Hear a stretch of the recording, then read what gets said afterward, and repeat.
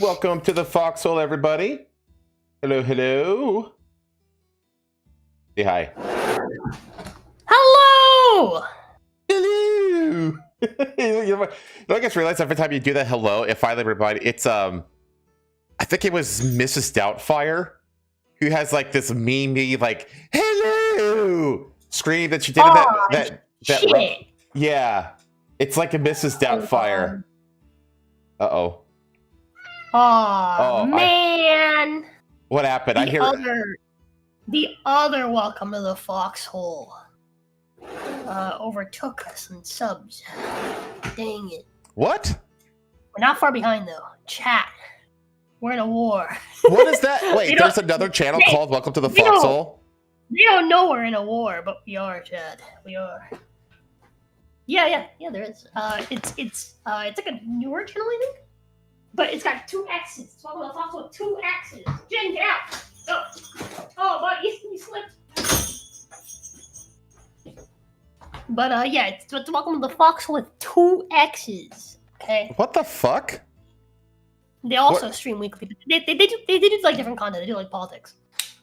Oh, that's why that's why. Politics is an easy way to get subs.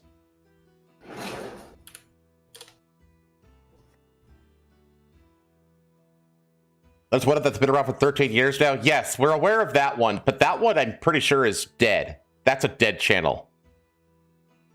That's the one I thought that she was talking about. I was like, what do you mean? Like, No, this one's newer. This one's from like 6 months ago, I think. Oh, God. Are they just spouting just basic bitch political bullshit? I don't know. I haven't watched any of them. I mean, I don't know. Maybe they got really good takes. I don't know. I X to doubt. But that's why though. It's because they cover politics explicitly. Chat.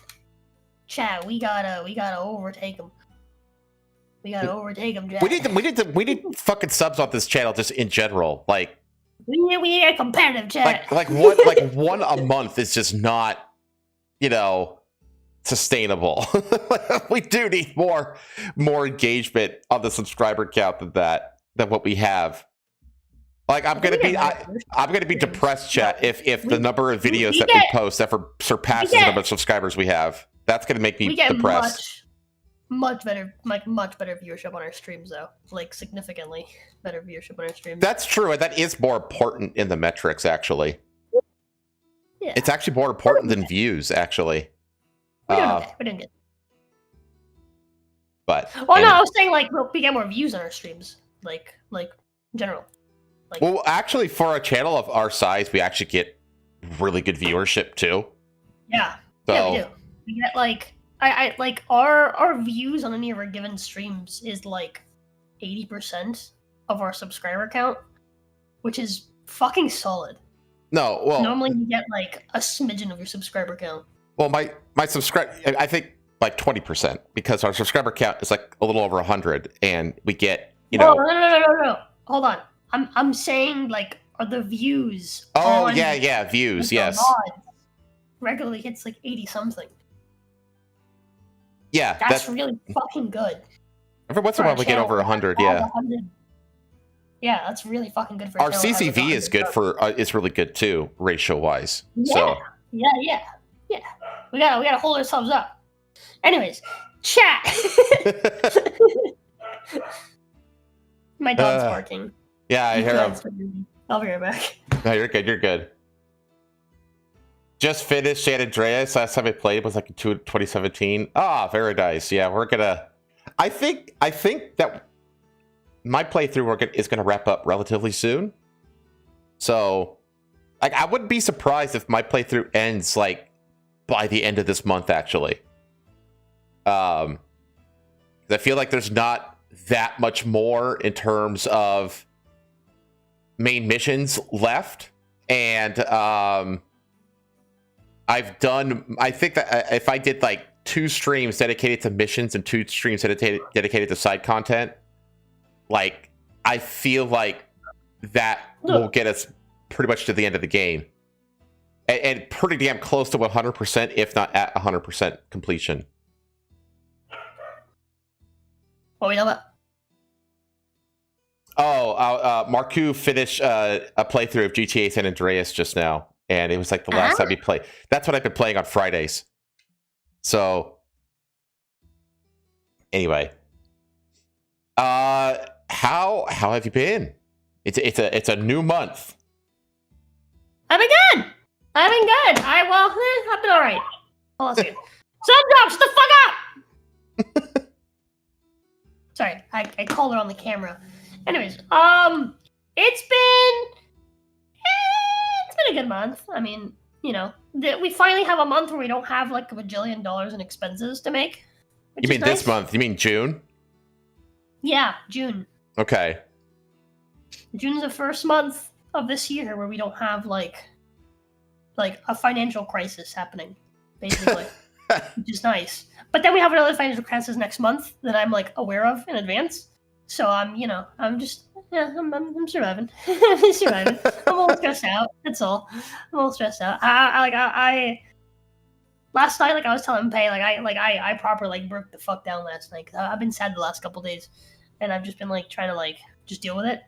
And I was talking about it. I was like, we need to clean our fucking house, man. We need to I need to have a W somewhere.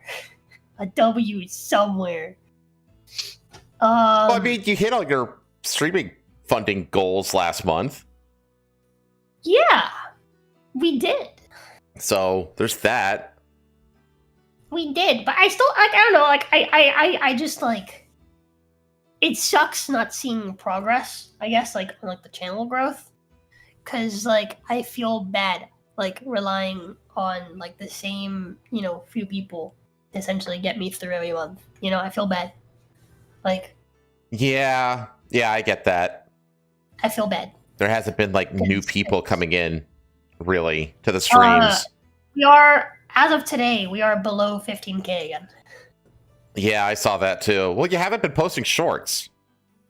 Well, yeah, but that's because fucking YouTube got rid of fucking clips. Well, you still have timestamps though that you can go back and make clips from. Yeah, but I don't have the time for that. Which is the problem. The clips function was great because essentially it served as a way to get viewer interaction, right? Yeah. Viewers had I created an incentive system around it and everything to incentivize viewers to clip and stuff, right? And it was working great. And then they were like, I'm gonna toss it out the window to give more control to the creator. It's I already had that fucking control. You didn't add anything. You just took something away. You stupid fucking cunts. I hate YouTube. God, I hate them. But yeah, it's the dumbest shit. And so I just don't have fucking time. Why don't you have time? This is your job? Because it's my job and I already work at 100 hours a week, if not more. I can't, the time isn't fucking infinite, Red Wolf. Just because it's my fucking job. What the fuck are you on about? What about, doesn't Twitch do clipping? Yeah, but it sucks. So no one likes using it. But yeah, it's just it's I can barely make time to actually fucking edit shit. Then you're inefficient. Motherfucker, I dare you to do my job. Fuck you. Sick of fucking Red Wolf and his fucking constant bitching and nagging he has ever existed in anyone's shoes other than his own. Go fucking suck a Muslim chode, you faggot. Well, I don't know if the timestamp thing is it is a thing, but how does that work exactly? Where because I know people could basically make how do timestamps get made? You know what I mean? In a stream, on the fly, during a live stream. How it works is that it cannibalizes the share service essentially. So essentially, when you want to share your stream, for example, if you go and you share it with somebody, it'll share it on the timestamp that you shared it at. Does that make sense? Okay. So I'm you know what? This is a good video. Let me send it to my friend. And instead of your friend clicking on the video and it starts on the beginning, it starts from when you shared it. Okay. I'm encouraging you to be better. Okay, then give me advice on how to actually fucking do that. Just tell me that I'm inefficient when I'm literally streaming all fucking day just to fucking maintain what we fucking have isn't helpful. You don't fucking know anything you're talking about. You're just talking at your fucking ass. You're not giving any sort of actual fucking advice or encouragement, mind you. You're just telling me that I'm not good at it. Which, like, what the fuck else can I possibly fucking do? So it's not that I don't want to be better and that I want to slide on by the bare minimum. Is that you're not giving me any sort of useful fucking advice. So that's the fucking issue, and you're assuming that you know shit that you fucking don't.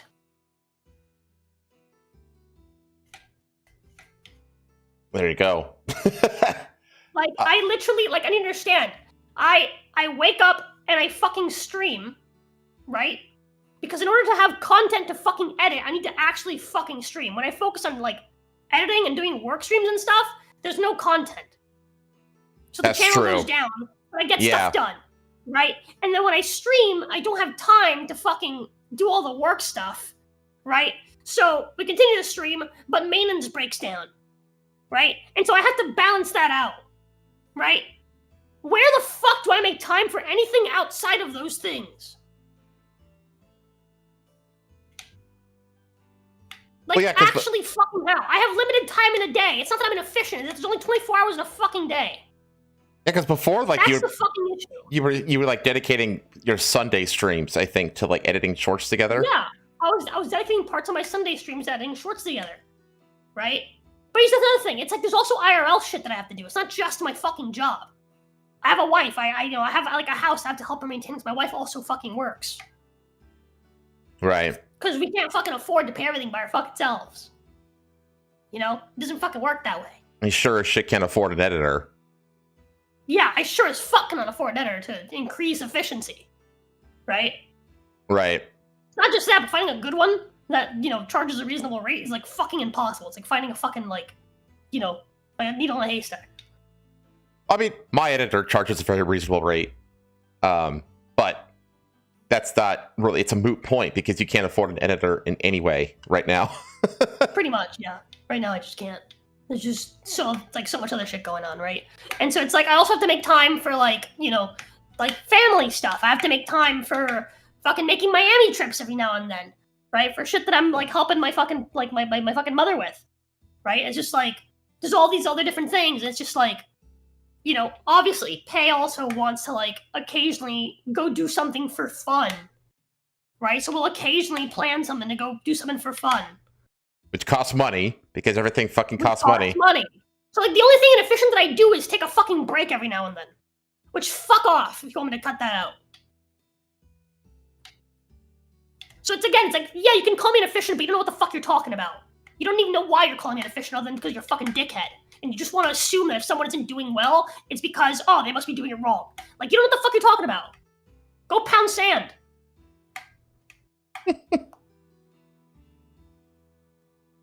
Well, welcome everybody. I'm just here. My week has been the same usual, which is fucking working. Literally from when I wake up until like 5 in the fucking morning. Every fucking day. How was your week? Oh man, it was a pretty normal week for me, honestly. I just played the games I've been playing and haven't had anything really eventful happen IRL. It's been very routine week for me. So I don't really have anything to report on that. That's worth mentioning on the show. Trying to think of anything. I was hoping that you had more to say, but I played through all of Shadow of the Colossus, which, by the way, chat fucking pay me to play. So if you want to tell me that people are fucking bored of my shit, Red Wolf, go fuck yourself. But yeah, I played through all of Shadow of the Colossus. It took me like 3 sessions. It's a shorter game than I fucking remembered. Like, I remembered it being like a much longer game. I don't remember it being that long of a game when I first played it. But I was also a lot older than you when I first played it as well. Yeah. So I was like literally like 11, I want to say. Okay, yeah. When I played it, so yeah, that'll screw with your perception of time. Not just that, but definitely probably took me longer as a kid. Mm-hmm. Go through it. I also definitely didn't have chat to backseat me and tell me what the fuck to do if I got lost. So yeah, in my head, I remember that game being super long, and then we'd beat it in 3 days. So. Well, yeah, it's also probably long. It's also probably long, also as well because like some of those colossi would be like particularly tricky to figure out how to beat as an 11-year-old. You know, so you like fucking be spinning, running around in circles, trying to figure out how to beat a colossus for a lot longer as an 11-year-old. You know? Yeah. So that's another factor, I think. Right too. So you had the figuring out gimmicks out of the way. Well, no, because I didn't remember any of the gimmicks of any of the fights. It's been 15 years. My memory isn't very good. Yeah, you had to get backseated a little bit for it. Yeah, absolutely had to get backseated. I was super lost for a lot of those, especially like the one where like you have to like hide underground and wait for him to like sit down. Like I had no idea what the fuck I was doing for that one. If someone had told me what the fuck to do, I would not have known. Period. I would not have figured it out. Yeah, there's a few of those that if not for chat, I would simply have not figured out. Yeah. The torch one, for example. Yeah, the torch one as well. I would not have figured out the torch one. Because I kept hitting... To be fair, I did figure out the torch one, but because the grab mechanic is a little jank to pick stuff off the floor, I wasn't succeeding at picking it up off the floor. I was just grabbing nothing. So I assumed that wasn't what I was supposed to do. So I did figure that one out, but because the game's a little janky, I unfigured it out. Until chat essentially was like, no, you do have to pick up that torch. And I was like, oh, okay. But yeah, there was a few of those where like chat for sure had to like be like, you gotta do this. Yeah, I've been doing that too. Like I asked Marku about like my San Andreas playthrough. I'm just like, can I do this yet? Like I don't even know. Like you know what I mean? He's just like, oh yeah, it's this, and this, and this. He just like knows it off the top of his head. It's pretty wild, actually. How much of like an encyclopedia of Rockstar games Marku is. So, if chat paid you to play Concord or an RTS and your subs dropped down, does that make it a good move? Yes, because I need to pay bills. It's not just about growing the channel. It's also about paying bills because it's my fucking job. So I have to balance appeasing you guys with actually making good content. Because what you guys say you want isn't actually what you guys want like half the time. This is true. Or I think one of the other problems with like the whole funding a game is that usually it's only one or two people who are actually interested in that game. You know, so it gets added to the funding list and then it gets funded, you know, but it's not like a super popular game to play through for your viewers because, well, there's only one or two people that were actually like asking for it in the first place. Yeah. You know? The greatest example I can think of is like I think half of chat has expressed that they're tired of me playing like RPGs. Like medieval RPGs, Red Wolf being the most vocal among them. But it's the one piece of content, the one type of content that actually fucking does well on the channel. Skyrim is like the best performing stuff on your channel consistently by a mile. like to the point where I regret making it like a reward. Like I'm genuinely like I should just be playing this. Like every day. Like what the fuck am I doing? But at the same time, it's a really good incentive for money, which again, that's like I have to balance out, you know, making good content consistently with, you know, actually making money for that content because this is my job and it is how I pay the bills. And when we move, Pay might not have a job because we've been doing the math, and until Pay starts her new business where we're planning to move to, right? Because she's planning to start grooming, you know, for herself rather than for someone else's company. Yeah, full commission base. Which obviously will make more money. Until then, right? She's currently working at where she's working at, and when we move, the drive alone might make it not worth it unless they up her pay by like double. Which is never going to happen. Most likely not going to happen. That's never going to happen. Yeah, unless either that or they add like commission to her existing pay rather than making her complete commission, because like they made her lower her prices. Right. And at her lowered prices, it's not worth it to swap to commission. Right. It's better to keep going hourly. Yeah, but the hourly she's currently making is not like Mm-hmm. worth way less than what her skills are worth. Right. And the thing is that the other issue is that like once you start your own business, it takes time to build up a reliable clientele. Yeah. You know, well, not just that, it just takes time to actually build the business and, like actually do all the stuff for it. Yeah. We're lucky that her dad has like the building that we're gonna use for it. He has like a storage building that he's gonna be cleaning out and like fixing up and stuff. Mm-hmm. So that he can use it for her business. But that's gonna take time. Yeah, it's gonna take like a year or more for that to be like a viable thing. Time. Yeah. So when we move out of here, there's a non-zero chance that I go back to being our only income. And Pay will just, be stay-at-home wife for a while. Yeah, there's a pretty she was when we first moved. When we first moved, it was like that. But also, when we first moved, we didn't have like car payments and stuff to worry about because like the little car that I had was already basically paid off, and it was very, very cheap versus like the truck, obviously. Yeah, is the truck almost paid off? No, not even close. Yeah, the truck will be paid off over the course of 6 years. This month is the first year done, so it's about a sixth of the way. It's gonna be a long time before it's paid off. Yeah, but it'll actually survive that. Like it wasn't a bad financial decision. I was very, very smart to sell my little Honda Fit before it completely lost its value and got torn apart by the roads here. Right. I mean, like that was a good financial decision. As much as it might not feel like one in the moment, because obviously I'm paying more than I was before. It was a very, very, very good financial decision. The truck's rattling has gone down. I recently put some. So me and Pay, something that I forgot to mention because I was so heated, is me and Pay we went to go watch the Amazing Digital Circus finale in theaters. Oh yeah. And first off, just absolutely phenomenal movie, phenomenal watch.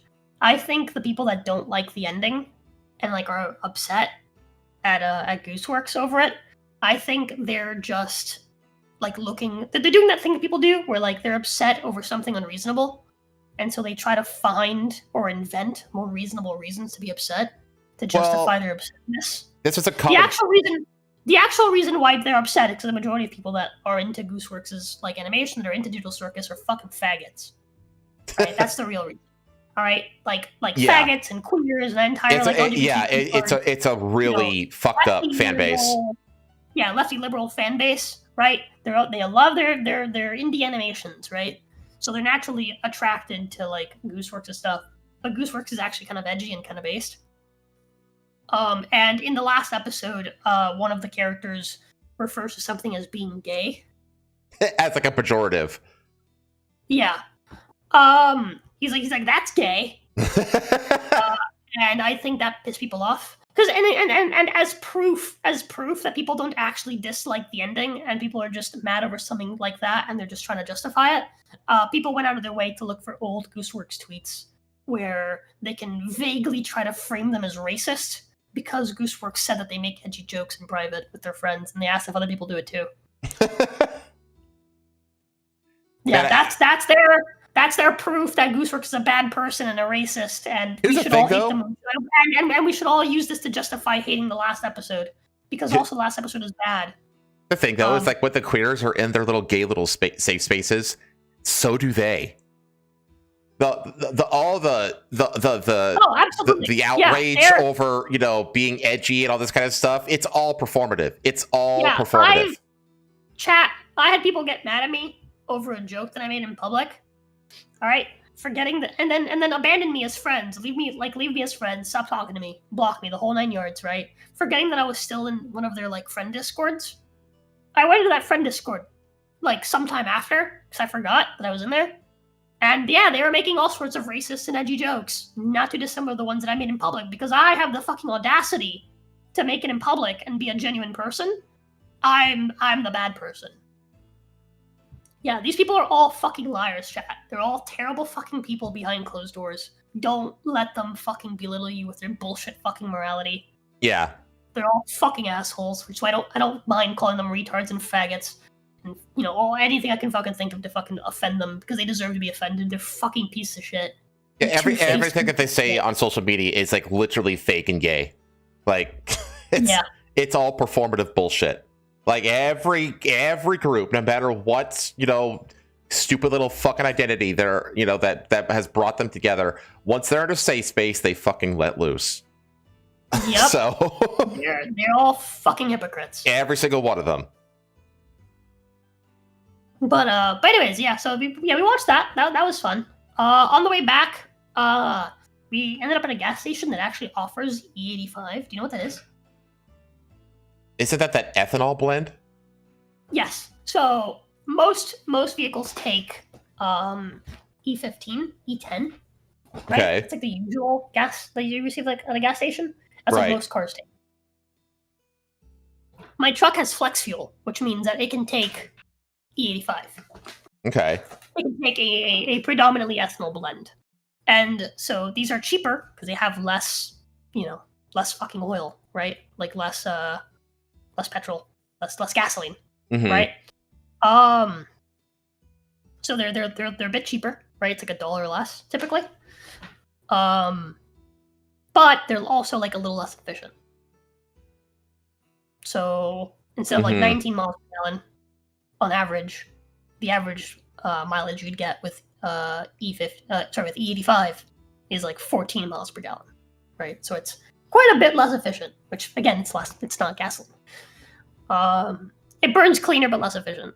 And so essentially, we were like, we're gonna short money. Fuck it, let's just try E85 because we've never used it before. Is it cheaper? Oh yeah, it's cheaper. Okay. Well, it's cheaper by the gallon. But as far as like efficiency, as miles per gallon, or I guess miles per gallon per dollar, right? Like as far as like efficiency, it's actually not as good. Not at the prices that we bought it at. Like it would have had to have been like another 20 cents cheaper for it to actually be worth it. Okay.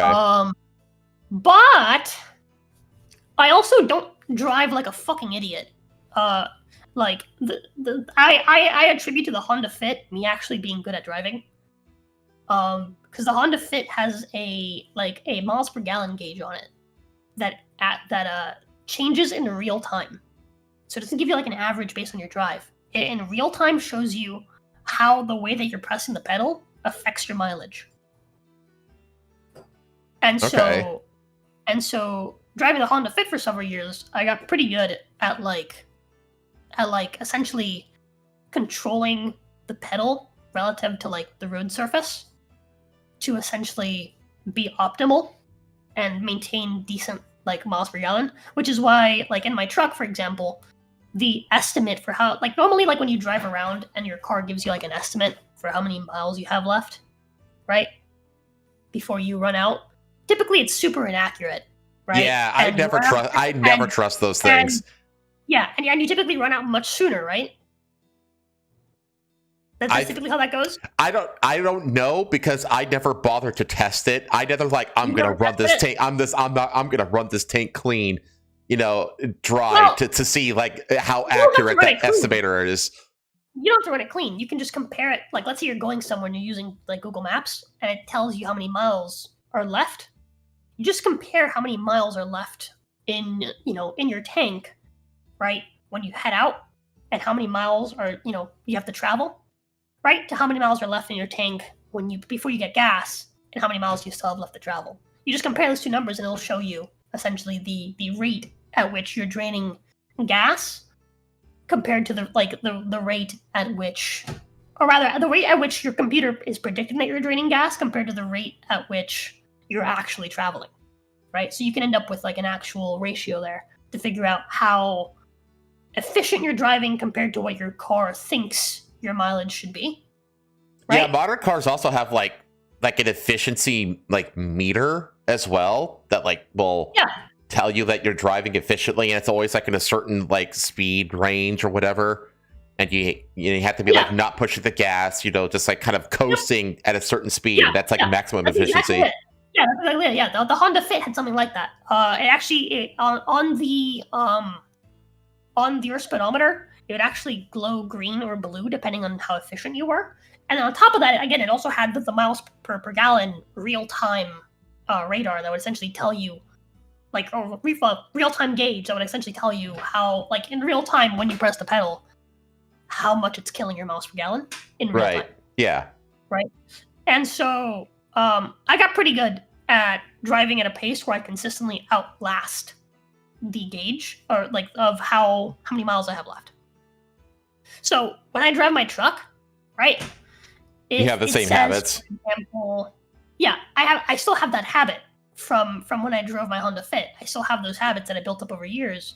And so even though my truck is a fucking gas guzzler, right? I very oftentimes get like much higher miles per gallon than what my truck should be getting. Right? And so I think that makes up for the difference in efficiency between the two like types of gas. Okay. So I think that might make up make up for it enough that we're like it might actually be more efficient cost wise to get the E85. But either way, what I actually want to say was that I put that in my vehicle and it runs really smooth because it burns cleaner. Okay. And it feels really nice to drive. And I got to try that out. So that's something kind of cool this week, I guess. That's all. That was a long-winded story just to say that. No, I don't know. I've lived in the world of having to buy premium gas for a long time now, so I wouldn't know.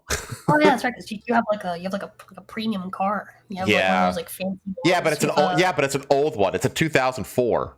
So it's like it's got all the bells and whistles from 2004. So it's still, it's still like an ancient fucking wagon in comparison to anything built like after 2015. Yeah. So but the car is meant to take in the higher quality. Well, my whole thing about cars though is I pretty much exclusively buy cars just like off of like Craigslist and shit like that. So smart. Because that's the only thing is that they're super cheap on Craigslist and stuff like that, but you also could very well be buying a clunker that you have to put. Yeah. You know what I mean? Like there's a huge risk there. You never know. But you have the benefit of your dad's a mechanic. You just like. That's the thing though, is that I'm probably going to have this vehicle for the foreseeable future. My dad's 71 now, and so it's like, there's a chance that this is the last vehicle I'm going to buy while he's still around. I think that if he's not around when I go to buy my next vehicle, I'm not going to get it from Craigslist. I'm probably going to get it from like Carfax or something like that. Some place that actually like does check the vehicles and make sure they're not, broken pieces of shit. What Red Wolf is saying is unironically like what they do in Cuba to get those like old diesel engines to run. Oh yeah, yep. Except they have to like add lead to it. Yeah, they use leaded gasoline because they're running around in 60s and 70s platform fucking vehicles that run leaded gasoline. So you can get that like people here in the States that have like they have like classic cars and stuff that they've like refurbished and stuff. Like old like 60s Camaros and shit like that. You have to like there's a lead additive that you have to buy from the gas station or whatever that you have to add into the gas tank. Yeah. If you don't convert it to like a newer one, like a more modern gas engine, most people just buy the lead additive. Werewolf said 2004 diesel. No, Helmsman's is not diesel. Helmsman's runs on premium gasoline. Yeah, I have to get octane. Here in Florida, it's like really high. Like I typically end up getting like 93 octane 93. But it only needs to be like 90 or above. Like here in Florida, like regular here is like 87. It's still high. And then so it's usually 93. Sometimes it's 91. But I have to get the high octane shit. So like when everybody's like, oh, gas prices are this or that, I'm just like, I'm completely like my mind is like completely numb to that conversation because for me, like gas prices are always like really high. You know what I mean? That fucking blows. Yeah. I'm really glad that like my truck, like it, like trucks are they're made to run on like the cheaper fuel. Well, I also unless you get diesel, right? The truck that I'm thinking about getting, Red Wolf, that one is a 2004 to 2007 diesel engine. So we'll have to see if I end up picking that up. I probably will. I'm gonna have my mom's mechanic friend go look at it before I go to Miami, just to make sure. Did you pay your couch off? Don't know. That's all Pay's problem. I know that we're still paying the furniture people, but I think that's because we added the outdoor table to our thing. Okay. Pay was telling me, he was like, hey, they added $500 to our limit. So we can go to the furniture store and, buy a bed frame. And I was like, no. Oh my No. God, Pay. No. Fuck, I hate that. That's such a Gen Z attitude. That is such a Gen Z attitude. Yeah, Just, I was like, maxing out fucking credit cards left and right. It's like fucking hell. I fucking hate how Gen Z has just never school. Like Gen Z was just never taught money management in any fashion, and it's pisses me off. I told Pay that we can buy a new bed frame when we fuck hard enough to break the existing one. Until then, the bed frame stays, or until we move. If we move, then fuck it. Because we're gonna be already going through like moving expenses. What's another, couple $100 for like a nice bed frame or whatever the fuck. Oh God, moving is that's gonna suck. Yeah. Need to see very specifically when we move to like our own place, not. Yeah, to the compound. Now we moved to Pay's parents' place. Though when we move to Pay's parents' place, we'll be saving quite a bit of money. So. You'll be spending quite a bit of money. We'll be saving quite a bit of money. The rent is like personally, I think what you should do is you should, like, once your lease is up, you should move. You cut out. Hello? You said personally, and then you cut out. Oh, I personally, I think if I were me and I was trying to be financially responsible, once your lease is up, I absolutely would move into that your parents or Pay's parents' place. And that's our plan. And I would stay there for like at least 6 months and just save every penny you could possibly save. Our plan is to essentially move there until we find something else. If we find something else, great. If we don't, then oh well. Well, here's the thing, though. That's our plan.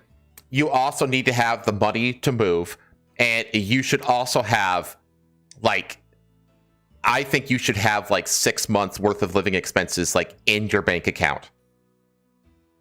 Yeah, that's not gonna happen. That's not possible. Maybe I would settle for 3 months, but I'll try. But again, I don't think that's possible. There really does, because you really don't want to be house poor. Where like I know. That's why, like, I'm not trying to buy like a super nice fancy house. I'm very much like going for a house. Oh, I know that. And I know that your mortgage payment is going to be like way lower than what you're paying in rent right now. Like probably, ideally, like around half. I don't know about that. I don't think it'll be that much cheaper. But I'm saying it's gonna depend what we find. I was telling my dad, right? Because like my dad wants to buy like a house, it's like ready to move, and there's nothing that needs to be done with it, and blah blah blah. But my dad also wants me to find something that has like a cheap mortgage. It's like, well, if you want to find a cheap mortgage, you'll find a shitty fucking clunker house, and you need to fucking trust me that I trust my father-in-law to help me fix it. Like that's what needs to happen. But in order for my father-in-law to help me fix it, he has to have like a justifiable reason to feel like he's getting something in return in order for him to do that for free, right? Right. That's how that's going to work. So the solution is we find a shitty house that's on a decent piece of land. And then what he gets in return is he can live on that land, right? In return for helping me for free. Right. That's how that works. And so it's like, if you want to get this done and it be cheap, you have to, like, my dad has to learn to accept the fact that we're going to need to have outside help other than his own. If he doesn't want outside help other than his own, then he's more than welcome to pay for all the extra shit. But he's not going to. He's not going to. I just know he's not. He doesn't want to do this to begin with. The only reason he's even doing this because I'm fucking making him. Because he fucking I caught him in his fucking lie. And he feels bad about it. And I'm just not gonna let him fucking, get away with it like I normally do. Yeah. And so it's just like you know, like I have to like message him like every week, like, hey, are you talking to your lender? And he's like, yeah, I'm just waiting for him. It's like, okay, you should give him a fucking call because it shouldn't take as long. He's like, you're right, I'm sorry. It's like, you fuck. Yeah, he should have been pre-approved a long time ago. Like, Yeah, it's but he's not like- hard. It's he's- not hard, he's like- especially he's for like him to get a waiting it pre-approval out. letter. Yeah, he's like super like drawing it out. And it's just like I know he doesn't want to do this. I'm gonna be on his ass though about it. I don't fucking care. Like normally, like I don't like chasing people around, especially my fucking dad, because I did a lot of that growing up and it never amounted to anything of value. Cause like my dad just doesn't fucking give a shit about Yeah. me. But like I don't care. I'm gonna be on his ass about this one. I'm just not letting him get away with it. I'm sick of him fucking telling lies to make me look like shit to my fucking family and then just getting away with it. Cause I'm so compliant. I don't fucking care. Yeah. Build an You want a annex. house that ideally has an outer building, small barn that can function as a workshop? Yes. I'm looking at places that have either garages or like I'm not prioritizing that because I can build that, right? My father-in-law can help me build that. So that's not like my whole priority. Like I'm very much like looking at houses and considering whether the price is worth what's already built, right? Like is this worth me paying this price? Right? Is what's already on this house worth me paying this mortgage every month for 30 years? I have a If question. the answer is no, then I'm not looking at that house anymore. I have a question. Yeah? Is Pay's job within driving distance of Pay's parents' compound that you'll be going to in the Fuck interim? no. That's why we're saying that. Like, we're looking at Pay possibly leaving her job and just being stay at home for a while and helping me with streaming and stuff until she gets her own business running. Because when she gets her own business running, that's in the same city as where Pay's parents' compound is. She's got to find something in the meantime. She's a workaholic. She's got to find something locally. Yeah, I'm gonna give her stuff to do at home. Well, I'm gonna force her into art slavery.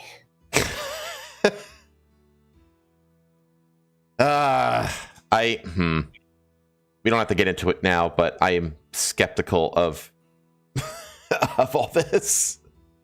It'll be fine. When we first moved here, she didn't have a job, and we were okay.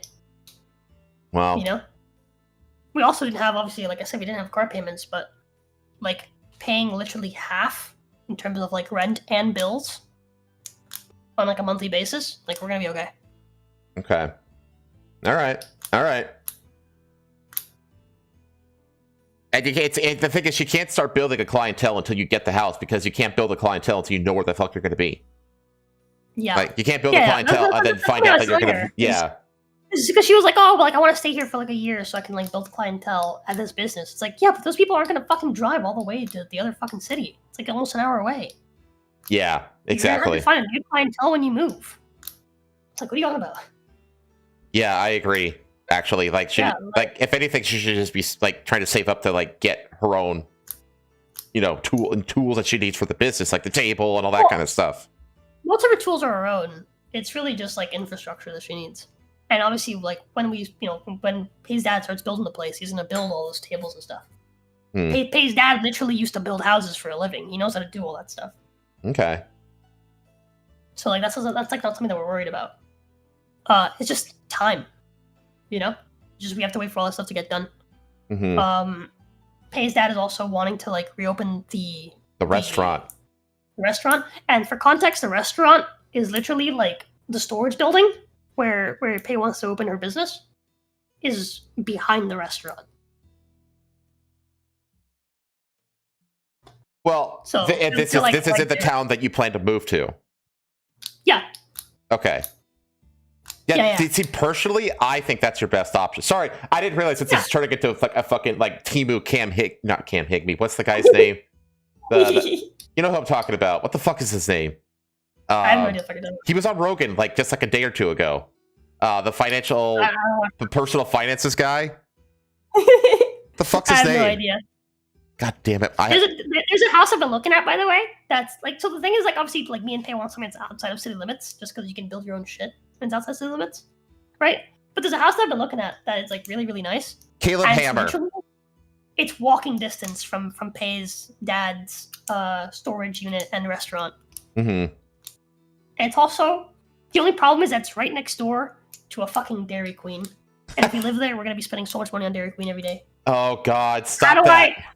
How do I tell Pay not to get ice cream every day when she can literally walk? Oh She God. will literally walk next door to get the ice cream. Oh God. That's such an enabling. Oh God. I know. Yeah, but again, it's like literally walking distance. It's a minute drive. You know, they sell things other than ice cream, you know. I know they sell really good fried chicken. I actually really like their fried chicken. Their chicken is amazing. Their fries are kind of trash. It's incredible.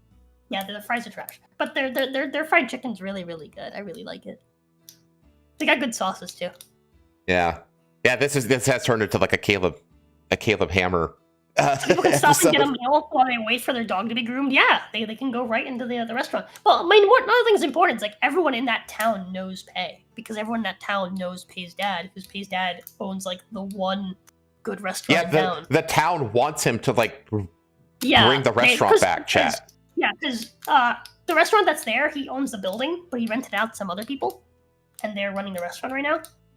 But personally, everyone in town wants him to take over the business again and run the restaurant again. Like everyone, like every time anyone sees him, like whenever I can't go out with him in that city to go do stuff. Like literally, when we went to go get furniture, to go pick up furniture, like 2 of the 3 people that we went to go pick up furniture from recognized him and were like, "You're the guy that used to run the Mexican restaurant.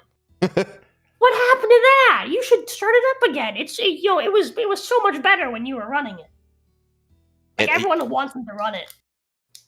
I absolutely think that that is your ideal, honestly, like financial stability thing because you'll be able to always pick up shifts at the restaurant.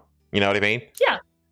And like that's the ideal for me. Like I would basically be like, that's you have your family business that's literally next door to your business. Yeah, and and work at the restaurant part time.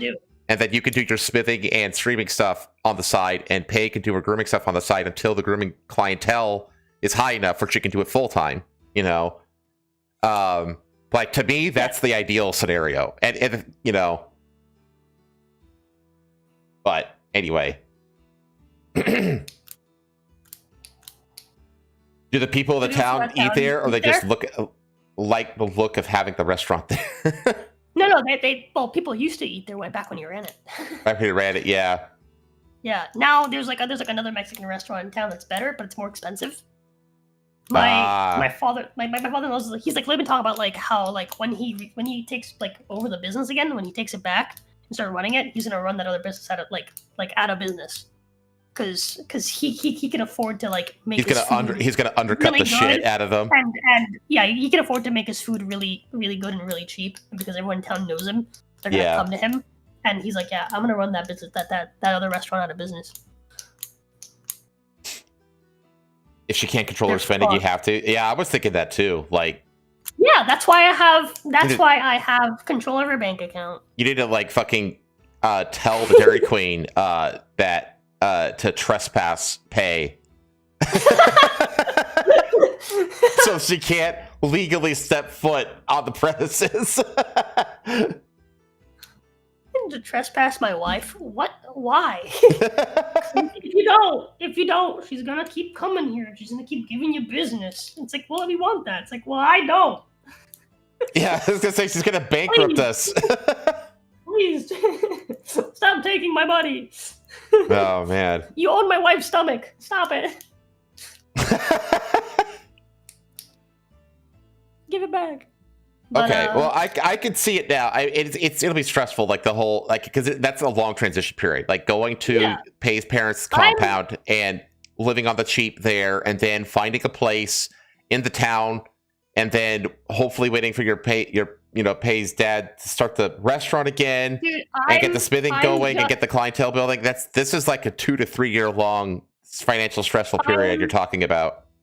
I'm just dying to be able to start the smithing stuff so I can do something that actually tires me out, like physically. Right. I don't want to think anymore. I just want to work with my hands and get tired and sleep. That's such a Cuban thing to say. I just like I want to do something new. I really want to do something new. And I'm Yeah, just, I like, I'm get just you. tired of the same shit. Yeah, you But- want to be able to like get gaming detached from your job and all that kind of shit. Yeah, that's part of like I've been playing like Skyrim off stream. I think I mentioned it last week. I Yeah. really started like last week, but I've been playing Skyrim off stream. I played some more of it last night. Been doing the Mage's Guild quests. It's been fun. Yeah. I finally picked up Dagothor in my off stream playthrough, and So I good. was gonna make the foreskin potion.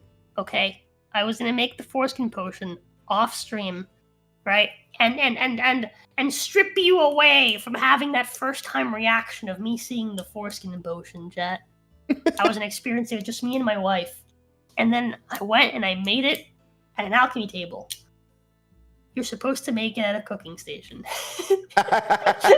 So I fucked it up and I wasted the ingredients, sort of. It leveled up my my alchemy like crazy because for some reason foreskins. So each foreskin, if you eat it, it gives you 69 seconds of paralysis. That's about right. And if you mix them in a potion, it gives you a paralysis potion that paralyzes you for like, I think it's like several hundred seconds. Oh my god. It's fucking insane. It's worth like 20,000 gold. And so in Skyrim, right, the way that you level up like crafting skills Oh, I is know. by crafting things that are worth more money. The more money Right. something is worth, the more it gives. Yeah. So yeah, I mixed all 3 foreskins to make the ultimate paralysis potion that gave me like 15 levels in alchemy. That reminds me, I Like did all in in one. my off-stream time started a new playthrough because I never got very far in my first one of KCD2. That's been fun. That's a very slow burn of the Yeah. game, because it's extremely grounded, So like you have to like take your time with everything you do. Yeah. So it's I, not it's not a game that you can like pick up and play for like half an hour, and then put down again. You have to like dedicate like a whole fucking Yeah. session of gaming to it. Yeah, for sure. Oh yeah, and then starting today, actually, this evening after the podcast, I'm gonna start playing Destiny again. Destiny 1. I'm starting like a fresh playthrough with my cousin and Pei. Nice. Just to have some some quality family time as Yeah. well. Because I've been absolutely just grinding, Yeah. just non-fucking stop. It's reached the point where it's like starting to like affect me in a negative way. Mm-hmm. So I'm like, I need to take some time off. Yeah. So how's that for fucking efficiency? I get it. Anyways, Anyways. All right. Well, I think we can start getting into the news. yay! So, I think one of the big things that just completely fucking blown up over this last week is the saga of the Bricks and Minifigs Lego theft, Lego Star Wars Lego collection theft saga, whatever you want to call it. This was like a thing that it was kind of like on the back burner. And it wasn't until the one of the main people involved contacted a YouTuber friend of his, or acquaintance at least, and it wasn't until then that YouTuber made like a literally like a documentary length video of like the whole saga and what he tried to do to help, essentially. And that is, well, let me go ahead and start bringing it up here.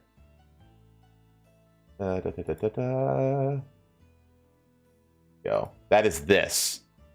Or more specifically this. It's this video called "I Tracked Down the Thief Who Stole $200,000 of Lego." And you can see this thing has 4.8 million views and it was only released on the 21st of May. So it's only like 2 weeks old, and it already has 4.8 million. Now, this is a big YouTuber. He's already got 1.22 million subscribers. Most of his videos, almost all of them, hit multiple hundred thousands of views. Like, it's pretty normal for him to get like 1 million views on a video, but this thing especially was like one of his biggest videos ever. But you can see this thing is an hour 25 minutes long, where he just goes through like his whole like what in the hell happened.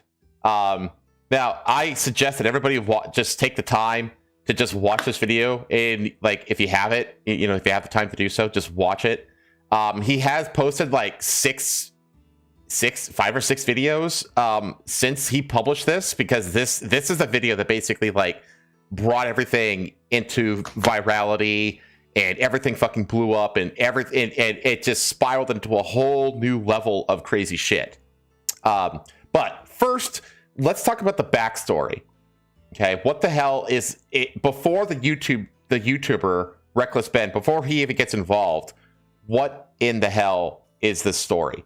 The dispute centers around a large consignment of Star Wars Lego that belonged or belongs, depending on whose side of the story you believe, to one Brian Mansell of Oregon.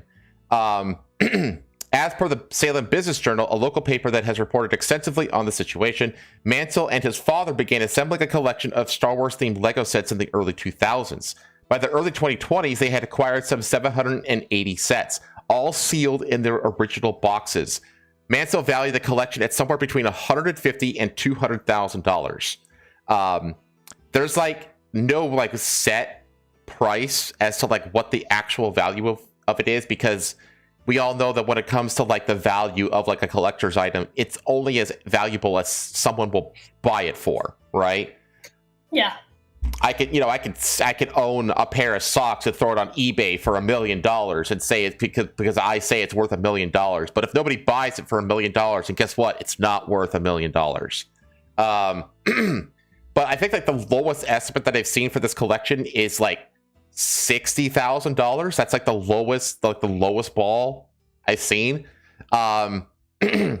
There has been a Google Doc drop from this guy, Brian Mansell, about like all of their proof that they have. Like, they have like photographs and emails. And here's like the list. So this is the list of all of the sets that they have. It just goes on and on and on. This thing is 18 pages in landscape orientation of the of all of these Star Wars Lego sets that they have. And so the story is that Brian's dad, he's 83 years old, and it was mainly him who started the collection. It's mainly the dad, and the whole goal was basically like, let's put our money into these Lego collector sets, and then when the time comes to put the kids through college or whatever, we can sell them and get that money and put it into the college fund. That was the whole idea. And so what they did is they took the collection to a local business called Bricks and Minifigs. Bricks and Minifigs is this corporation that has something around the likes of 300 franchise stores across the United States. And they are almost all franchise operated, so that like, independent people own the individual stores. Kind of like, McDonald's and a lot of fast food restaurants are run this way. And he brings them the set. And this collection is so big that it would account for like literally half or more than half of the store's entire inventory. And all this store sells is Lego sets, and of course minifigurines, but mainly Lego. That's like their bread and butter is Lego. Massive. Lego minifigs are a thing, right? Yeah. So it's this massive collection, and they. They basically go through a deal to get it on consignment with the store. So it says, and this is like the story. Bricks and Minifigs, Salem. This is in Salem, Oregon, by the way. It's where this is happening. Saturday and Sunday, the 11th and 12th of November. This was last year. The Bricks and Minifigs store in Salem Kaiser will display one of the largest, most valuable privately held collections of Star Wars Lego in the world. The event will be open to journalists and the public for photos before the collection goes on sale. And so, because that's what consignment is, right? You basically use the store to sell your item, and you get the majority and the store gets a small cut, basically. And I think the agreement here was something like 70-30. So whatever sets they sold, 70% go towards, go back to Brian and his family, and the store would take like a 30% cut. So that's like the agreement, and they have the agreement. It's in the Google Docs. They have the copy of consignment right here. They have the consignment agreement. Yeah. Right. And it has all the schedules, which is, schedule is basically like an appendix of information. So it's all very real, and it's all documented in this documentary length video. So let me get back to the article here. So they signed a consignment agreement with Crystal Law Gorman, the co-owner with her husband Benjamin Gorman, of the Kaiser, Oregon franchise of a chain called Bricks and Minifigs. So now that's the second party. There's like 4 parties that are, 1, 2, 3, 4, maybe 5. That's like maybe five. So this would be the second one. The first one being Brian and his dad, the family that actually owns the collection. This would be the second, who are the original owners who signed the consignment agreement with the family. Okay. The store's Facebook page promoted the collection in a pair of Facebook posts. That's what I just showed you in that image. And then it says it was reviewed in full by the Salem Business Journal, and its terms sound pretty cut and dried. It made it clear that Mansell, that's the family, retained ownership of the collection, and that he granted the Kaiser branch of Bricks and Minifigs exclusive rights to sell the sets on his behalf. The store received a 35%. Okay, so it's a 65-35 split, not 70-30. The funds owed to Mansell were paid out monthly, and the agreement ran smoothly for a year, with the Gormans maintaining an inventory document to keep track of which sets had been sold and which remained at the store. And that's the spreadsheet that I showed you earlier. Right. And then in 2024, there was this kind of like this bizarre, like hostile corporate takeover of the franchise. So Law Gorman and her husband Benjamin Gorman approached the franchise's corporate management in November that year and explained that they were considering a career change because the latter was planning on leaving the country. So it's really strange because like basically these two they're like, it's like a husband and wife. The people that own the franchise store were leaving.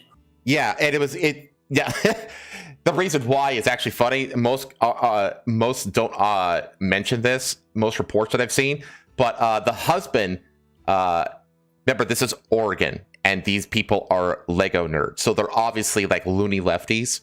The husband also ran a small publishing business, and a part of that, one of the things that publishing business published was literally an Antifa handbook.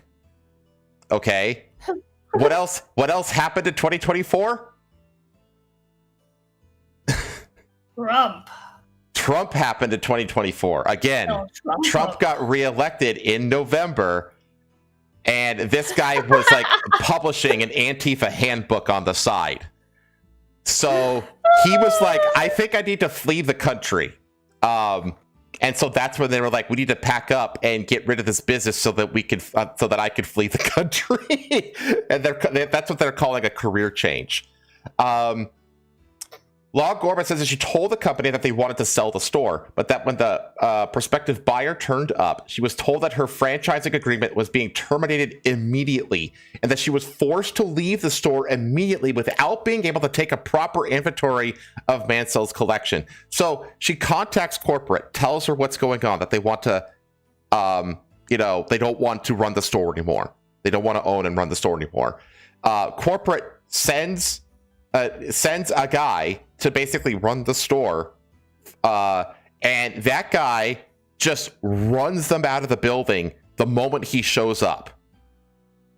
And we see this on security camera footage. Like if you go, yeah, there's like security camera footage. I'm gonna let this play real quick. So this right here, this is Law Gorman. This is the wife of the original owner of the store. Oh wait, you can't hear this, chat. Hang on. There we go. You can hear this now. Okay. The next. So this is the YouTuber, and this is the wife. In the next like 4 to 5 months. She told the Bricks and Minifigs head corporation that she was planning on selling the store, so the corporation actually was able to find a buyer to buy it from her. They let me know that they had somebody who was interested in purchasing a franchise in the area. He was going to be in town and he was going to stop by and just take a look at it. Wasn't until Brandon got there. So Brandon is the guy that expressed interest in buying the franchise from Gorman. That he informed me that they were terminating my franchise agreement. We were getting threats from Brandon and from corporate that if we didn't leave the store immediately, the police were going to be called. I told corporate I wasn't comfortable leaving that night without the inventory. I was also told I was not going to be able to stay there long enough to do that inventory. But we don't just have to take this woman's word for it. She was actually able to save all the security camera footage from that night, proving that everything she just said is true. All the footage and evidence is there. In the security cam footage, it's him at the store kicking her out. In that footage they sent us is Crystal asking him, how am I supposed to pay this guy? These are sets he has not been paid for. These are ones that he has not been paid his percentage yet. And if I don't have the tickets, I won't know how much I need to pay him. That's a business thing and not necessarily yours. He's taking on the business, he takes on all that consignment. His own corporation is sitting there on video saying they're going to take it. After this woman got kicked out of her own store, she called Brian explaining how corporate just came down and is now trying to take the world's largest Lego Star Wars collection without paying for it.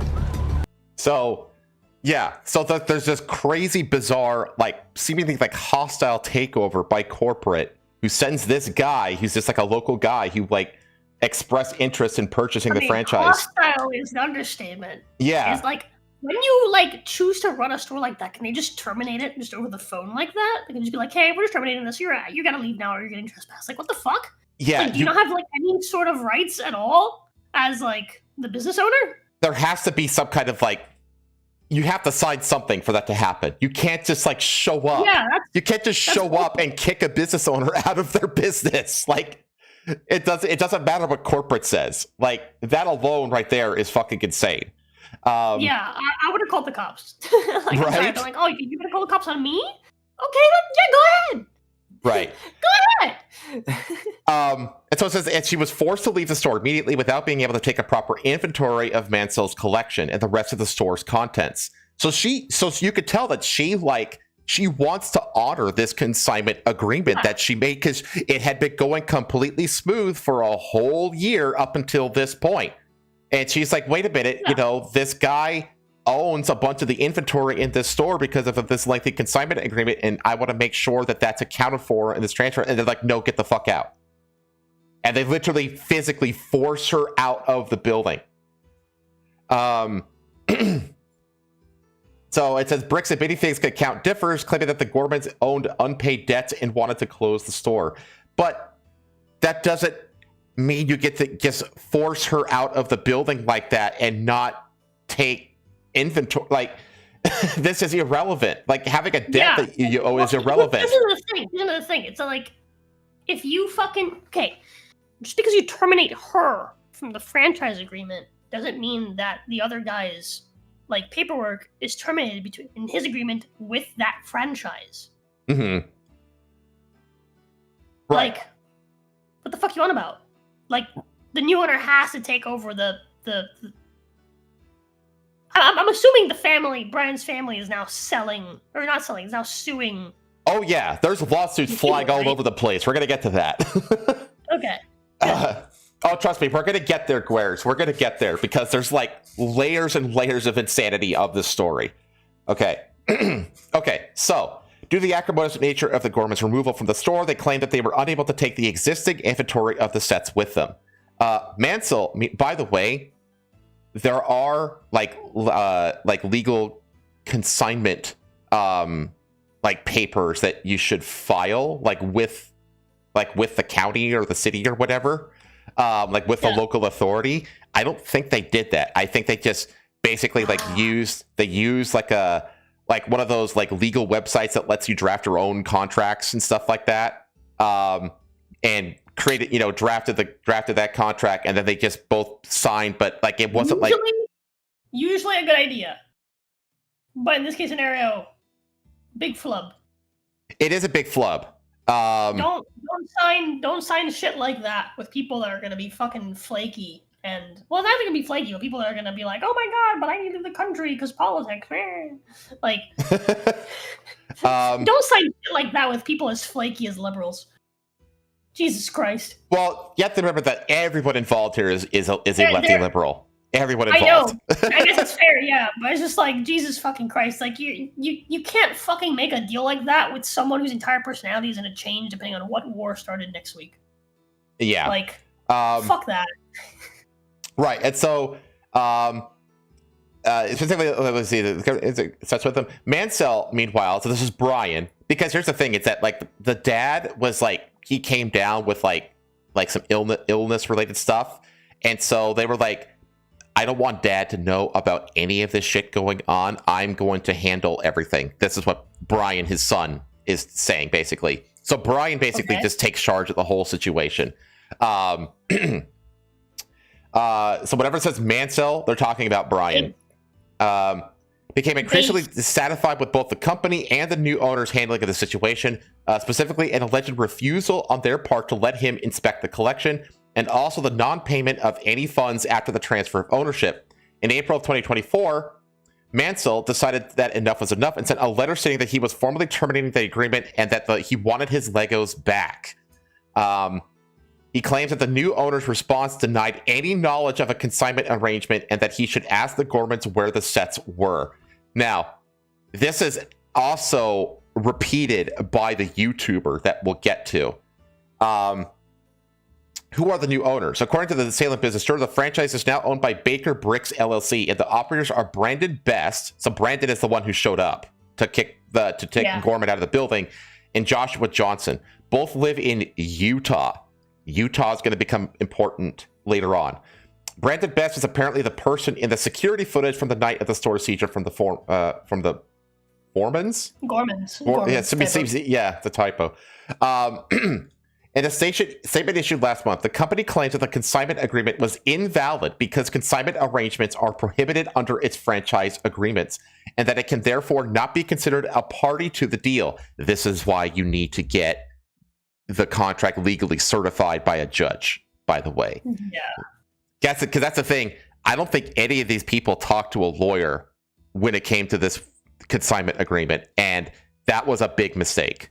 The company was not party to the unauthorized Salem consignment agreement and bears no responsibility for obligations arising from it. Here's the thing, though: if the consignment agreement is null and void, then you have to return their property. Like, you still have to return their property. The statement also claims that after ownership of the Salem store changed, we thoroughly documented and assessed current inventory, and it was clear that the full list of inventory in Mansell's documentation was not located in the store. That's just a flat-out lie. What items could be reasonably identified as allegedly belonging to Mansell was offered back to the consignor, but that offer was refused. Mansell disputes this version of events. Either way, this raises the question of where the missing inventory is. It's not missing, and why it hasn't been returned to Mansell.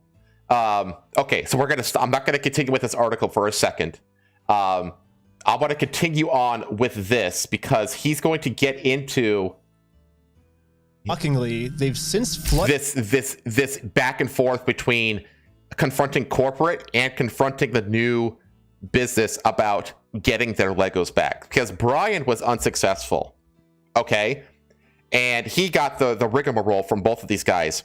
And then he contacted this YouTuber out of basically desperation, and the YouTuber basically tried to do the same thing. And this is what happened to the YouTuber. Let me see here. Who probably has way more resources than we. Right after they started, they instantly stopped working on this case. So I called one of them to find out why. So they were threatening legal action against us. You know, Bricks and Minifigs, which is a pretty big company, who probably has way more resources than we can, you know, really put up a fight against. Bricks and Minifigs knows that they can just bully anyone that tries to expose them with frivolous lawsuits. And this left Brian feeling pretty hopeless. It eats I'm me. gonna skip forward a little bit. Honestly, So basically, this is the YouTuber now going into the store, like on Brian's behalf, to basically try to get the Legos back. And this is what happens. kind of just want to hear Bricks and Minifigs side of the story. Hi, how's it going? Pretty good. How about yourself? It's pretty good. So basically, my friend said that you guys have some of his Legos, I think, and he told me to come here and see if I could pick them up. Who's your friend? I think they're Brian's Legos. It's like a big like Star Wars collection set, I think. You could go ahead and leave now. Really? So you could go ahead and leave now, or I will call the police for harassment. Well, I'm not harassing you. No, you are. Is this the behavior of an innocent No. party? this is such guilt. This is such massively guilty behavior. Hi. You want to watch the cameras? I'm Baby, being harassed. I can't with this Watch fucking the cameras. I am being harassed. You need to leave. Literally, all I did was just bring up that my friend has some Legos in their store, and the manager started freaking out on me. But I wasn't going to leave the store without hearing her side of the story. What's happening? Can you pause a second? Can you Yeah. pause a second? Page right. What are you doing? What? Because she's actively typing. Oh, my mom? Yes, your Oh mom. my god. Okay. It's literally just this. Tell her I'm working. She's a little baby cat feeding. Oh, has she still not had any more kittens? Nope. There's no way she has any more kittens. Your mom thinks that that's the last one. But Wait, how many has it had? Does it only has one? yep. Do you think it's the last and only one? Oh my god. Wow, What? a one kitten Cats being litter. pregnant with one kitten is not. Chat. Normal at all. Jeannie's mom picked up a stray, and that stray proceeded to have kittens. She has a second stray that's also pregnant. My mom has like 5 strays and 2 of them are pregnant. Your mom really is a crazy cat lady. Yeah, she has become a But crazy cat. some Bro, cat labors bro, can take up to my- 16 hours. My mom, I understand, like, my brothers are, like, afraid to leave her alone, because my mom, in the middle of the night, will go sneak into other people's yards to make sure that her stray cats are safe. Okay, we need to get back My to mom's this. lost her fucking mind. Yeah, go on. Before showing up, I printed out a copy of the contract the store made with Brian, saying that all of these Lego sets will remain his until sold. So this is the contract I showed earlier from the Google Docs, by the way. Because I have a contract, legal reason to be here, legally this does not count as harassment. Instead, the manager should be checking the store's inventory to see if these sets are still in their store. Well, so here's still all of the Lego sets you guys still have. I don't have anything to do with that, and I don't want that. You can go ahead and leave, and I'm going to ask you one more time. This is the last time. I do not want that. You're not handing me anything. I tried for a long time just to get her to look at this contract. But finally, she gave me an answer of why she can't help me. He's been supposed to be getting a hold of corporate. Basically, what the manager's saying is that if someone did steal the Lego, There should be only one O in corporate, but go on. it wasn't her, Corporate. it was corporate. But little does the manager know, I already did this. Yep, I literally went to the corporate Bricks and Minifigs headquarters. How's it going? He did this before he went to the actual store. This was corporate side of the story. You have to talk to the store owner.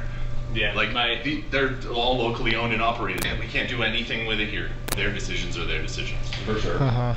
So when they say go to corporate, how do we respond next time? I have no idea. You have to take it up with them. It's your thing with them. That doesn't involve us. So I showed them. So corporate passes it off to the local business, and what the local business is doing is trying to pass it off to corporate. So you could see the rigmarole that they're trying to put these people through, basically, to try to avoid accountability. This is Manager, classic what, Indian corporate shit. And then he wears like these little spy glasses. They're like glasses with like a camera hidden in them. And that's where he gets all this footage. So he's showing her the footage that he recorded of that interaction with corporate right now. So she's just watching corporate say, you need to take it up with the local business. Corporate Bricks and Minifigs said, when corporate tells me this, I'm supposed to come back to the store, right? And so it kind of seems like you're going against what corporate's saying. That's fine. Oh, well, this is what corporate told us. I'm not happy the that's what corporate told you. For the last time, I'm asking you to leave the store. Can you give me a reason to leave, I guess? Have you guys heard me ask you several times? I don't know about you guys, but to me, it kind of seems like the only reason she's asking me to leave the store is to cover up this $200,000 theft. You need to leave. Exactly. How many times have you been asked to leave? Was there a reason you're asking me to leave? You need to leave. I've asked you to leave. You need to leave. You need to leave. But I've asked you how many times to leave this. I've been asking to leave. Eventually, the owner of the store called in and asked if he could talk to me. Are you the owner of the Bricks and Minifigs store? Yeah, why? What you got? So basically, I just wanted to get some of the Legos back that you guys still have. I think I'm looking for the clone turbo tank. Why do you think you would be entitled to our inventory? Well, at least I confirmed the Legos are still here. The only thing is the owner's claiming that he's the owner of these Lego sets. I mean, he just got him to basically accidentally let the mask down a little on the lie about how the inventory isn't in the store. Remember, the article said that they took inventory and none of these Legos are in the store. They're not in the inventory. And he just basically accidentally admitted that they're absolutely in the inventory. Yep. And it's pretty stupid of him to say that, considering I'm literally holding a copy of a contract he made with the store that said that this Lego Star Wars collection is not the store's property. It's the family's property. The contract makes all of this very clear, so I want to give him one more chance to answer a little bit better. Well, I just want to get it back to my friend. He said he couldn't get it back, so I was just wondering if I could just come pick him up. Because you guys still have him, right? Bro, why do you think your friend would be entitled to our inventory? Well, it's his. He owns the Legos. Huh? He doesn't own the Legos. Well, yeah, we have a contract. He does own them. No, bro, are you an idiot? Are you stupid? This is corporate. What corporate talks like that? Oh, this isn't corporate. This is the owner of the franchise. Josh, the police have shown up right now. Hi. Hey, how's it going? Well, at least the police are here now, so once I show him the contract we're in with the store, we can finally get the Legos back. Basically, we have, I think it's like $200,000 worth of Lego sets that we just have them in the store, and we just like to pick them up, I guess, because they were going to sell it for us, but I guess they're not selling it for us anymore. But does it sound like they want you here, right? So they they have our sets, though, yeah. I understand that. Right here, the factor is that they don't want you. They're a private owned store, and they don't want you on the front. Okay. But I don't want them to keep the Lego sets, though. Okay. So. Yeah. The police officer literally didn't care at all that the store just stole $200,000 worth of Legos. For some reason, he made it seem like I was the bad guy. So you are trespassing from here. Okay. Well, to be fair to the cop, it's not the cop's business to basically determine who's the owner. He's basically saying it's like, look, if there's a dispute over ownership, and that's a lawsuit that you have to file against them in the courts. That's not me. I'm not the authority on that. He's just here to enforce a trespassing claim, which the business technically has a right to do. So be fair to the police here. The police isn't taking their side here. He's just enforcing what he. Yeah, exactly. What is okay. For life. So if you come back. Oh, for life? Yeah. If you come back, you could be arrested. Okay. Oh, so how do I get the Legos back then if I can't go in the store? Okay, we talked about that. Do you understand the trespass portion? If you come back, you will be arrested. Okay. So. Okay. Again, Rob, if you come back, we're in the car, and we're gonna arrest you. Brian did warn me that the police are actively trying to cover this up. So Brian and I are now officially trespassed from the store. And if we ever come back to ask for his own Lego collection back, then we are going to be arrested. Is there, I guess, a reason why they're able to just take all the Legos and not give it back, or? So, you just gotta leave. Okay, I just have to leave? So, leave now. Okay. I'm not allowed to be in the parking lot? No. So this is all private property. Oh, okay. Okay. Okay. That's bullshit. We've been filming the for parking lot 10 is minutes. not owned by the people of that I was gonna say franchise. the public. Yeah, That's bullshit. Yeah, that's the parking lot is owned by whoever owns the little building. shopping center that the businesses are leasing from. The businesses themselves don't own the parking lot. That's Trespass complete from Bricks and bullshit. Minifigs, which is the whole location of the video. So how do I film a video at Bricks and Minifigs now if I can't even legally go back there? So, to continue the video without getting arrested, I went back to Bricks and Minifigs corporate offices. And this is where there's an escalation. Bricks and Minifigs CEO, the guy who runs the entire company, Ammon McNeff, he personally came out to talk to us. So this isn't the owner of the franchise. This is the owner of the entire nationwide business. This is top dog. So what's going on? So you guys are holding some of our Legos? No, we're not. You're not? No. Is that a lie? No. That's a lie. You did take the Legos. No. So we have our attorneys have visited. Like again. So who's like Brian Mansell.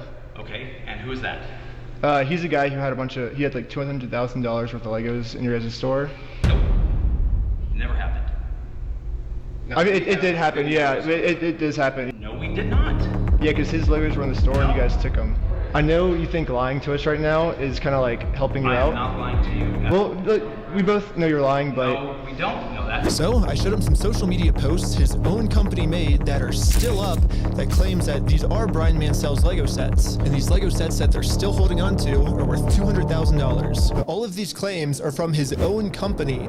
It's his own company's social media accounts, not the local franchise account. The company, his corporate level social media accounts are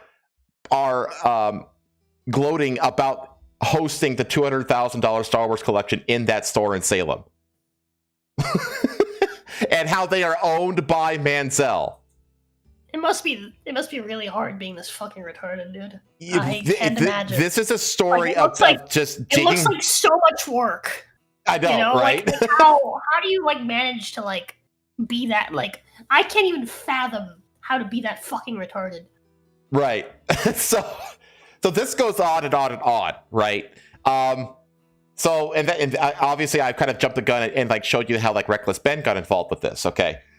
So who was Reckless Ben? Stunt YouTuber Reckless Ben, real name Benjamin Schneider, and a lot of articles were and this one including they'll refer to him as Schneider from here on out most of the time. Took an interest in the case in mid-May of 2026, which is 2 weeks ago. And has since published 5 videos about the case, each of which has over 1 million views. The first child, I tracked down the thief who sold $200,000 of Lego. That's the one that we've been watching. Made some pretty incendiary claims, including that Bricks and Minifigs had stolen the collection and that the local police are actively working with the thieves to cover the entire thing up. See, that I don't entirely agree with, that part of it. It's not the Salem police that's the problem, but there are a certain police force that is a problem, which we'll get to. Snyder's video features him arriving at the store to ask what's happened to the sets, who said it was a matter for corporate. He also went to the corporate headquarters where he was taken up at the store, so they're just describing what we just saw basically in all the footage. They also captured the store owners claiming that they own the sets. You can certainly take issue with Snyder's tactics, the arriving with the camera and asking awkward questions. The thing is, though, is that they don't know that he's filming because it's just him and he has the camera and a little thing of spy glasses. They have no idea that they're being filmed. It's unlikely to elicit positive responses. However, if you believe Mansell's side of the story, and frankly, there's a little reason not to, that you can't blame either him or Schneider for pursuing direct action after being stonewalled by both Bricks and Minifigs corporate and by the store's new owners.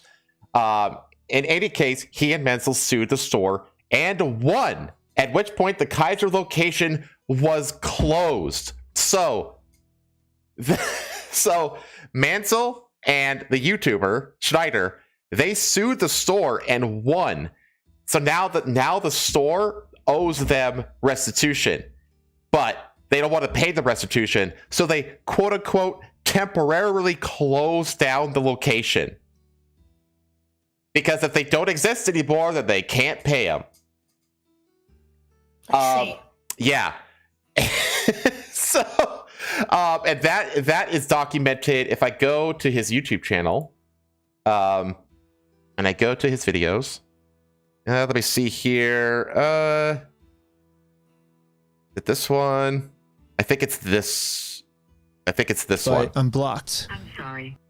Largest Star Wars Lego collection worth around $200,000, and for some reason the police are helping them get away with it. family reached out to me saying that I'm their last hope to get them their life savings back. The video I made exposing them was actually insane. I don't know. You're right. I don't know why it wasn't playing. But I'm blocked. I'm sorry. What's happening? So my only option left is to travel to his house to have this Okay. And the reason why they're safe by closing viral. Okay, let me back up here. So, okay. Haven't seen it yet, but we ended up taking them to court and we actually won. When I went back to the store to collect my money, they literally shut down the entire store just to avoid paying us. They shut down the store to avoid paying them. So? And they claimed it was because of harassment, because the video, that original video went like crazy viral and they were getting all kinds of harassment from online. So they temporarily closed the location. I personally gave them an official closing ceremony. At which point, they made up the sign and said, permanently closed, we stole a family's life-saving, they sued, we lost. Ceremony. And by closing the store, we get out of having to pay the family what we owe them closed. So now the YouTuber is behaving in very YouTuber ways, where he's just trolling the fuck out of the business. Yeah. Oh yeah. Yes, Viking, you are correct. Everyone involved in this is an asshole. Everyone involved in this is an asshole. But being an asshole is not a preclusion to innocence or guilt. You know. So they trolled up with this sign. Extremely viral. That goes viral. The entire world has seen how corrupt this Bricks and Minifigs. Viking said that about the CEO of Minifigs of Bricks and Minifigs. Oh He yeah, said yeah. Yeah. If the YouTuber wasn't an asshole, I'd be disappointed. Oh yeah. If Reckless Ben is one of these, he does these stupid stunts in public. He's basically a nuisance streamer. Is what he kind. Not really though. He's not a body I cam take to that be a back. crime separate evidence. I agree. I take that. I take that back. He's not a nuisance streamer. He just does like a lot of crazy stunts and stuff like that. Would you say he does reckless things? Kind of, yeah. Like he made like a super scary haunted house and all this kind of stuff. As advertised. Okay. Yeah. So like, okay. At which point, they start claiming harassment. So Reckless Ben released a video today, adding his own commentary to the leaked body cam footage. So the police start getting involved because of harassment.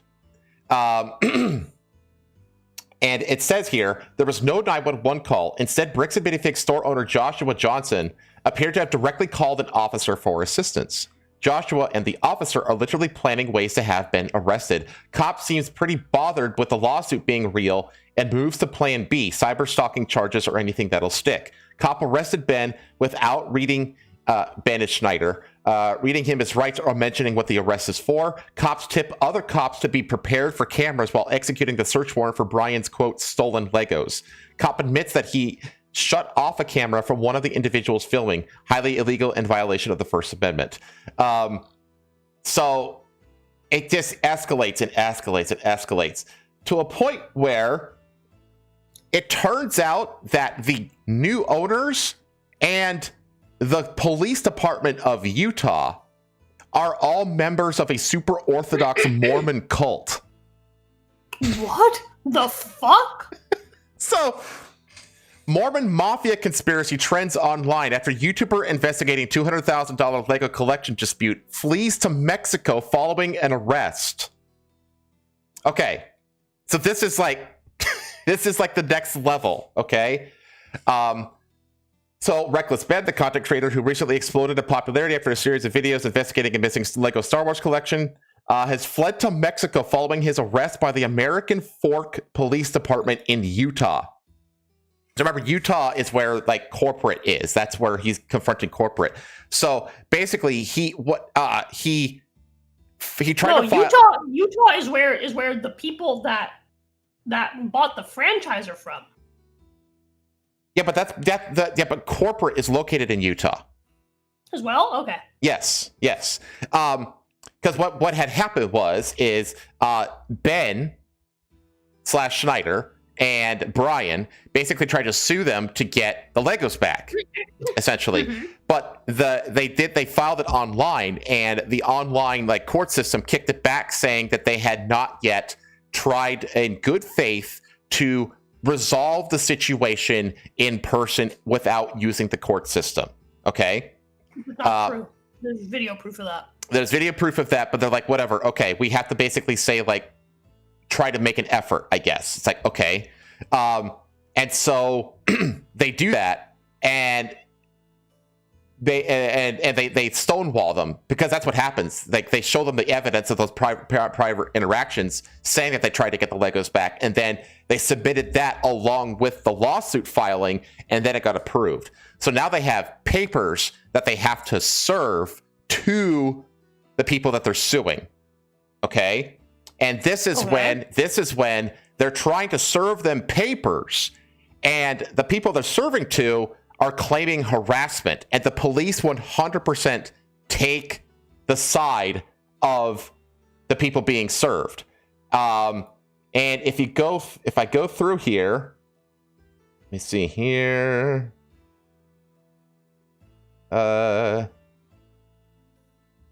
See if I could try this. Chat. If my wife ever leaves me, and I just I go insane, and I'm done trying, I'm gonna move to one of these lefty liberal states, and I'm just gonna be a criminal. It's free. I mean, it is a revolving door for criminals. I mean, all I have to do is commit crime, profit, and if I ever get caught, I get let go. Yeah. It's so easy.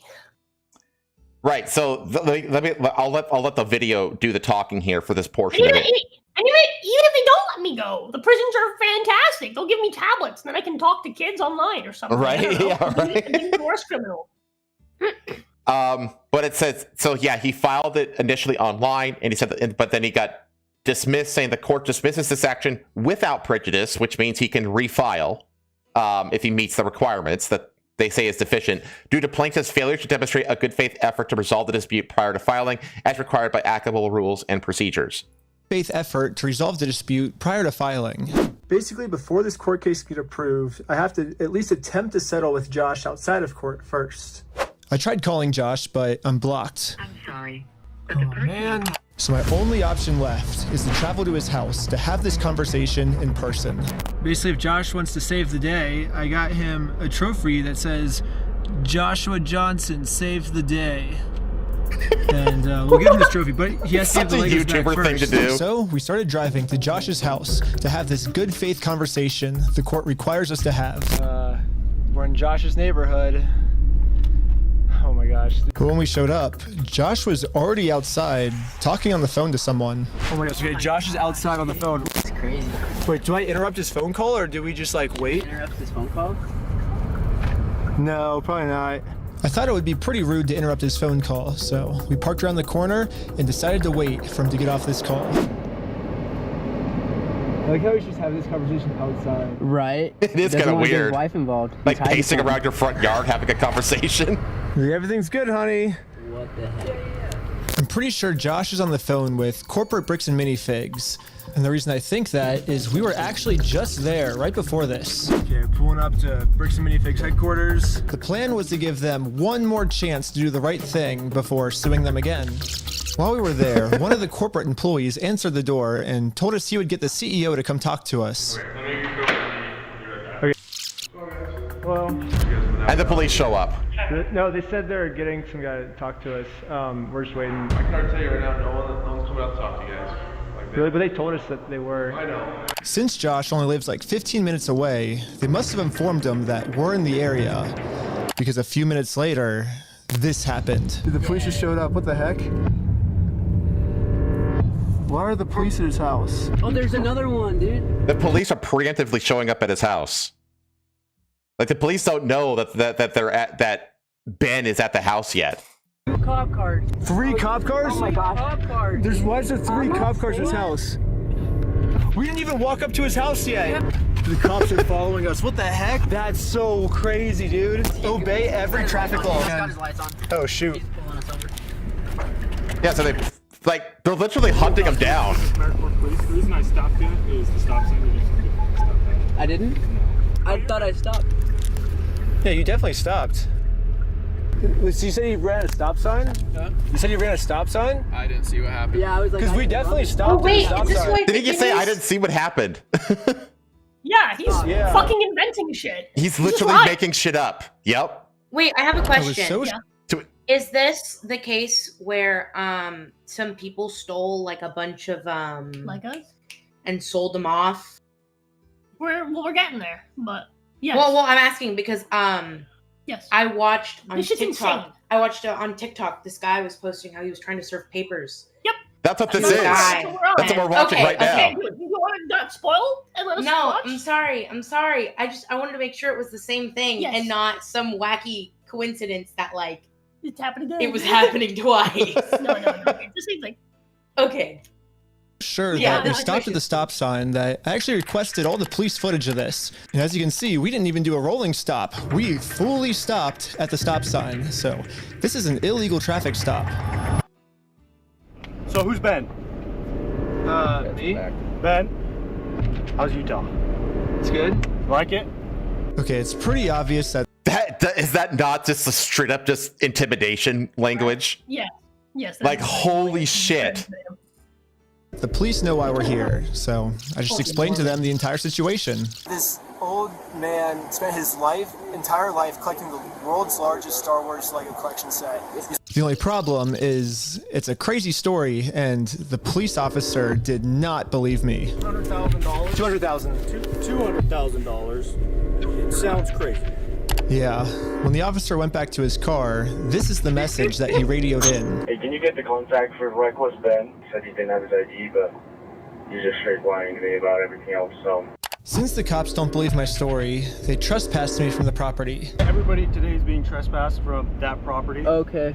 Yeah, we were forced to go home without having this good faith conversation the court requires us to have. Yeah, what do we do now, dude? So you can see just how insane this whole thing is getting here. So I'm going to go down here.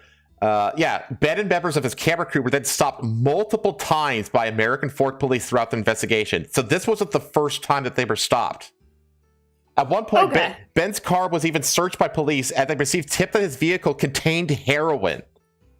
The search came up empty, but Ben was later formally arrested when American Fork police executed a search warrant at the Airbnb he was staying at. And it was like, kick the door down kind of search. Oh, wow. Yeah. Planted on him?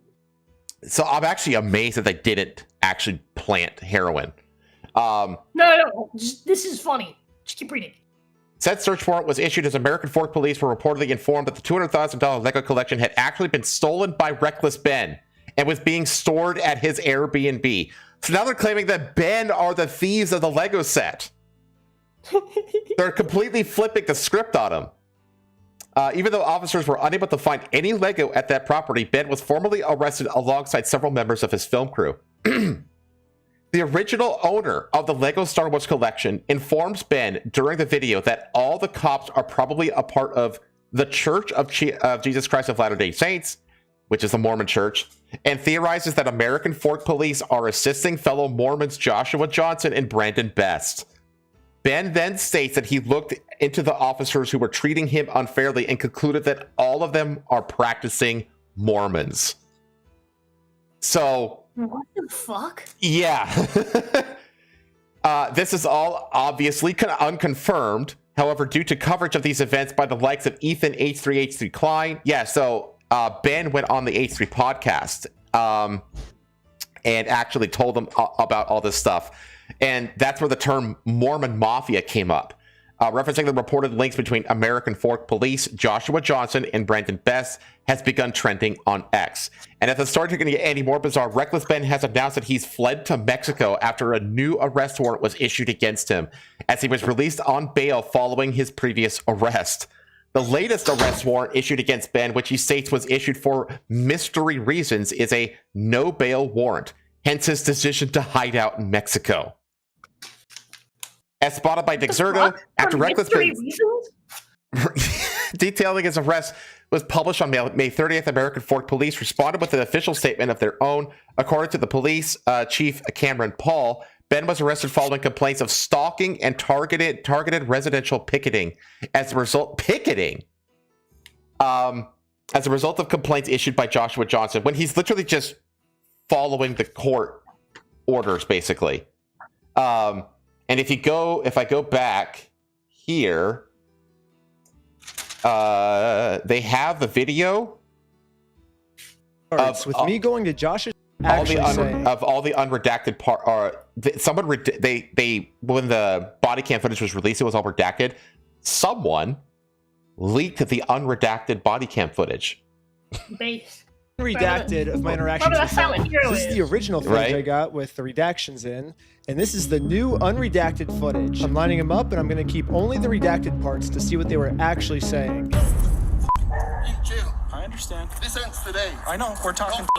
Sadly, they weren't able to get the first 2 days where I was accused of having heroin on me, but the final 2 days, we were able to see a lot, actually. The footage starts with me going to Josh's house so I can serve him his legal court papers. Josh knows that if he goes to court with me, he's going to lose. So instead, a much easier option is he calls the police on me to prevent me from serving him.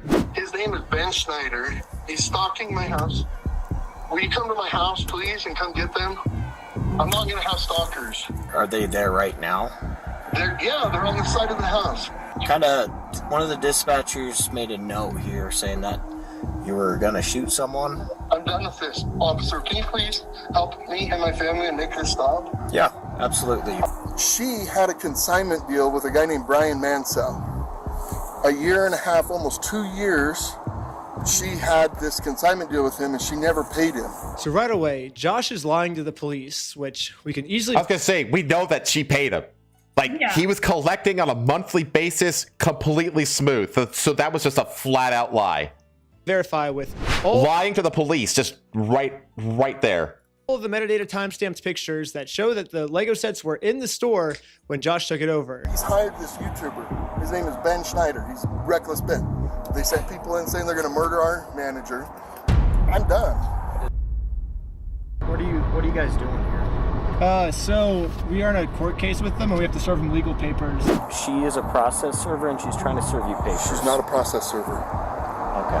Get the papers. They're fake papers. They're fake. Go get the papers. Okay. You okay if I bring those over to you? Absolutely. Okay. They're fake. Can I see those papers? Yeah. So this is what you're trying to serve them with? Yes. I wish we could just send them an email. I wish we could just send them a phone call, or the court could just send it to them, but this is what we're required to do from the United States court. So we're just following the instructions of the government. He thinks if I just call the cops on me, he can get away with it, but we're showing him, we're not going to let him get away with his crime, so. Okay. You okay if I give these papers to him? Yeah, for sure. Okay. Hang tight. Are you okay if she just gives you the papers so we can just get Have her? you looked at the papers? I've talked to the Kaiser Police Department. There's nothing filed. So no, I'm not accepting service from him. Okay. Absolutely not. It's fake. Okay. It's not real. That's completely. Which you can't do. You can't just deny being served papers. You can't. Yeah. You can't just do that. Fine. You have that right. Yeah. Literally, all this police officer has to do is be like, "You are served." Yeah, and then exactly. He doesn't even have to accept them. He can literally just drop them. But as long as you say you are served, that counts as illegal serving. So why doesn't this cop just do that? This whole thing could be solved in literally 3 seconds. Here, I'll time it. You've been served. Literally 1.5 seconds, and this could be solved. This could literally be solved in 1.5 seconds. And this police officer is just purposely choosing to make this way more complicated than it has to be. Hold on. All right. What are you wanting done today? Besides, obviously, talk to... As much as you humanly possibly can. I can screen charges. I'm open to screening charges through our attorney. Yeah. And so now there's a collusion between the policeman, the police, and this guy and Josh over here. Yeah. He said, "What are you wanting done today, boss?" Yeah, exactly. What do you want me to do with this guy? Yeah. And since then, now that he's fled to Mexico, he has responded to the police, which The American Fork Police Department has responded to the video I made about them. I am the Chief of Police for the American Fork Police Department. I'd like to address the members of our American Fork and Cedar Hills community regarding some videos currently circulating on social media. So now I will offer a response to their response. Look at, he's speaking on behalf of the company he founded, We Steal From Old People. Yeah, I think it's very YouTuber really behavior. funny. Yeah. Yeah, he's obviously making fun of them by having the desk and the white background, and Yeah. Well, that, and he just threw like all the colluding forces, American Fork, Inheritance, and this response that I've been wanting to get for a long time, so we'll go over that first. One of the main questions in my video was, why did I get swatted for stealing the Legos when this wasn't a mystery? That was the break-in. That was because somebody called the cops on him for having stolen the Legos.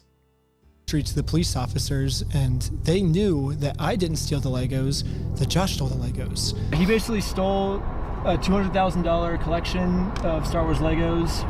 But still, why did they raid my house for stealing the Legos when there's an overwhelming amount of evidence that Josh stole the Legos? When I requested the body cam footage of this to try to find the answers myself, they redacted everything, and they claimed it was to protect the victims. However, one of my friends set up a GoPro as we were getting swatted, and we caught the entire conversation on camera. Included in the warrant are Legos. For 3 months, the police department's answer has been, this redaction is important because it protects Josh, the victim of this case. However, we can clearly see that the police are looking for Legos and they saw no Legos. And they redacted this because they were embarrassed that they made such a stupid decision to swat the wrong person.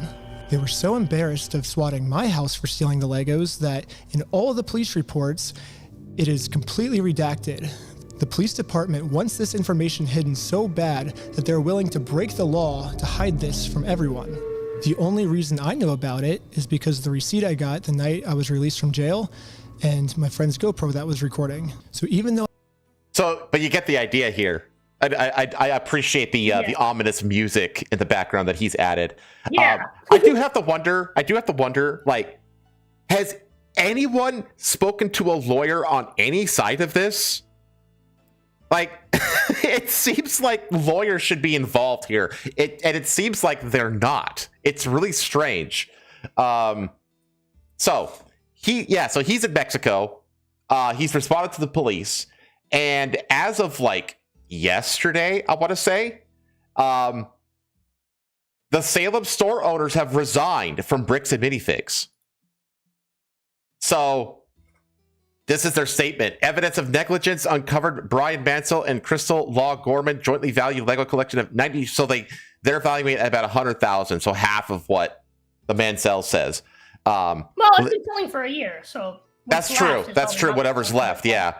Related to their unauthorized consignment arrangement, corporate takes action and reaches out directly to Brian Mansell again for informal resolution.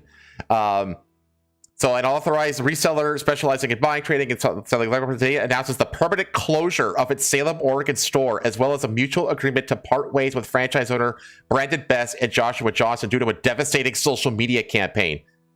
So, so they didn't just get rid of, oust the owners. They just closed the location permanently. BAM's current state of its investigation has uncovered significant evidence of gross negligence in how the store was previously operated by the prior owner, as well as operational gaps. That's the thing, though. The prior owner was trying to be responsible. Yeah, they're not throwing under the bus Brandon and Joshua. They're throwing under the bus the previous owners. They're blaming, and then they're saying the reason why they're parting ways with the current owners and closing the store is because of the devastating social media campaign against them.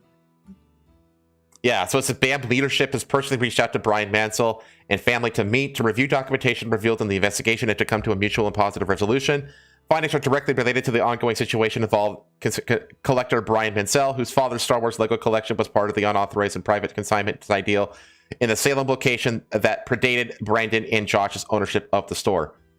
But that's the thing, though. Even if it wasn't like store policy to allow like a consignment agreement, number one, why were you advertising it on your social media? Like, if corporate didn't allow consignment, then why was corporate advertising the consignment agreement on their social media platform.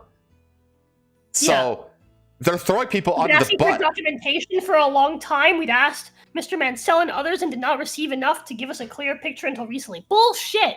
Yeah, bullshit. Yeah. Well, not only that, but like they were trying to show information, but they kept fucking having them arrested and trespassed and blocking their phone numbers and shit, so they couldn't talk to them. And it said Ammon McNeff, CEO. Now that we do, Brian, we continue on our offer to sit down with you and are prepared to discuss dropping the lawsuit against you. Let's go through the spreadsheets and POS data, point of sale data together, and ensure that you are made whole monetarily, and ensure that whatever Star Wars Lego was or remains in the Salem store, whether you identify as yours or not, you can have it. We will ensure you are compensated for anything unaccounted for, including what Miss Law Gorman failed to compensate you for without knowledge. So this is like the guy with that big handlebar mustache at the beginning that was just like, nope, no, we did not. That guy, that guy is the one who made this statement. Like, whether it's yours or not, you can fucking have any Star Wars Lego. I just want this to go away. Essentially, what he's saying.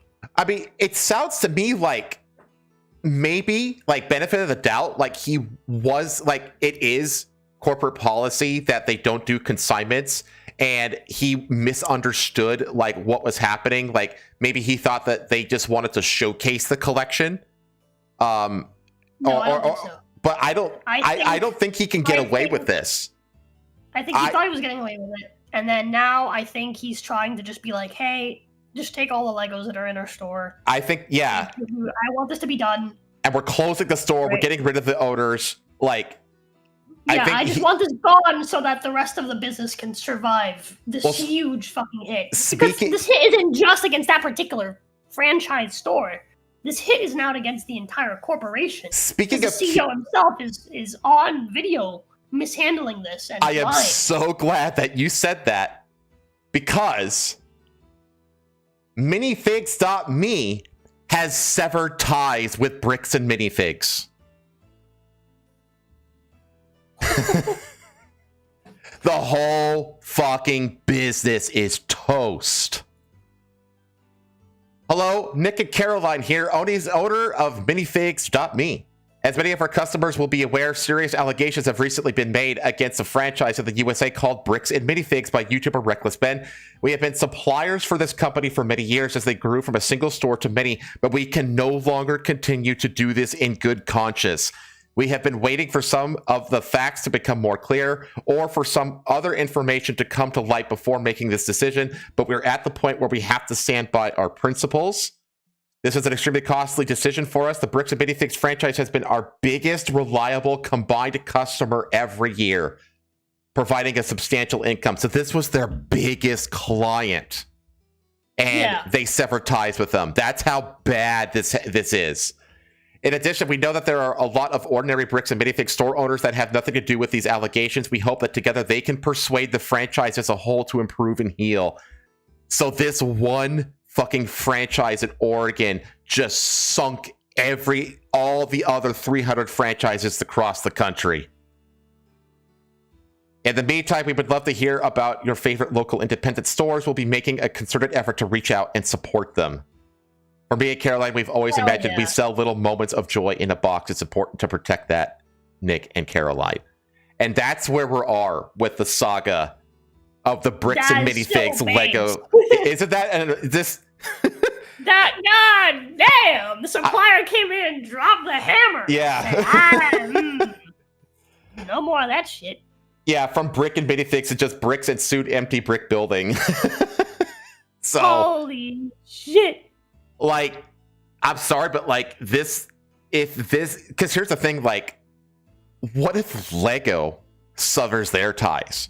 You know what I mean? Because if Lego severs their ties, then this entire company is sunk over. All they're just gonna say is like, oh yeah, you had a thing with the previous owner. Let's get that sorted out for you. What's yours? You know, like Minifigs are like the Lego characters. Yes. That's what minifigs are. Yeah, it's these things. It's the little guys. That's what the minifigs are. Yeah. The little guys. Mini figurines. All the people. The Lego bricks and stuff are like the actual construction stuff. Exactly. But the thing is that when it comes to collecting shit, people collect the figurines. You know, that's like a huge thing that Lego collect. Like, dude, I'll tell you right now, the world of Lego collection is fucking insane. There are multiple high-profile thefts and burglaries and scams and stuff that revolve around Lego stuff. Like, it's a serious fucking cutthroat, crazy fucking world. Like people take collecting this shit really seriously, just like Pokemon cards. We've also covered like crazy Pokemon card scandals on this show. It's the same kind of thing. So now that Minifigs has severed ties, like all they had to do. This is it. This is the latest. This is where we're at. Yeah, this is where we're at. I want more. I know. I want more. I'm itching. I know. Well, I'll tell you what. If whatever we hear next, we'll make sure to cover it. Because that's the thing, though, is that like they still haven't. You know, this statement was made on June 4th. That was only 2 days ago. They still haven't actually gotten their fucking Legos back. You know. But it sounds like corporate is like they want this gone, but with Minifigs.me ditching them, like it's too late, brother. It's too late. You know what I mean? They're fucking screwed. So I will this is definitely a story that will continue to follow up until its conclusion. I want to cover this until Brian has his fucking Legos back.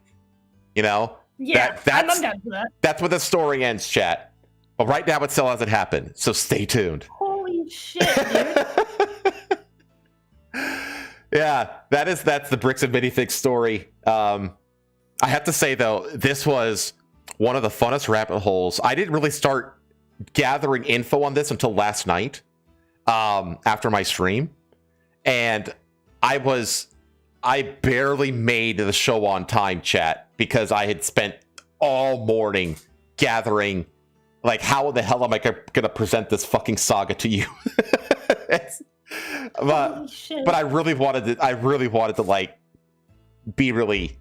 I hope that was entertaining for you all. I hope the Lego CEO calls it from Denmark just to tell them that they've got sued if they ever sell another Lego again. Dude, that'd be like Brian gets his Legos back, and Lego TM severs ties with Bricks and Minifigs. Like, like, can we get like one good ending in this fucked up world of ours? Yeah, but that's absolutely fucking insane. What a complete like train wreck. I'm glad you enjoyed it, because I spent a lot of time getting this story ready, so I'm really glad you weren't bored by it. No, I'm like enthralled by it. I want more. I want more. Oh man. Okay, well, let's move on to another rather peculiar story. And that is the story of the Norwegian Indian. Huh? Okay. Let me close this group real quick. Close group. So, Norwegian man who speaks English with Indian accent has become the internet's favorite mystery. First, I want you to... So, this guy, he started a YouTube channel just like a couple months ago. Literally, actually, just a month ago. Okay, and this is the very first YouTube video that he ever published. Hi, my name is Lasse. I live in Norway. I'm 33 years old. I'm making this video because I'm trying to get some help from the social media about some injustice that has happened in my life, and I've been thinking about it many years and trying to get some kind of help, but no one can help me because it's such a complicated case, they say, even the lawyers. So I'm like, maybe someone out there in the social media will see this and maybe can help me out.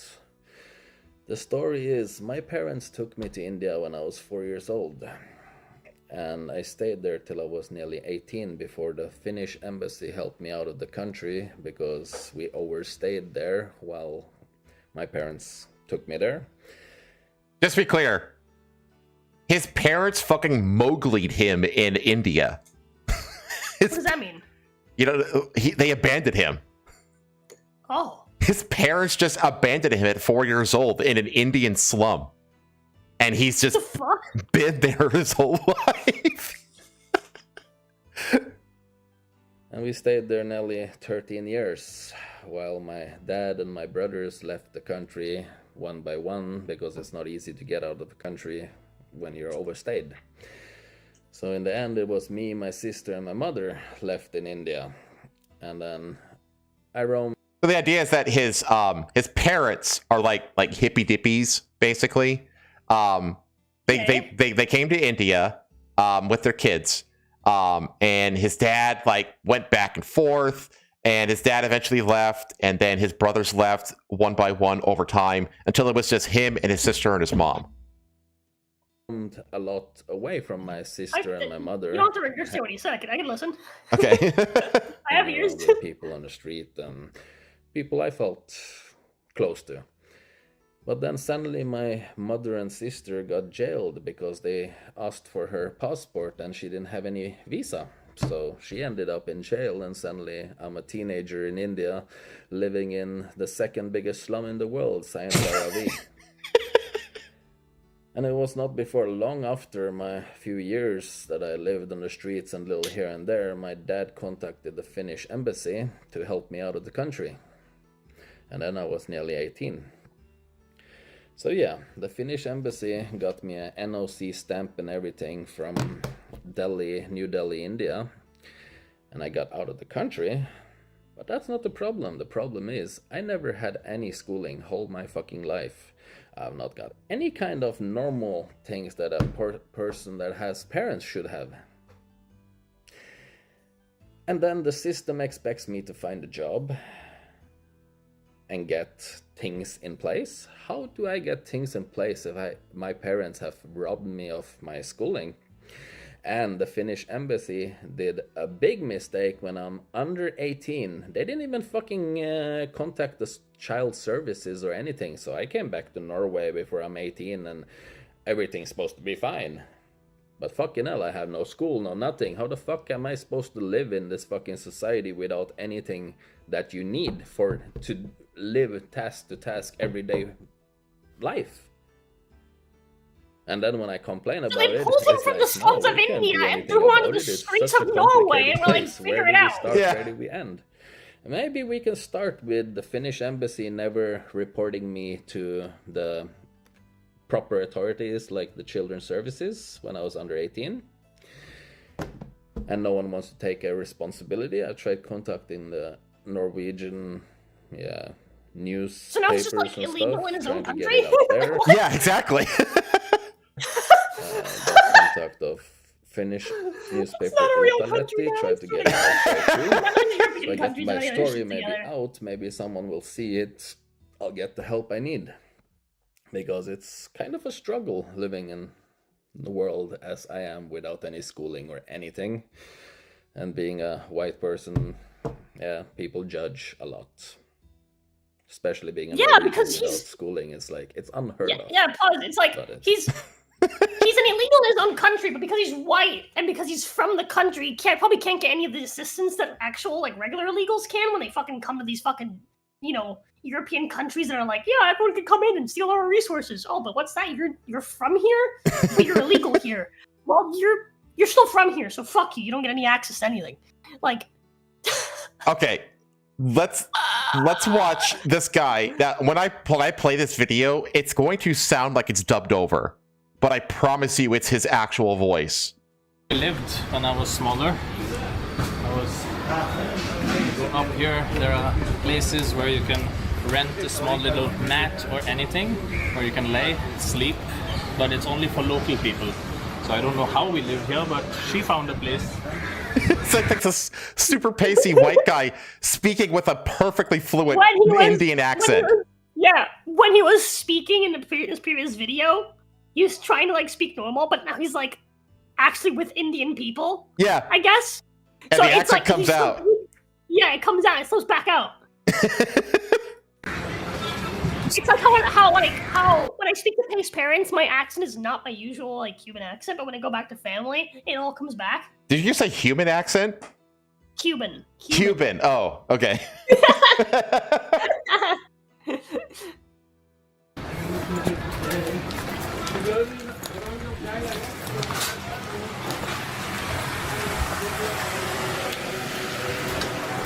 I'm gonna here. I lived my life. I can't do anything for it, but that's a part of my life.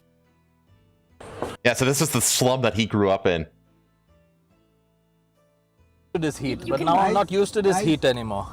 I know every fucking place, every little corner, because when I was living here, I was living on a street, so I need to walk around. No, when you walk around from one part of the city to the other part of the city, you get to know much more. Then you know, no one can touch you or tell you something. He has the head wobble and the head wobble. He has everything. He has everything. All the mannerisms. I love this guy. He is literally from India. He's been living in India his entire life. So how could he not speak like an Indian man? It is so obvious when you really think about it. I mean, why shouldn't he just live in India at this point? He has become so Indian, the trains actively hunt him. Well, how we lived our life, going on the streets, being a tourist guide, how we made money, hustling on the streets. That was our life. We didn't have nothing else to do. We used to make money, and how we used to spend like this. Yeah, because we never thought of the future. It was day by day. We lived on the street, no? Boom. Yeah. I saw. And I didn't know any better. I was a kid, no? As respect. It's like all the other religions, Hindu religions that they have in India, like Holi or anything. It's the same kind of thing, but it's Muslim. I used to listen to very much Qawwali before. I used to sing Qawwali even. European, at least from one of the richest countries in the world, don't have fucking schooling. There must be a reason to it. Why they don't do fucking their background check? Because they know they are in the wrong. He has the wrong. Yeah, I look at him like wobble his head. Like wobbling to like swings and wobbles. It's amazing. Bottom of it, let it spread out there in the world, so people know what the fuck happened to me when I got fucking stuck here. My father is fucking living in Norway, doing drugs, living in a fucking house while I'm living on the roads in fucking Mumbai. I'm fucking pissed. Yeah, it's emotions. It's because fucking I was through fucking hard times here. It's fucking not fun living on the streets, but I didn't have a choice. If it wasn't for people like them, I wouldn't fucking have food. I wouldn't have fucking learned how to live on the streets. It's thanks to such people that I'm living today. To tell you the truth. So this guy has been posting videos of just like his life in India, basically. He did a Q&A when he hit 10,000 subscribers because like once this went I think the only thing that like surprises me is the fact that he's fat. That kind of surprises me too. It's weird. How do you get fat living in India? Yeah, but obviously, like this one here has over 600, almost 700,000 views. Yeah, that's just 11 days ago. Even rich Indian people aren't fat. Yeah, it's not like it's not like normal for their physiognomy. That's true. But anyway, he has gone super viral basically. Norwegian man who speaks English with Indian accent has become the internet's favorite mystery. So he looks Norwegian but sounds so unmistakably Indian. And Lassie, his name is Lassie Lund, I think is his name, claimed that the answer to the puzzle combination lies in his childhood. Over the last 24 hours, Lassie has been sharing YouTube videos of himself visiting parts of Mumbai, a crowded Indian city that is both chaotic and captivating at the same time. No, it's not captivating. It's just chaotic and disgusting. The Norwegian man said his parents traveled to India with him and his siblings when he was young, but eventually he was forced to live on the streets of India after his father flew back to Norway and his mother allegedly went to jail for overstaying her visa. He was thus left to fend for himself in the bustling city during his teen years. I was lost between bullets, he said in a video uploaded to his Unexpected Paths YouTube channel. Pointing to himself, he continued to say that he was a Norwegian citizen. You do a better Indian accent than I do. Norwegian citizen born in Norway, stuck in India, living in the streets. Yeah, you're like really good at it, actually. In videos uploaded to his YouTube channel this week, Lassie spoke out about what it was like to live as a young boy in Mumbai with no home. Lassie said he survived by living as a tourist guide and sleeping on the streets in temples, mosques, and other spots. Before he turned 18, the Finnish embassy helped him relocate back to Europe. And today, he has dual citizenship in Finland and Norway. But Lassie said it has been far from smooth sailing for him since moving back to Norway. The disgruntled man blamed the Finnish and Norwegian governments for failing to provide adequate support after he relocated. With no formal education and limited resources, he said that he struggled to adjust, arguing that the system failed to provide the assistance at a critical point in his life. He said he is now sharing his story, hoping to get some form of justice. I'm a bit confused here. Why the Finnish? Oh, wait, sorry, that's someone else. Oh, go ahead. No, that was somebody else. Yeah. Don't you think that I want some kind of justice? The Finnish embassy, when they helped me out of the country. Oh, this is all still you. Oh, sorry. The Finnish embassy, when they helped me out of the country, they were supposed to report me to child services. Did they do their job? No, they didn't do their job. They did not do their job. So it says, this is super weird. There's no trace of the story online until just recently. Yeah, it just like kind of came out of nowhere because he posted this video. And then this, for whatever reason, hit the viral trends and got seen by over 500,000 people. And now suddenly there's all these like, what the hell? What is this story? So Lassie said authorities should have been conducting background checks when he told them back when he was a teen boy that he had no education. No fucking European, at least from one of the richest countries in the world, don't have fucking schooling. There must be a reason to it. Why don't they do the background check? Said the fuming man. This is the area where I used to live. Other clips captured Lassie roaming different parts of Mumbai and visiting people who helped him when he was a homeless child. I need to go and visit all the people I know from there, from before. There are people who had helped me, he said. And then I become big, I'm going to help everyone back. He also showed viewers his home in Dharavi, one of the largest slums in the world. Back when he had nobody to help him, it was the people that were poor in India who had the biggest heart and offered him support. What? Well, my parents and my parents' fucking rich friends offer zero help. Didn't help me at all. I'm blown away by his Norwegian English / Indian English fusion accent. It is amazing because it comes with all like the hand and head motions as well. Another wrote that the way he speaks is a tone of how a person from Mumbai speaks English from how he lived for many years there. I'm just going to assume this is fake as fuck unless someone provides some compelling empirical evidence suggesting otherwise. He's faking it for money, but that's the thing that a lot of people started claiming that he was faking it. That's really hard to fake. I was gonna say, like, you could tell that it's authentic. Like, well, it's not even that. You can literally see when he when he started that video, when he was talking, he was explaining things in English, right, with like a more muted accent. Right. And then as he starts like getting more comfortable and like, entering back into that, space and talking to people from that space, you can see how his accent slowly worked its way into becoming a full Indian accent to the point where he started doing the head bobs and everything. Yeah. And like that's hard to fake. That's really genuine. Yeah, it comes off as genuine, absolutely. It's like an Indian man in a fat white guy's body. Yeah. It's like he ate an Indian man, and the Indian man became him. I don't know why that reminded me of I like to call him Uncle Tom, right? In private, not to his face. But he's the white guy who owns the land that Pei's parents live on. Okay. And he's like a grandpa to Pei. And last time we were over there, we were checking up on him because he had I think his appendix blew up or some shit, and he was like stuck at home.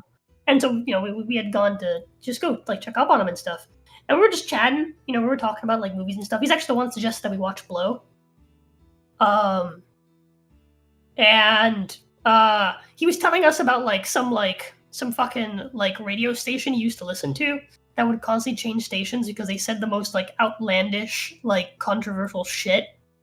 Basically like over the radio, and they didn't give a fuck, so they kept having to like be hosted on like new stations. and he was telling us about some of the funny like crazy shit that they would say, and he was telling us about how like they were covering like one story about this guy who was like, yeah, I'm two lesbians trapped in a man's body, and right as he said I'm two lesbians trapped in a man's body, a family friend entered the room who had just arrived. And they were like, "Is that so? Is that so, Tom?" I mean, I always knew you were a little fruity. It was really, really funny because he's just telling us that while like he's sitting in like his like bathrobe, right in the middle of the fucking living room.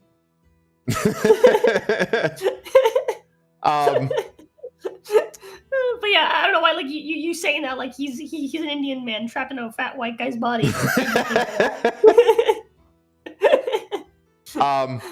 But this guy, this vice writer, Adam Christopher Smith, he reached out. So he says, when I first saw the videos of Lass wobbling his head from side to side while speaking in a thick Indian accent, my first reaction was to make a joke about it. The only logical response to a world where it's no longer possible to tell what is or isn't real is to laugh at everything.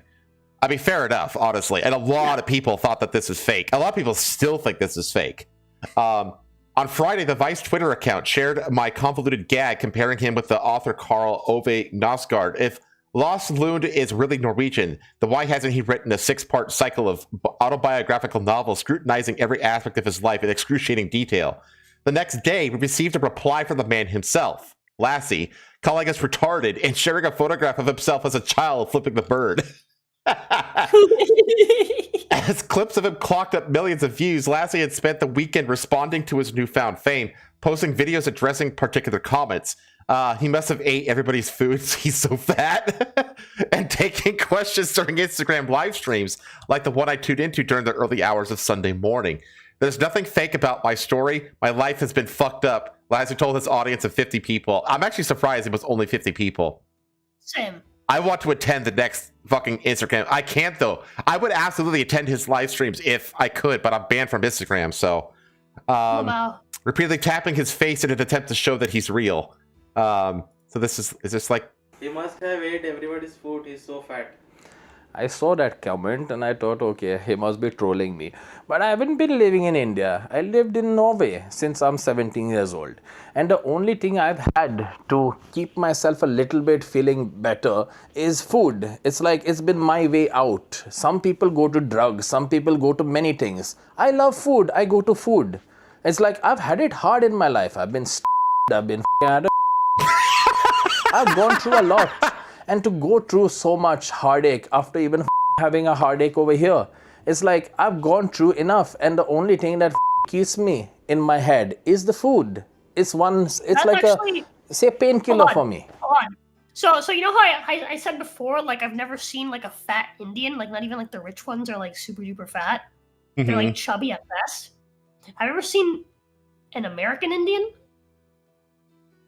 Them motherfuckers get fat. Yeah, they get fat as fuck. Have you ever seen fucking like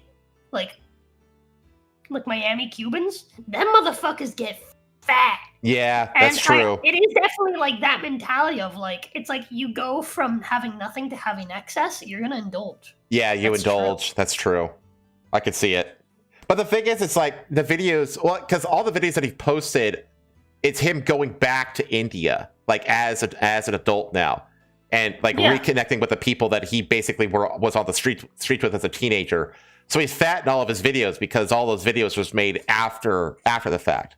Yeah, like years after the fact. I was gonna say he doesn't look like he's 18. You know? Yeah, it sounds like he's gonna fucking like, I'm a fucking abandoned Norwegian kid left in the slums of India. I'm gonna film myself to go viral. Like that's not the mentality you have.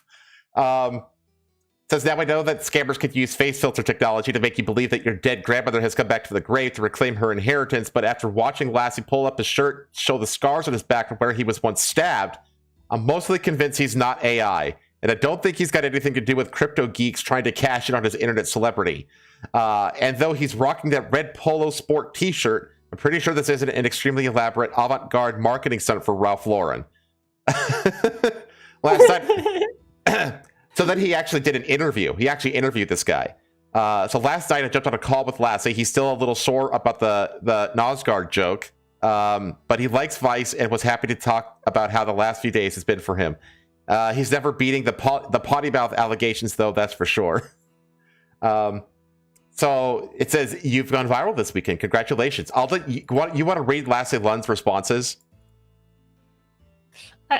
I was part of the weekend. I'm pretty sure I'm going to be part of the whole year going forward with what is coming. I never thought of getting it out like I did. I went to sleep at 11 or 12 at a hotel while we were filming in India, and suddenly woke up to 17,000 followers the next day, and I was like, what the fuck is happening? It must be weird for you. I got fed up with keeping it in, and I want to hold someone accountable for what happened to me instead of just me wondering why the fuck no one took responsibility. What did an average weekend look like growing up in Mumbai? Brutal. Things that no kid should ever experience. It's not normal for a teenage kid to find out the things about the underworld. How did you survive for all that time? Tourist guiding, hustling on the streets. It was easy to get acquainted with people because I was white, speaking about English and the others. When you're a foreigner in India and a white guy comes to you, it says, hey, I'll show you around places and help you with the prices. Fair enough. What sort of things did local people do to help you? A place to stay, food, clothing. They literally were there for me when I was in fucked up situations. And they came and helped out. That's what a family does. How's your relationship with your actual family now? I have my eldest brother that I have contact with, but the rest, nothing. Damn. He really was abandoned. Have you found people judgmental since being back in Norway? I don't have idiots around me, but I have been mocked for my accent, my head bobbing, and whatnot since I came back. I guess you can't grow out of the head wobble. No, it is literally embedded in me. It's like you need to lobotomize me with a fucking nail to the eye to get it done. Where feels more like home to you now, Norway or India? India, I can tell you right away. Any country other than Norway feels more like home to me than Norway. That's got to be a really weird feeling to have. Hello, Jazz. Welcome. I've seen a speculation. It is nice to see you. I miss you, my brother. I've seen a speculation on Norwegian Reddit about whether you're telling the truth. Whoever the trolls are, I don't care what they say. It is my life. I know how I fucking lived. I have people that don't want me out there telling my story. I have had messages from my own family members. I don't even know who they are or which part of my family they're from. While I was in Mumbai, after I put out the first videos, they were like, please can you take down the post because it's affecting our family and our name. I sent just one message back, fuck your name. This is my story and it's out there. This guy is awesome. It's been interesting seeing you do the live streams. I feel like people have been trying to catch you out. I don't mind. That's why I'm like, come on live. Fucking fish if you want. You can come at me. I'll fucking bite you in the ass, motherfucker. He really does have an Indian mentality to him, too. Just like the really. Way he curses. Yeah, the way he curses is very specifically Indian. Yep, the F-bombs and like just the overall like attitude, like that arrogant Indian attitude, you know? Yeah. I'd get frustrated. Like, how can I prove I'm a real person? I don't give a shit. The trolls can be trolls. There are a lot of things I'm going to put out the day I get a Netflix documentary, because this is just crumbs of my whole story that I lived under. I didn't know just getting my little crumbs out would get such a big fucking following. Anything else you want to say right now, then? I'm not AI, and this is not a story. This is my life. There you go. Lassie didn't want to share too many details of his life on the street because he doesn't want to spoil the adventure and mystery of what's coming. But he promised that there was a big video coming today, which will apparently make us feel very bad for joking about him on Twitter.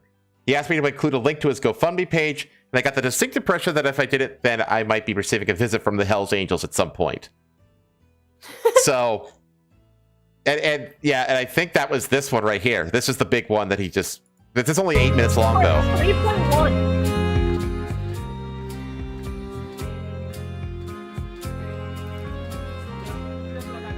Spoon really wants to get in my lap. Hang on. क्या करो यार? Stress. खाना खाने का. This is the place where I used to live. This is a small little area of the slum. I'm gonna show you a little bit later where I used to stay, what areas I used to roam. These people had the biggest heart in all of Mumbai. When I had nothing, you can see him literally slipping into it. Yeah, he's trying to like stay out of it, but he can't. I will send you. That ugly ass fucking goat. See, this right here is like indicating that it's all real because all these Yeah, fucking all these people slumlords, all these slum dwellers fucking know him. Like, yeah, you can't fake that. yeah, they all know him. They're all acting normal around him. They're not like Yeah. all just like staring at the camera. They're just being normal. Like, yeah, we're just hanging out with our bud. Yeah, our bud that we grew up with back in the day. Like try hiring Indians to do any sort of professional like theater shit like this just off the street, and you know what happens? They're all like looking at the camera, like, am I going to be on TV?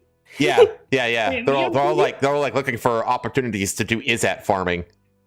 Yeah. Some normal person wouldn't be living like this, especially not someone from Finland or Norway.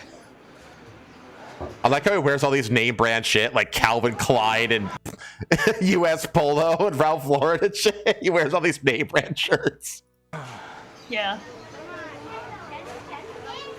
And all the lanes are very closed up. And he also he knows where he's going. Like he knows how to navigate these slums. Like you don't fake that, you know? Yeah, he's not like looking around like everything's new to him. He just Moving forward. He's moving like, around like he knows. You have to go He's through used to it here. narrow, dark lanes. And if you don't know where you're going, you'll get lost because there are so many lanes that you never know which one to take if you're not from here.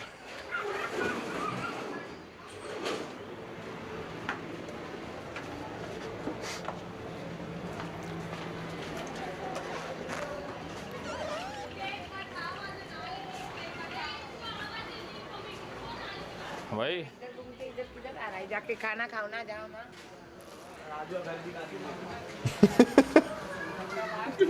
Parrots, but what is it called?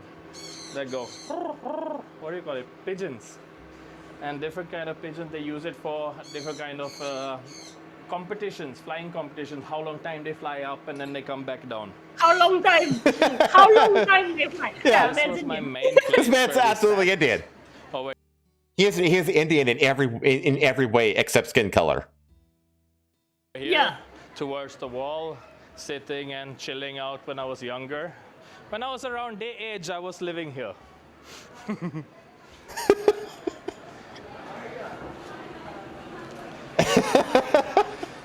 Inside this lane here, the last house into the right, that's where I used to live back in the day. But now they have sold the house. Now it's some kind of industrial, they're washing clothes and stuff. They have sold their place. I'm still looking for him, and my friend is coming with him later on. And you will get to see the person that helped me the most in Sayandara. He had bought me clothes, food, everything that I needed. Let's see. But anyway, that's the thing. So if you want to learn more about this guy's story, check out the Unexpected Paths YouTube channel and follow it on Instagram and watch it because he live streams on Instagram apparently. There you go. But that's the story of the Norwegian Indian. Incredible. Fucking Dude, amazing, right? Absolute fucking bangers this week. What the heck? We're only 2 stories in. How are we gonna one up this? Well, we do have this. We do have this that happened.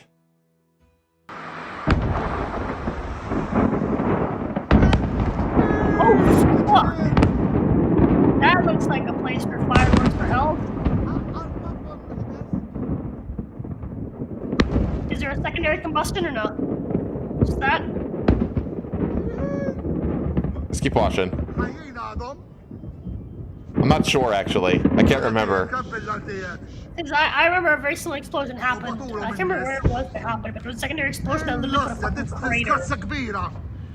Literally put a fucking crater on the land there.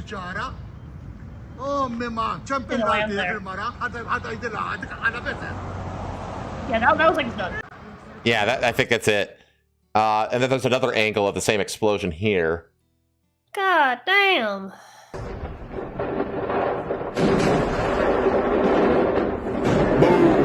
Ooh. Yeah, that was shaky. Yeah. So this was a massive fireworks plant explosion that happened in Malta.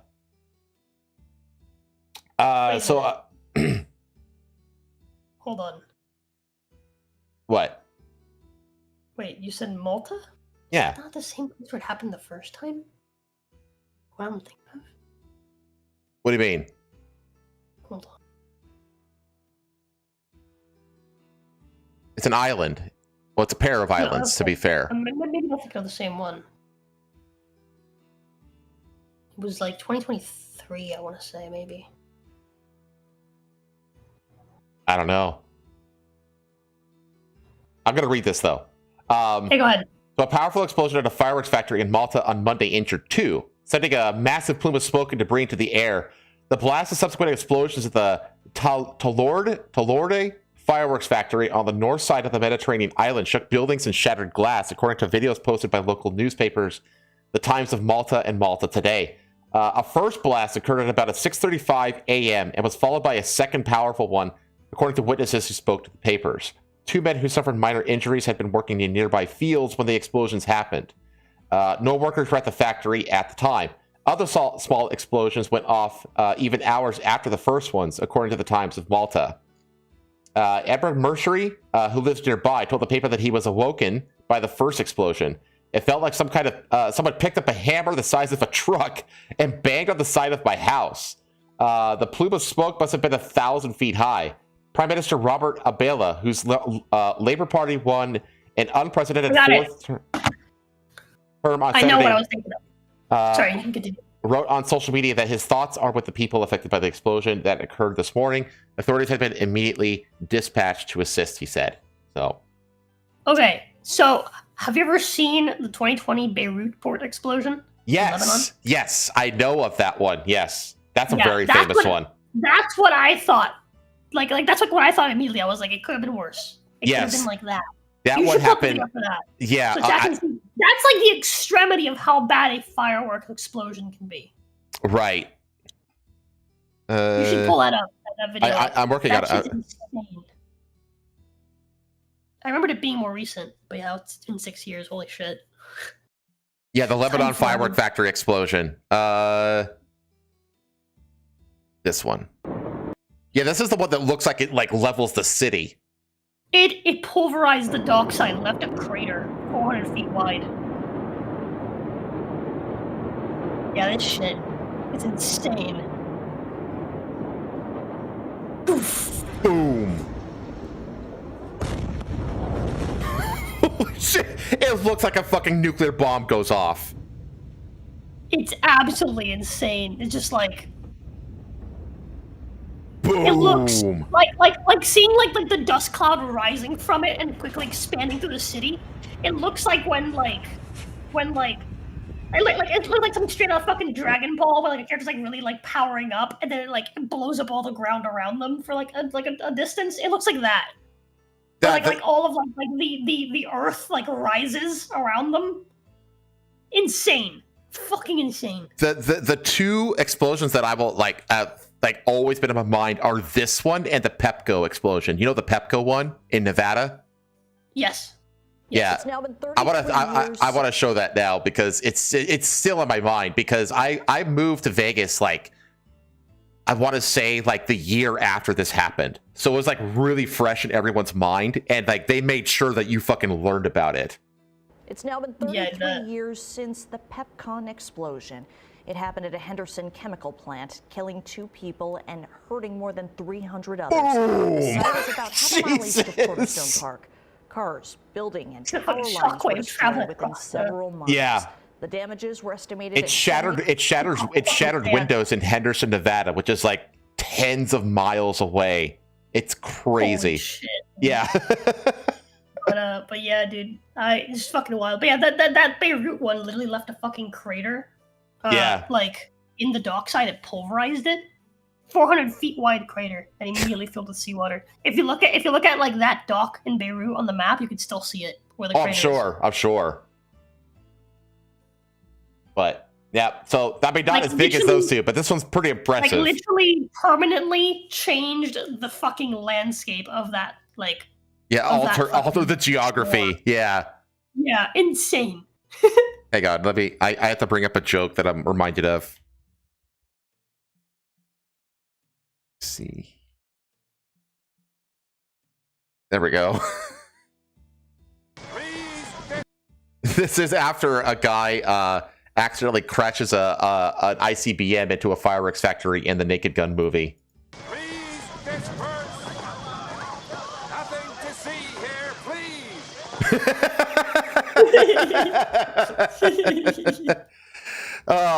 Okay. Let's see here. What do I have next? Let me close some of these tabs out. Got a lot of tabs open. All right, let me open this group. Go. Oh, the MMA fighter. MMA fighter 27 who wasn't scared of anything dies in bear attack at mining site where he worked. Look at this fucking human specimen. A 27-year-old mining site worker and mixed martial arts fighter died in a bear attack in Canada last month. Hrishikesh Koloth, an independent contractor for Uranium X Discovery Corps, was fatally attacked by a black bear on May 8th at the exploration company site about 50 miles northeast of Points North Landing in central Saskatchewan. Which is honestly impressive. Like, you gotta really go out of the way to get a black bear to kill you. Like, yeah, black bears are kind of scaredy cats. They like, are absolutely scaredy cats. Like, go up. And like the picture of the dude. If he had pulled this pose with his arms just a little higher, the black bear would have ran away. 100%. Like, black bears absolutely run away. Like, the only time I can think of where a black bear would attack you is if it was like, if it thought it was like cornered, or if it was protecting a cub. Yeah. That's the only time a black bear is going to be like aggressive with you. So like, this guy must have like really been wrong place, wrong time for this to happen. Maybe he was scrubbing his head. Maybe he provoked it. Maybe. The Iceland region is home to black. I am the strongest MMA fighter. I'm going to fight this black bear now. I will become the. I will. Is that Highlander this bitch? The Iceland region is home to black bears and grizzly bears, which are the real threat. By the way, like you get with an eye shot of a grizzly bear, you're fucked because they will just attack you and they will most definitely fucking kill you quick. Unless they happen to be like busy eating. Yeah. We are deeply saddened by this tragic loss. Uranium ex-CEO Essen Boldku said in a statement following the attack, "Our thoughts are and deepest condolences go to the family, friends, and colleagues of the deceased. The bear was euthanized by a bystander at the scene." That means that there was a bystander with a gun who saw the attack and fucking shot the bear, but it was too late, you know? Yeah. Royal Canadian Mounted Police and Saskatchewan Ministry of Community Safety did not immediately respond to people's requests for additional information. Uranium X operates primarily in Saskatchewan's Athabasca Basin, an area known for substantial uranium deposits. The victim from Kerala, India, had been living in Penticton, British Columbia, with his brother Arjun Koloth. Hrishikesh was training in martial arts in Penticton, and everybody had high hopes on him. Arjun told the outlet, "It shouldn't have been like this." Well, yeah, of course. He's not scared of anything. Maybe that's the problem. 2 days notice before a fight. I also like Indians tend to like really smile at death and get their ass kicked by him on a regular basis. It seems like there are a lot of Indians that really do seem to have like a severe lack of survival instincts. Well, that's because they know that every time if they die, they're just closer to being resurrected as a cow. I mean, maybe. Well, I know that like they see like like the what do they call them, the juggernaut shrines that they build and like walk around with, like those, like they topple over and kill people. They walk them into power lines and it kills everybody who's carrying them. Like that shit happens all the time, but apparently it's considered like the most like honorable and holy way to die is like while carrying a juggernaut. It's whatever. It's all demon god nonsense. Now Arjun is back in Kerala for Hrish whatever the fuck's funeral. That was his dream. That's why he came here. Arjun said about his brother, who was set to start a job as a boxing coach in June. He wanted to fight in the UFC. Well, that's what happens. I mean, that's the thing. Like, I'm just curious, like, what the fuck was he doing to get attacked and killed by a black bear? Because even if you get attacked by a black bear, there's a good chance you're not going to die. You know what I mean? Like, well, maybe. I don't know.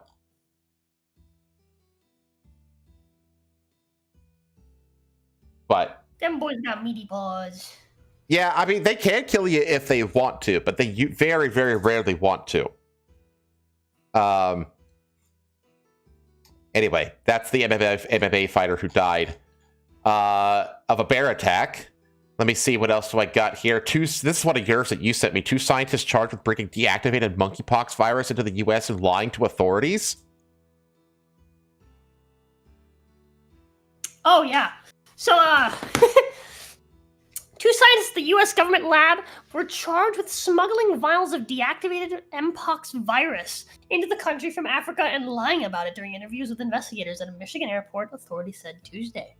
A criminal complaint was unsealed in federal court in Detroit against Vincent Munster, who is chief of the virus ecology section at Rocky Mountain Laboratories in Hamilton, Montana, and Claude Quay, who works with him. Munster and Quay were stopped at Detroit Metropolitan Airport in January after a flight from Paris and 9 days in the Republic of Congo. An outbreak of Mpox disease has been linked to more than 2,000 deaths in Congo, a vast region in Central Africa, though a 2-year outbreak was declared over in April. Munster and Quay sounds like a law firm. Yeah. Welcome to the offices of Munster and Quay. Like, Munster adamantly denied return to the U.S. with biological materials or samples, the FBI said in a court filing. But tests subsequently revealed that Munster and Quay were traveling with vials of deactivated Mpox, the FBI said. Yet they had failed to declare them or obtain the necessary permission. In a deliberate effort to conceal and smuggle biological materials into the U.S. without proper authorization is a breach of the public's trust and could have placed the public at risk, said Marcus Sykes of the Office of Inspector General, blah, blah, blah, blah. That's Department of Health and Human Services. The good old DHS. Munster and Quay did not immediately respond to requests for comment. They are expected to appear in federal court in Missoula, Montana on Wednesday. This matter is currently under investigation, and NIH is cooperating fully with law enforcement and appropriate authorities, said the National Institutes of Health, the NIH, which oversees the lab. Because this is an ongoing investigation and personnel matter, we are limited in what additional information we can provide at this time. There's no mention in the government's court filing about why Munster and Quay may have wanted to bring the deactivated Mpox virus to the lab, but they are virologists who have worked extensively on Mpox research, said the FBI. Munster told investigators at the Detroit area airport that any necessary documents were in his laptop. But you don't need them. I do this all the time, the FBI quoted him as saying. It is reasonable to believe that Munster's statements regarding the possession of the required documentation to customs officer were materially false, the FBI said. The most common symptoms of Mpox, according to the WHO, are a rash and fever, but it can sometimes cause serious illness. Most people fully recover. Mpox, previously known as monkeypox, was first identified by scientists in 1958 during outbreaks in the pox-like disease in monkeys. Until a few years ago, most human cases were seen in people in Central and West Africa who had close contact with infected animals. In 2022, the virus was confirmed to spread via sex for the first time and triggered outbreaks in more than 70 countries that had not previously reported Mpox. Yeah, that's what inspired the movie Outbreak. Wait, no, it says in 2022. Never mind. Yeah. What was the movie that inspired Outbreak? I can't remember, or the event that inspired Outbreak. I don't know. It was something about like having sex with a monkey. Maybe it was AIDS. I don't know. But I think it's funny how we just casually admitted to doing it all the time. You don't need the papers. I do this all the time. Like, bro. Bro. Like, you're in trouble for doing it. Don't admit to doing the thing that you're in trouble for doing right now a bunch of times in the past. Like, that's a bad idea. And it seems like it's also strange to me how, like, you're gonna know if you have fucking vials in your suitcase. You know what I mean? Like, it's not like, oh yeah, I forgot to declare those. It's like, you don't just, oh yeah, I forgot. Fucking viruses in vials. You know what I mean? Like, that's not something you just, I forgot to do that. So that's kind of your job. Yeah, right? Also, it seems weird that like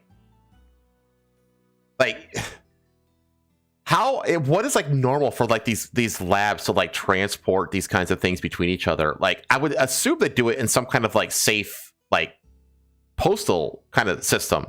Like, they don't like carry it on their person across borders and shit like that. That's really sketchy. But yeah. Anyway. You would think. The Ebola outbreak has spawned a bunch of movies. That makes sense. Fauci's labs are still operational, it seems. Yeah, he never. All the right people all the people that deserve justice never get it. That's just the way the world works, I guess. Okay, this was another one you sent me that I thought was an interesting one. How U.S. law enforcement warns of anti-tech extremism as AI hatred grows. Oh yeah, this is Pace.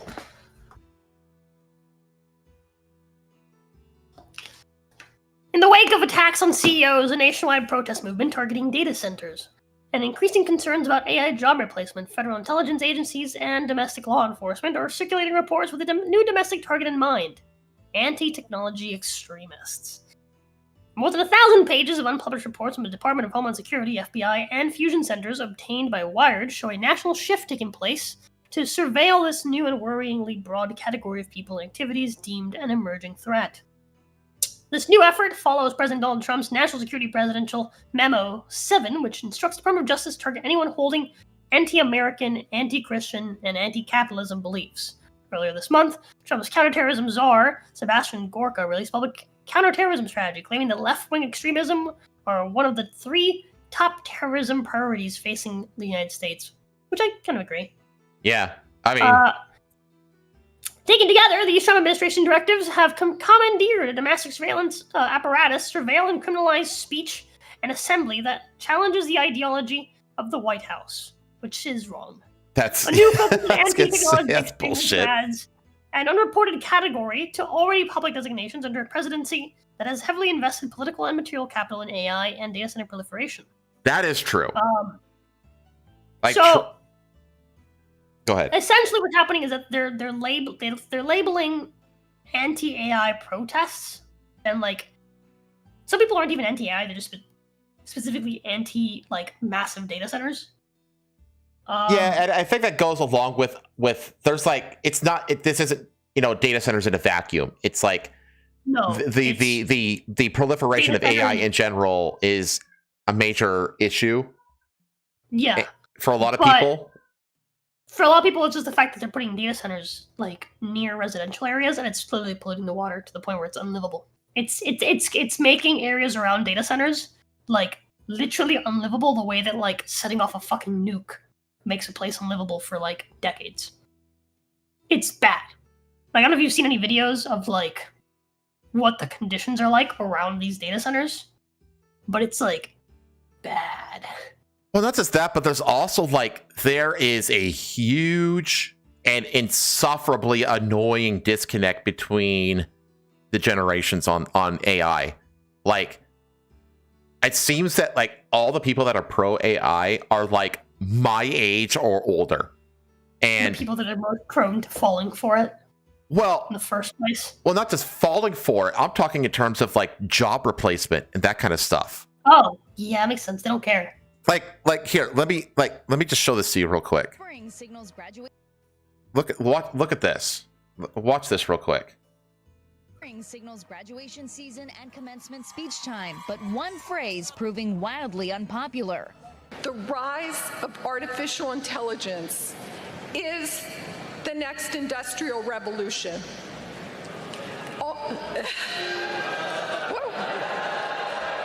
From a tech business executive to a music industry titan, AI clearly striking a sore spot. AI is rewriting production as we sit here. Deal with it. Like I said, it's a tool.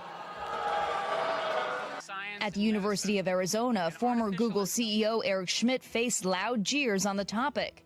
The question is whether you will help shape artificial intelligence. We do not know. The speaker choice was controversial from the get-go. Some students launching a petition to replace Schmidt in part because he's been accused of rape and sexual assault by a former girlfriend in a lawsuit currently under arbitration.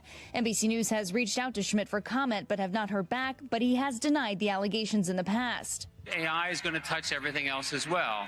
Whatever path you choose, AI will become part of how... When it comes to artificial intelligence and Gen Z, more than half say they use it regularly, according to a recent survey. But a third say the tech makes them feel angry, and nearly half say the risks of AI in the workforce outweigh the benefits. If you'd let me make this point, please.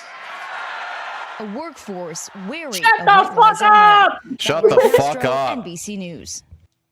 There was like all these commencement speakers that are all like 60 plus years old, and the moment they're all like pro AI, and then the fucking students just won't let them have it because it's like they're basically telling them it's like, we old people have invested all of our money into this AI thing, and so suck it up and deal with it while the AI that we invested in takes all of your jobs right out of school.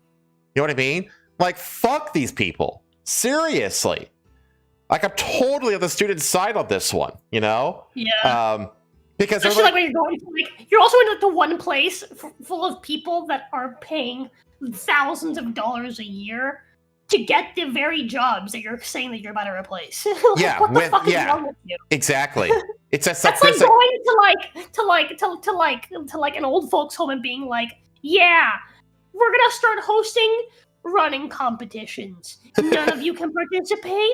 You can all watch, and you can deal with it. It's like, what the fuck? Yeah, it's like, alrighty, we're gonna replace all the food at the old folks home with hard solids. None of you can eat it. Suck it up. It's like, what the fuck? It's the future because that's what we invested in as old people with all the fucking resources. We invested in stairs, so we're gonna replace all the ramps at the old folks home with stairs. And if you have a wheelchair, that's too bad. Yeah, if you can spend $10,000 on your fancy new wheelchair, yeah, too bad. Deal with it. Yeah, this crab walker. It's like no wonder. It's like no wonder there's a fucking like an anti-technology like extremism backlash happening. It's because like the arrogance. Like, there's so much arrogance behind the pro AI people, you know? Hold on. So the extremism that they're quoting is people protesting. Yeah, it's just people and not like the way that they're fucking rioting in front of the ICE detention center in New Jersey. Not like that. Like, they're just like classical regular ass protesting. Yeah. So. Yeah, fucking, as someone who isn't against AI, like, really? I'm not entirely against it personally. Like, I'm not like a purist when it comes to like not liking AI, you know?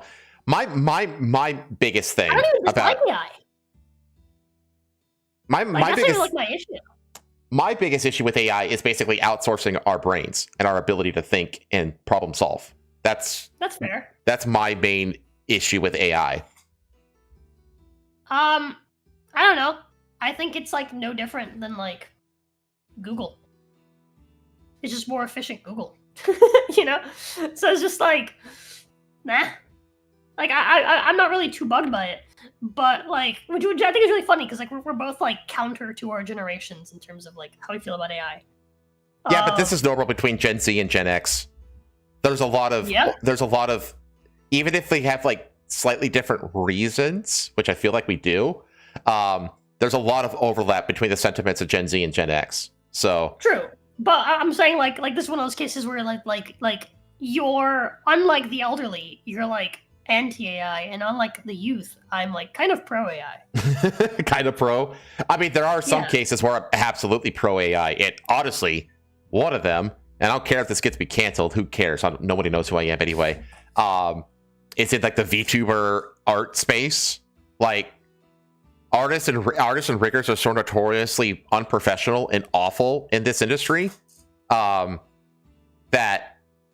You know, it's the same with like voice acting, especially in like anime dubs and stuff like that. Mhm. Like the people are so insufferable and awful people in the industry that people outside of the industry are rooting for the AI to take their jobs. You know what I mean? Yeah. But anyways, let's get back to the article here. What the fuck was I? Well, Right that's here. pretty much it. That's all there's to say. Like, I don't think we really have to go over this. It's essentially just that, you know, they're treating it like it's What is this? The You know- Zizian ideology? Describe a novel threat emerging in the wake of the arrest and trial of Ziz Leota, an extreme rationalist who allegedly led a small cult-like group, 3 members of which have been charged with murder tied to an What? obsessive ideology focusing on the existential risk posed by AI. While the Zizian ideology is extremist in nature, a less extreme version of the same fears surrounding the cataclysmic potential of AI are a common concern among AI alignment experts, machine learning engineers, and even frontier AI companies. Nonetheless, the Intelligence Bureau warns that paranoid views regarding AI may proliferate in the aftermath of the Zizians' trial, thanks to their attempt to reason the belief that a godlike incarnation of AI is imminent. And believe that humans must best use their time in the present to devote themselves to ensuring its compliance with human morality or face existential consequences for failing to do so. which is reasonable. I think that's reasonable. I mean, them murdering people, maybe not, but but yeah, that is reasonable. Well, we see like whenever we like people have like run like detailed simulations of like war with artificial intelligence, and like 99% of the time the AI just immediately just goes to nukes. You know? Yeah. Because it's like, why not? It's like the most efficient, like most guaranteed way to like win the conflict. So why wouldn't I use nukes? You know what I mean? Like Well, AI. everyone dies. Like, Yeah. Yeah, exactly. Like it doesn't. Again, like, we've had this conversation before, where like people like tend to like imprint morality onto AI where there is none. You know? Yeah. So, but that's the thing, though. It's just like that's kind of the problem. Is that you can't give any kind of moral code to an AI, and if you do, it doesn't know why. And if you tell it why, it can continue to ask why. Like, why is this a never-ending question? Like, I can ask why, and you can give me an answer, and then I can say why, and we could just go back and forth infinitely, you know? And so can the AI. Yeah. The AI can also do that in search for a rationalization to go one way instead of another way. They replaced 10 people with AI, and they hired 10 people to check the AI's work. Yeah, but those 10 people that are being hired to check the AI's work are only getting paid half as much as hiring an artist. It's fucking expensive. But Viking said all artists are using AI themselves. They're only mad at those that are open about it. I don't think that's necessarily true. That being said, all artists do the same thing that AI does. All artists take references and use them for their work.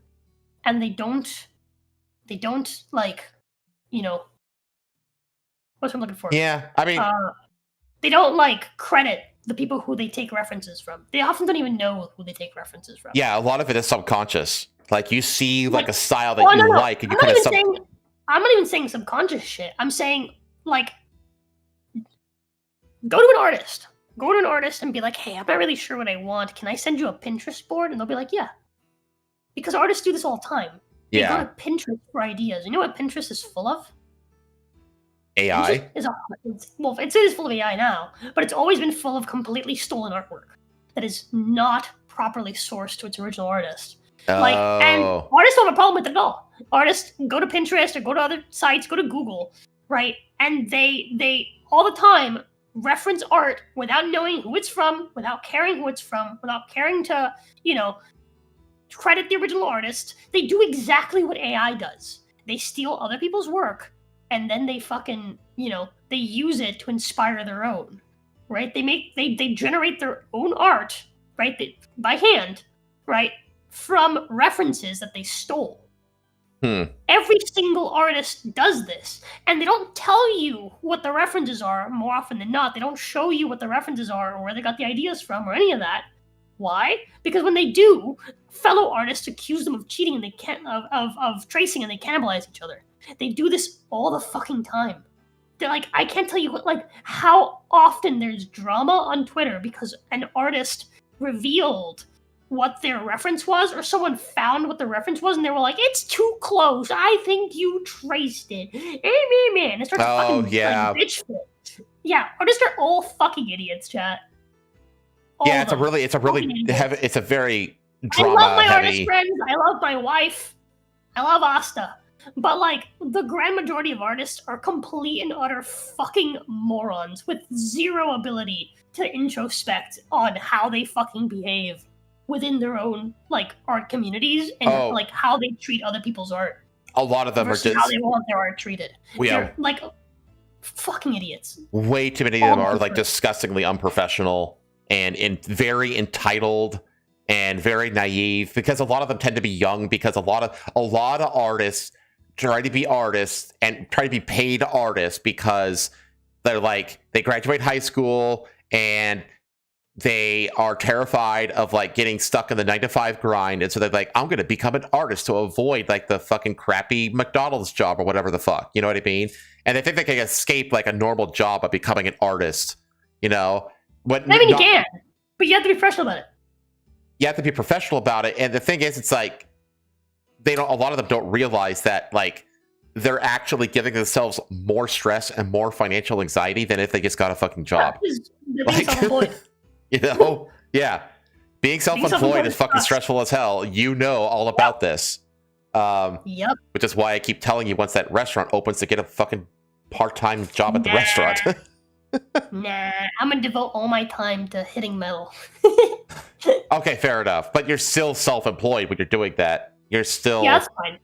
Being self-employed is not the problem for me. I actually want to be self-employed as much as possible, and I want to just get my shit ahead. Because that's like kind of the only way to really progress, right? Fair enough. Like, yes, you could be a wage cuck forever and live okay, but the only way to actually get ahead is to be self-employed. Because like, it's the only way that you eliminate the cap, essentially. Yeah. I mean, you that's the thing. It's like high risk, high reward kind of. Yeah, like I was talking to Pay. I was like, okay, how much do you reasonably expect to get paid? And she's like 20 something. It's like, no, that's not reasonable. You can't reasonably expect your employer to pay you that. That's how much you can expect to make when you work on your own, right? I'm not asking you how much you expect to, how much your work is worth to you, or even to the masses that would sell to you directly. I'm asking you, how much do you need to be paid for it to still be worth it while you're still getting a W-2? Mm-hmm. Right? Like, and she was struggling to answer that. It's just like, it's like you kind of have to understand that it's like when you work underneath someone, there is a cap to what you can be paid, and that's how much they can afford That's true. to pay you, and how much. That's not even just how much they can afford, but just like what is the balance between how much money you bring them versus how much you cost them? Because if they're just paying you at the cost of your labor, they're not making a profit. Ah, okay. So By it's the just way, like, when you do you have find to think about that. when you do find your place, like, you better invite me to help you set up your shop. Fuck yeah. So Fuck yeah. I'm totally. I want to be there to help you. Build the shop, whatever you need. Because I have many things that can help. I promise you. So I'm excited. We'll get there. But this does talk about like the Tesla takedown events that were happening. Yeah, those are stupid. Yeah, these are just honestly, these retards. They do need to spend like 6 months in jail. But here's the thing, though. Like, that wasn't like anti-AI stuff. That was specifically Elon, because he was like he was a part. It was because of Doge, which had nothing to do with AI. Yeah, nothing to do with that. So it's just like, I do agree. A lot of these people are fucking retards, right? A lot of these anti-AI people are fucking morons. They're not terrorists. Like, come the fuck on. Yeah. Alleging that conversations in a neo-Luddite Discord server had turned violent, with one user of the group called for violence against tech CEOs and power plants. Yeah, they do this all the time. It's like, have you been to Reddit, bro? Like, every other they do this all the time. Every other post on Reddit is a call to violence of some kind. Never got OSNT focused exclusive communities with a proven link to real They do world this all the harm. time, and I do it too. So fuck you. You know, whatever. I do it too, but against their guys. Same thing. Users And are by the way, currently chat, I stand by all those calls to violence. I stand by all of them, and they're real, and they weren't jokes. Not in Minecraft. These people need to die. People die. I want blood on the streets. All of it. I want a red flood. LeBron's book identifies followers of Unabomber Ted Kaczynski, German anarchists, Mexican eco-extremists, and far-right fascists. The Terrorgram Collective as distinct but aligned components of the emerging tech extremism movement. By the way, Ted Kaczynski, I'm sorry, chat, but he was right. Like, I'm not all about bombing fucking... I'm not going to sit here and endorse what he did, but... First of all, Ted Kaczynski was a fucking literal genius. But if you like go back and read his like kind of like his like technocracy prophecies and stuff like that, he was fucking dead on about what he was warning against. Like, he was fucking right, dude. I'm not gonna get into it now, but like, seriously, like at some point, it's not hard to find his manifesto. Go and read his manifesto. You'd be like, oh my God, like all this shit has turned out to be true. So it was a good podcast while it lasted. I know Rosa was a Turk. No, I just I believe in violence, chat. I believe in the power of violence to right the wrong.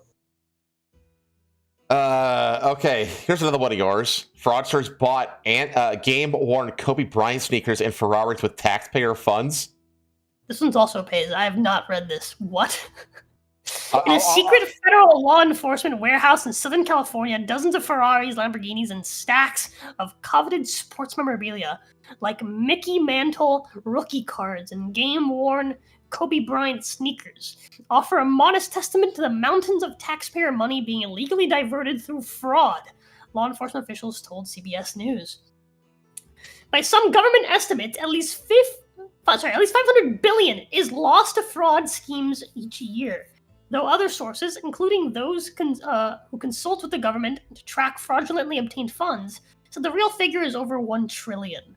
As the Trump administration has launched a crackdown on those cheating federal programs like Medicare, food assistance, and hospice care, it is difficult to claw back the stolen funds, said Bill Asalee.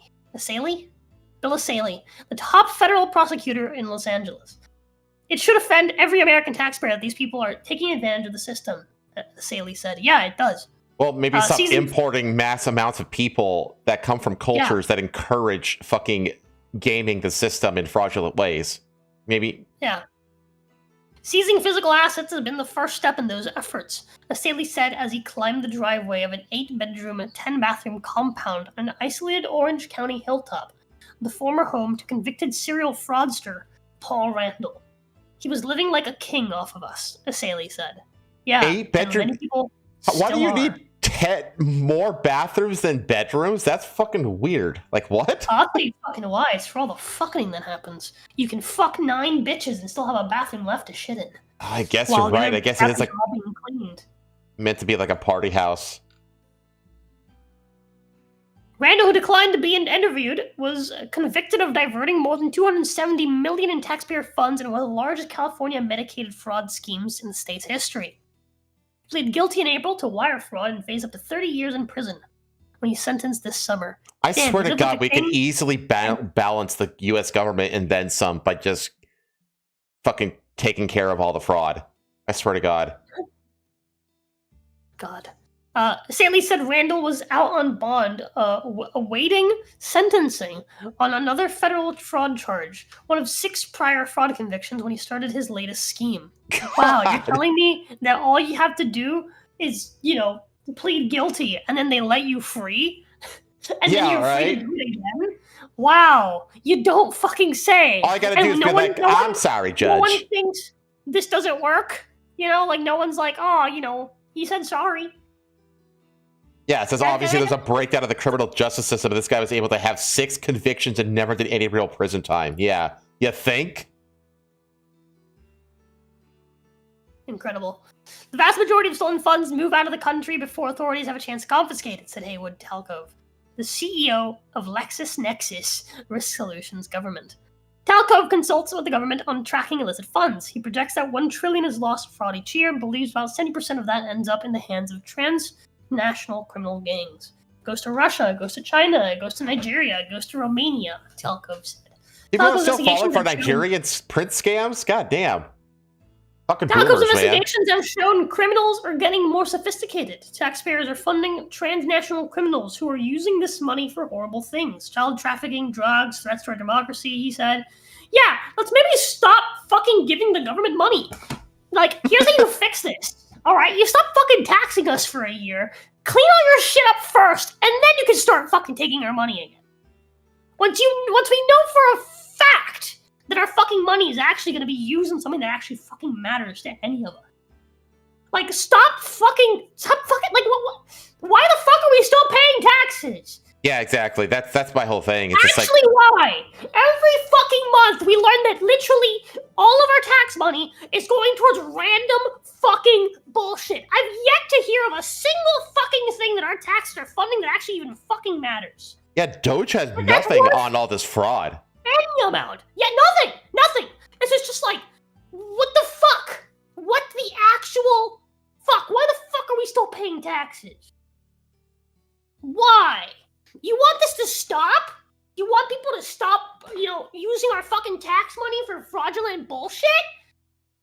Fucking stop having money for them to steal. Easy. It's crazy to me Take that, away like, the incentive. it's crazy to me If that, there's no fucking tax money to steal, guess what? The stealing stops. how are we just not tracking money that's leaving the country? You know what I mean? Like, because it says, like, it says that the federal enforcement is working on ways to better find and recover the stolen funds. Like, how are we not tracking this shit? It's crazy. How is there not a chain of custody? Money is easily converted to digital currency and channeled overseas. Federal agents are at a disadvantage. I'll give you an example, right? Let's say I hire an artist. Let's say I hire a trim, right? I hire a trim tomorrow because Brother Doom donated $50 yesterday for a skink. Uh-huh. But instead of hiring trim for $50, which is what he charges, I hire him for $500. Because he's a really fancy professional artist. Just like that. Boom, money left the country. It's not hard. I don't, like, it's not hard to understand how all of this isn't being tracked. It's in things like that. It's in things like, this money isn't actually liquidated as money. It's actually a pair of sneakers. It's super duper rare and worth $200,000. I sent these to my son's best friend who lives in Nigeria. Yeah. Exactly. It's like, it's super fucking easy, right? To get away with this shit. It's super fucking easy. Yeah, they've like, I think it was in Minnesota where they just went into like a mall that wasn't a mall. Like, you go inside and it's like just basically like one of those like slum markets just with a roof over it, and it's just like it's just like remittances. Like, it's like one business after another. It's just literally their whole business is just sending money back to Somalia. It's literally just wealth transfer from the United States to Somalia. It's like, what the fuck are we doing? Just allowing our wealth to be siphoned off to fucking foreign countries like that. Like, it's fucking crazy. Again, I have to ask, why the fuck are we still being taxed when the obvious stopgap for this is to stop taking money? We gotta stop sending money to the fucking government if the government isn't gonna fucking handle it properly. That's it. It really is that simple. I think people across the US should be like, wow, my taxes continuously go towards, literal terrorists directly into my enemies' pockets.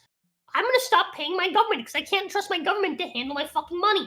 And just like that, if every single taxpayer across the fucking US stops fucking paying taxes, you know what fucking happens? Can you imagine if next year, just like nobody filed their taxes? Yeah. Like, you know what fucking happened? The government would shit itself over fucking night and fix all this shit. That's what fucking happened. They'd have to.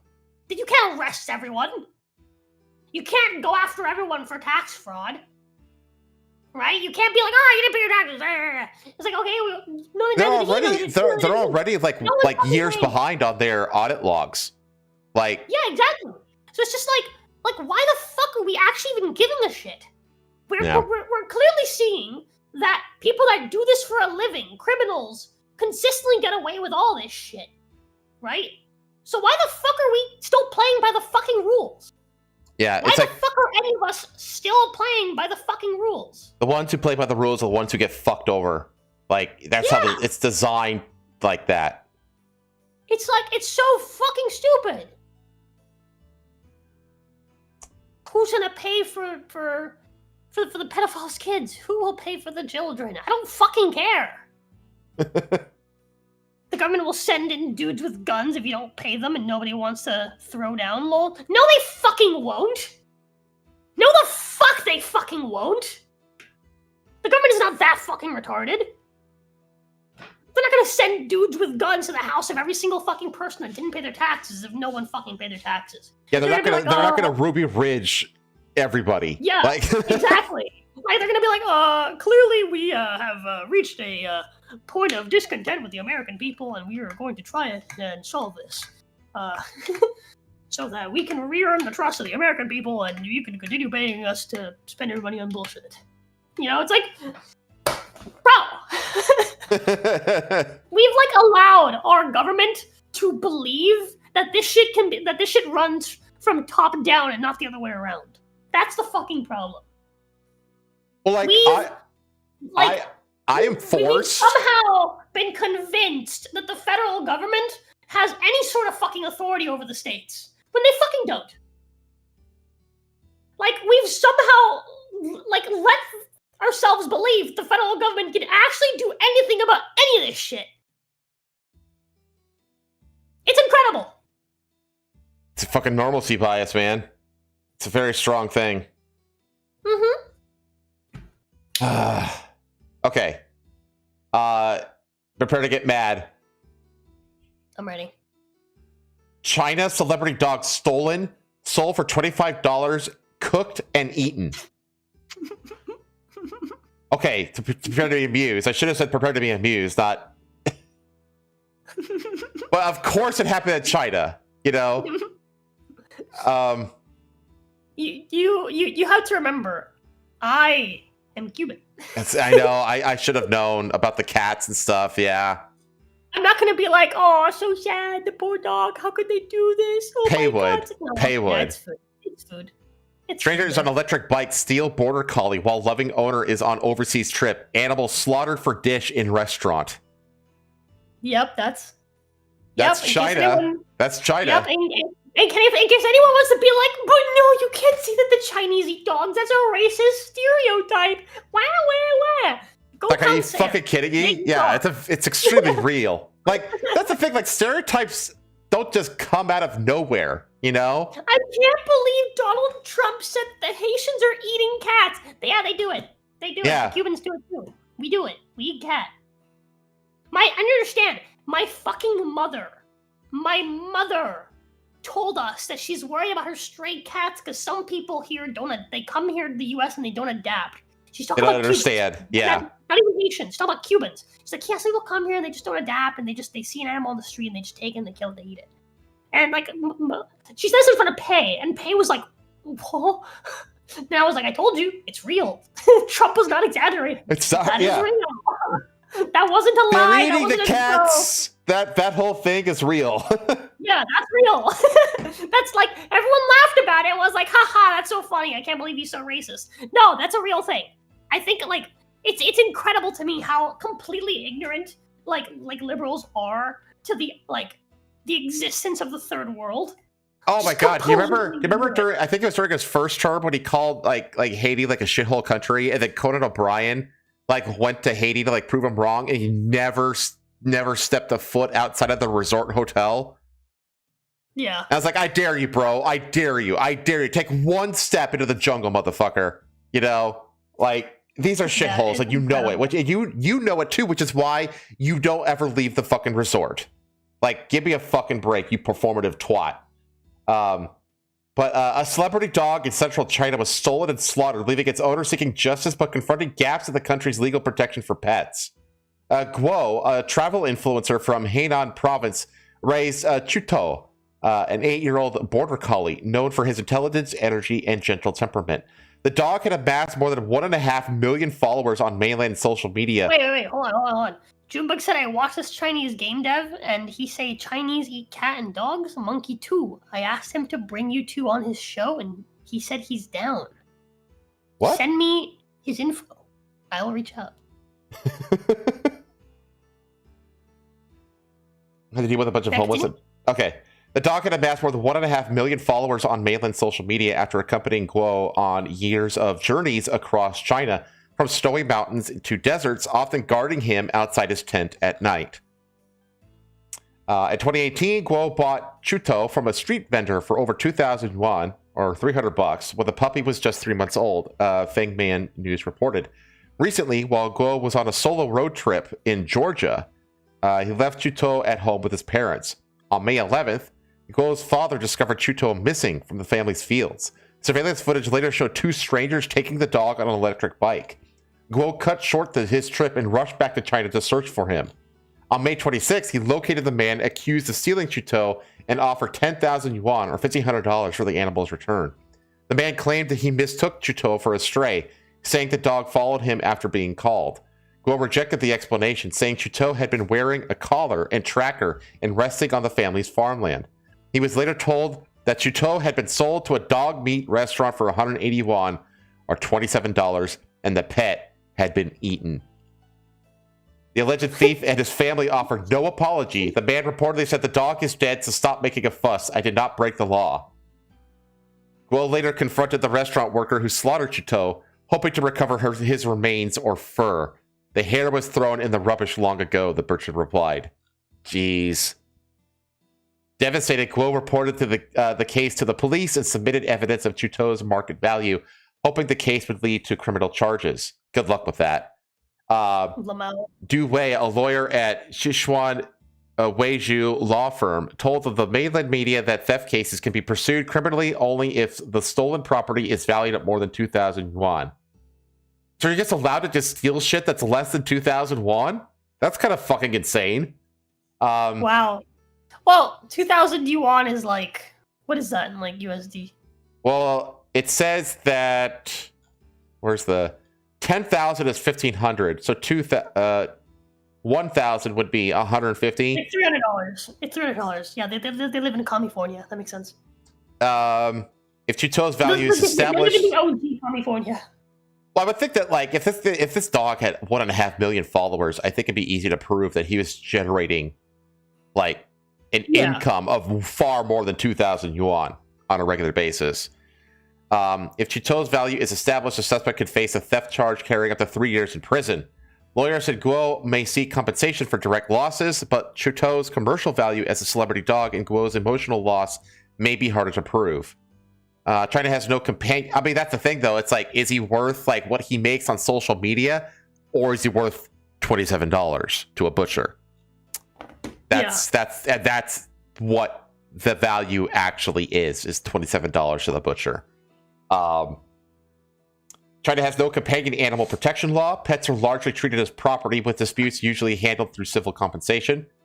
The case sparked widespread anger online and renewed debate over China's dog meat trade.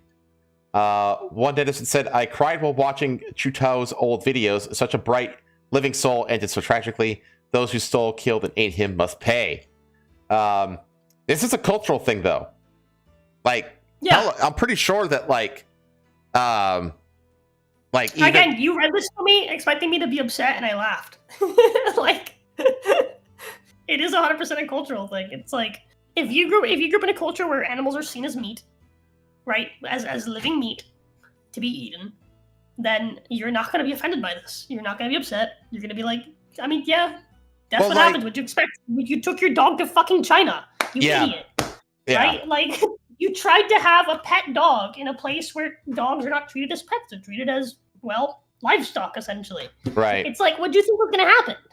You know? Like, shit like this happens all the time with cows. And pigs. Here in the U.S. and pigs, and people are like, "Oh my god, but that was my pig! Oh my god, but it was my pig!" Or it was my pet deer. It's like, yeah, but the general consensus of people here in the U.S. is that deer and pig are not pets; they're food.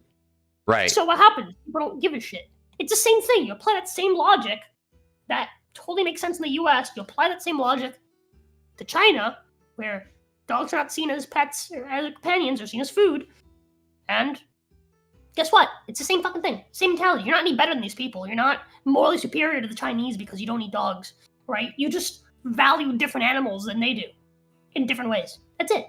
It's really that simple. Yep. Like, well, because I know, like, even like in America, like, I think there's like a famous instance where like it's shown that like in like Jamestown, like faced like a food shortage and they ate their dogs. You know, like it was normal for like English and Americans, like in times of like, especially like a colonial Americans that were like still like on the frontiers of the New World, you know, to eat dog when there was nothing else to eat. Like that was normal. It wasn't common, but when like starvation was like on the table, you know. Yeah, it's the same like you. It's like we don't eat cat all the time, but when starvation's on the table, it's like, well, yep, you gotta eat. You know, it's survival of the fittest. Survival of, you know, you as humans, we are the apex predator. Everything under the sun that fucking lives and walks and breathes is food. Yeah. Unless it's rainbow colored. Yeah. Unless it's rainbow colored but not gay.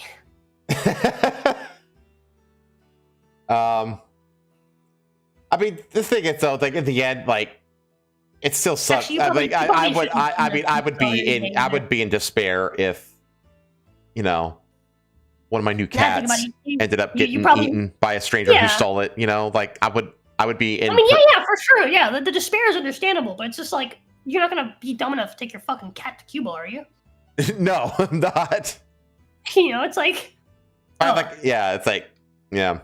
You know, I said anything that isn't rainbow colored and not gay, but I think about it, if it's rainbow colored and gay, you probably shouldn't eat. That's probably just like disease-ridden meat. Probably.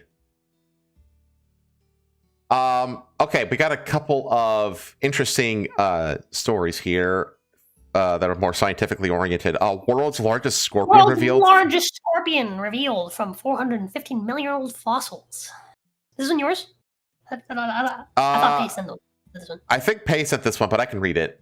Okay, a giant scorpion that once roamed what is now England and Wales has been confirmed as the largest of its kind to ever exist, which is fucking terrifying. I hate scorpions, dude. Like they're the spiders. I'm like, eh. You know, it depends on the spider. You know, some spiders are fucking like terrifying looking. A lot of spiders though, I think are actually kind of cute. But like scorpions are just they look like fucking aliens, like some kind of like alien species that doesn't belong on Earth. I hate them. Thanks to new research by scientists at the University of Manchester and the Natural History Museum, measuring around 1 meter in length and armed with pincers over 16 centimeters long. Fuck that, dude. Oh my god.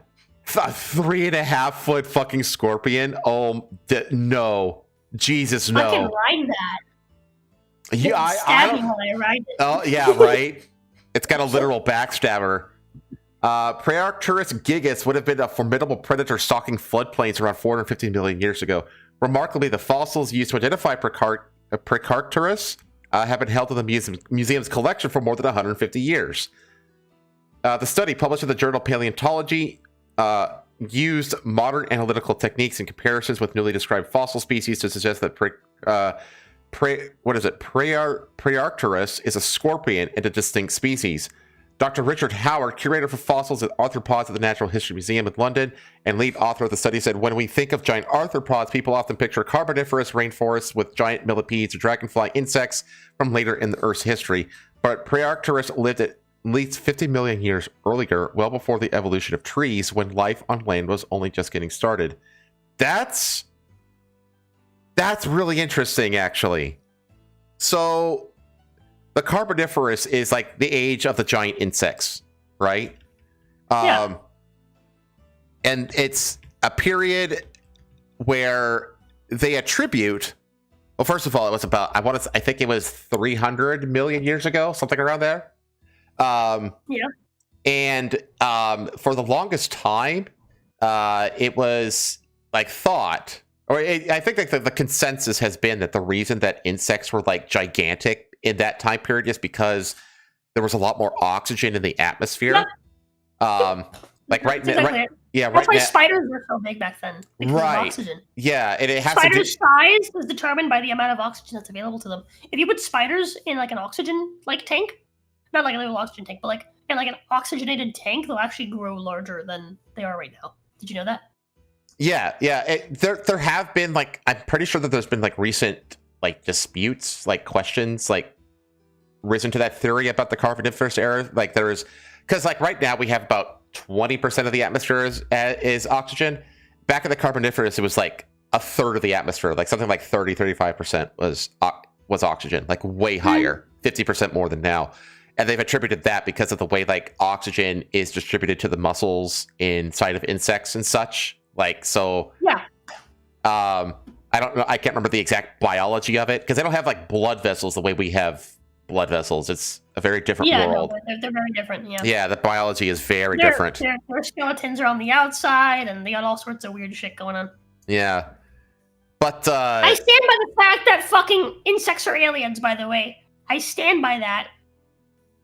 It does. Yeah, I mean they are fucking. Insects were brought here a long time ago.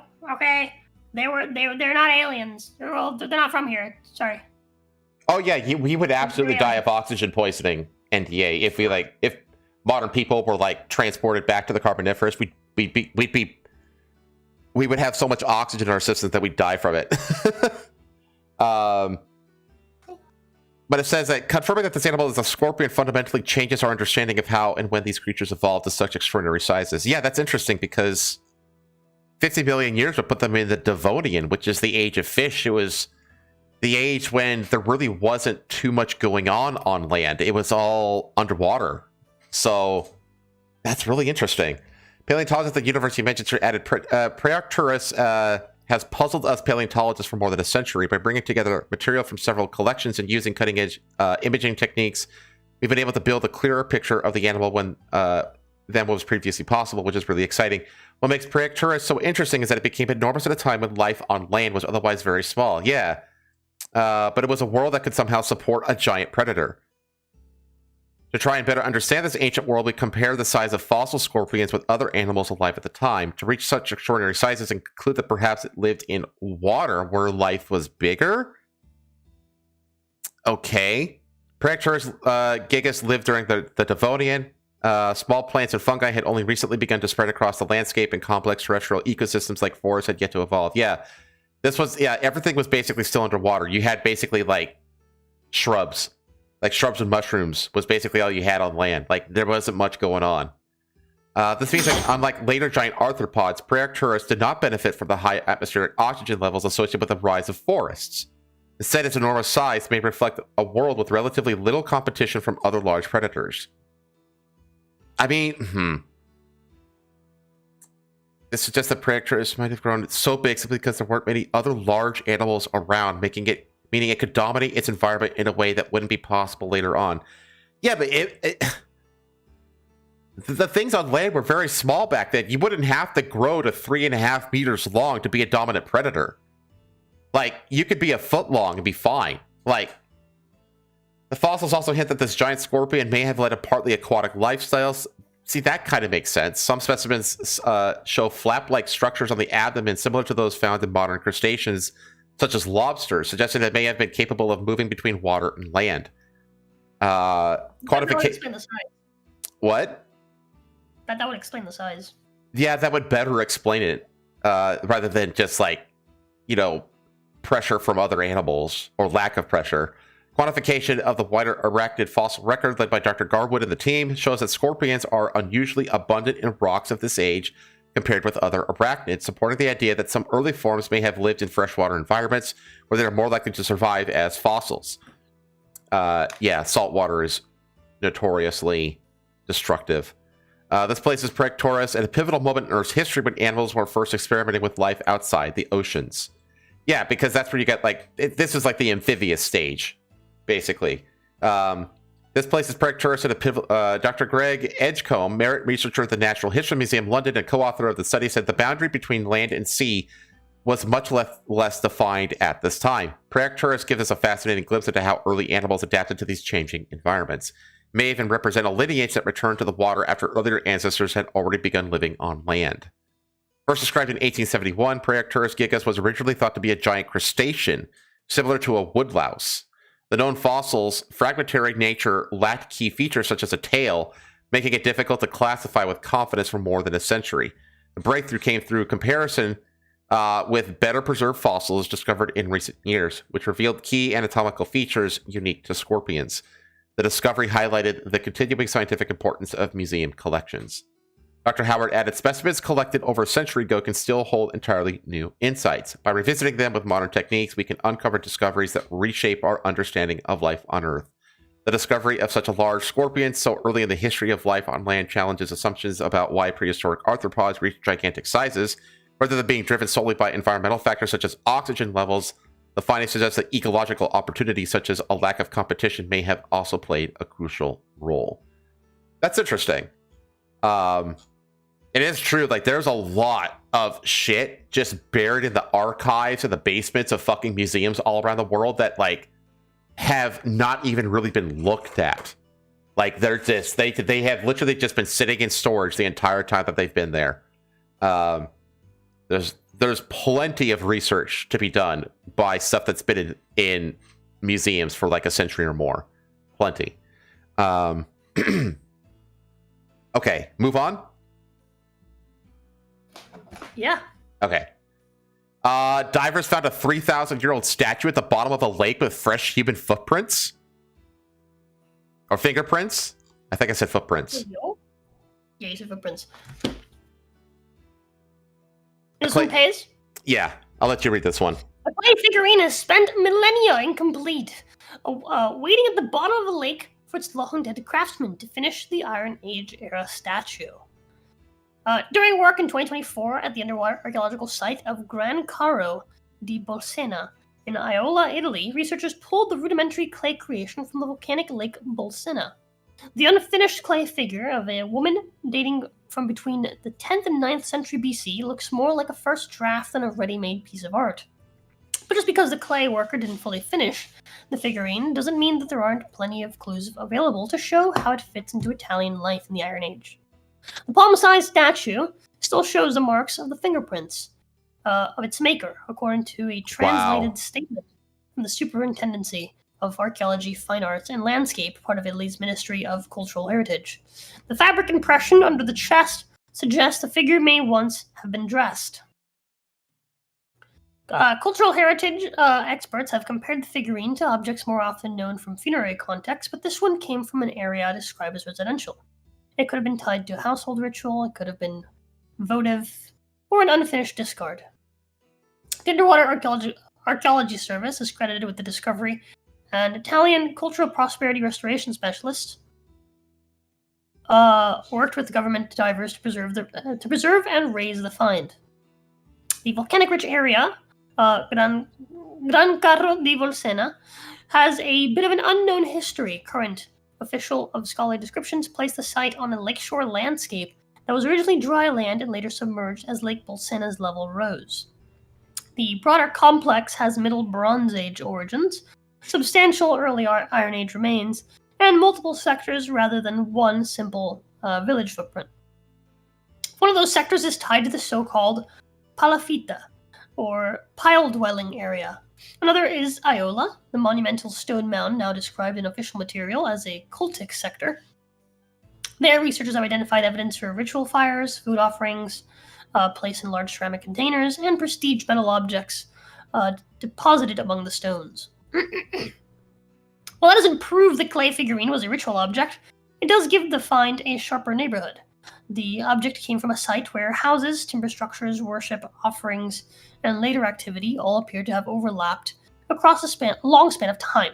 Late Roman evidence, including Constantinian-era coins and pottery, points to later use or frequentation around Iola. By January 2026, the official superintendents of materials were presenting Grand Caro as a submerged archaeological park with in situ conservation, snorkeling and surface routes, transparent bottom boat viewing, a night lighting, a route for non-sighted visitors. What does that mean? A resin scale model, photogrammetric 3D recording, and a virtual tour. The municipality now markets the Grand Caro Underwater Archaeological Trail to visitors. The Isle region has plenty more history to offer, and a poorly made clay figurine shows the fingerprints of that work. I mean, it makes sense. I mean, to me, like, if you ask me, it sounds just like a discard. That's what it sounds like to me. Yeah. But, like, it makes sense that it would be preserved this well. Like, lakes are notoriously very well suited for preservation just because they are still. You know, like the water isn't like constantly moving and churning, especially at the bottom of the lake. And if it's a volcanic lake, that means you have like a lot of like mineral rich sediment at the bottom, which also can, you know, you can. It really depends, like you know, the alkalinity or acidity of the water, stuff like that. But like. A lot of times you get what they're called anoxic zones. An anoxic zone is what it sounds like. It's just a zone without oxygen. And oxygen was what fucking breaks shit down. So, like, bottom of the lakes are like great places to find fossils and stuff like that because of, you know, the anoxicity of the environment. Clay, I'm not sure. I'm not an archaeologist. But I would assume something similar, you know, just... Like, there's, like, I think, is it the Japan Sea somewhere in Japan, there's, like, a place where they're just, like, the whole, like, bottom of the body of water is just, like, covered in fucking swords and samurai swords and shit like that. God knows, like, I don't know if have they ever excavated or found, like, the Mongolian fleets that sank in the typhoons when they were trying to invade Japan? I don't know, but, like... No idea. I think there's like whole lakes that were like the bottom of the lake is like covered in samurai swords and shit like that, because lakes are just really good at preserving shit. So, yeah, the cold and dark, it doesn't. I mean, dark, I guess, if you want to preserve color, like, you know, light will bleach over time, but it's mainly the oxygen. It's a lack of oxygen that contributes to preservation.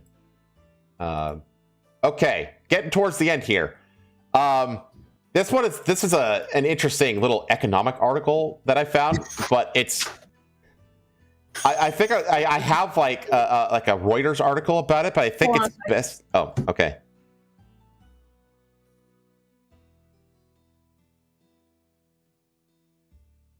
Never mind. She says that she wants you to hear this. I bring good news. Okay.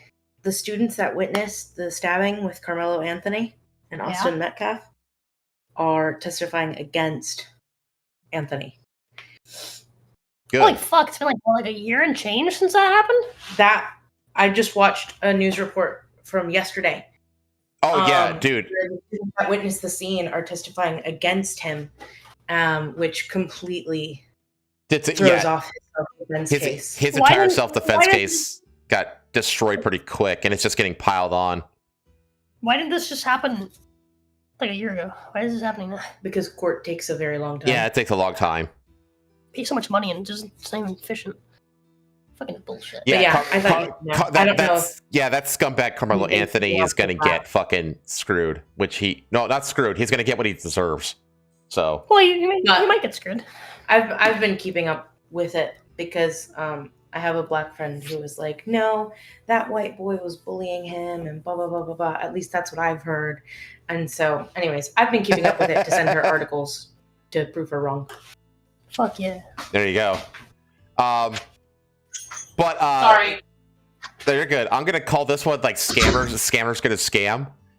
What this is this is a gold company in India. An Indian gold company basically got caught faking 99.8% of all of its revenue. What?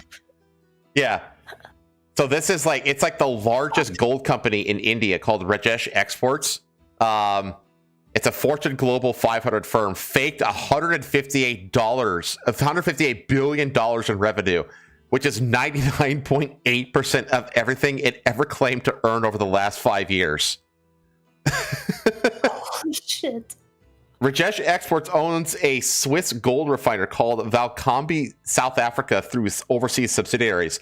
The parent company booked the full value of refined gold as its own revenue, even though it never owned the gold. It only held it temporarily for refining on behalf of customers.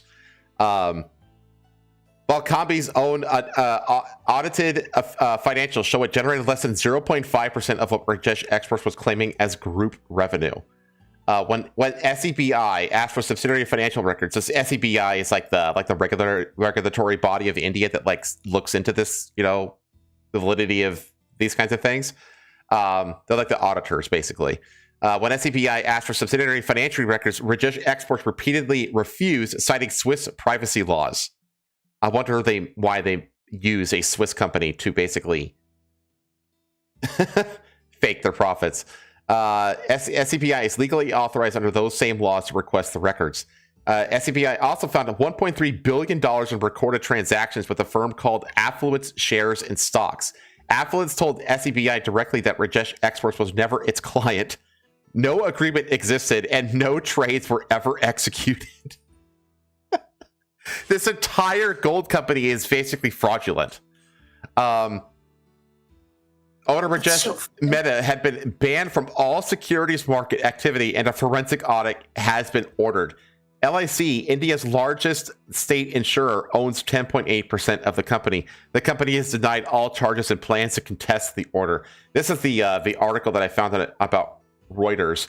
I'll just read through the bullet points here. The regulator said that 97 to 99% of Rajesh Exports' consolidated revenue came from overseas subsidiaries, particularly Switzerland-based Valcombe SA, but the company systematically did not disclose its subsidiaries' financials in the public domain.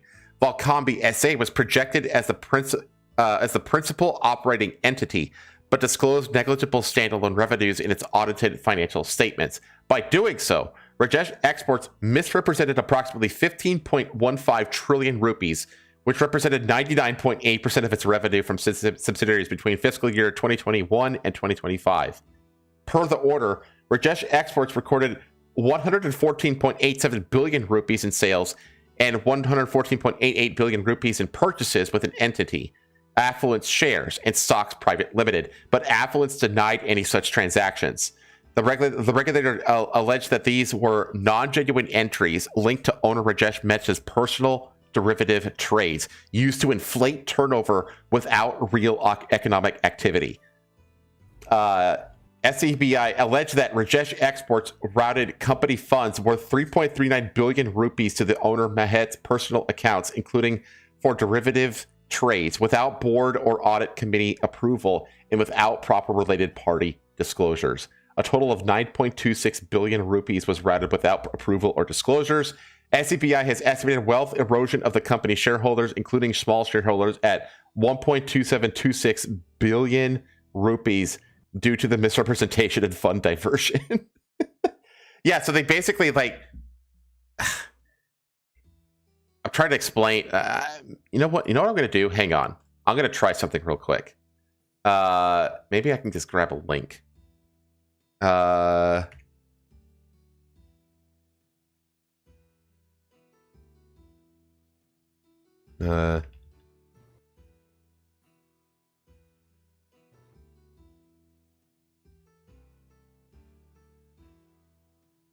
And then do this.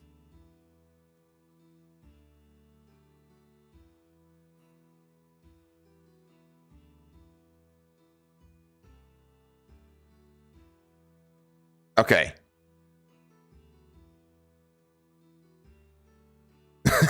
Okay. I just asked Grok to make a humorous summary of what happened.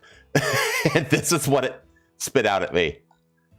All right, buckle up for the corporate jewelry heights of the century, Bollywood style, but with spreadsheets instead of item numbers.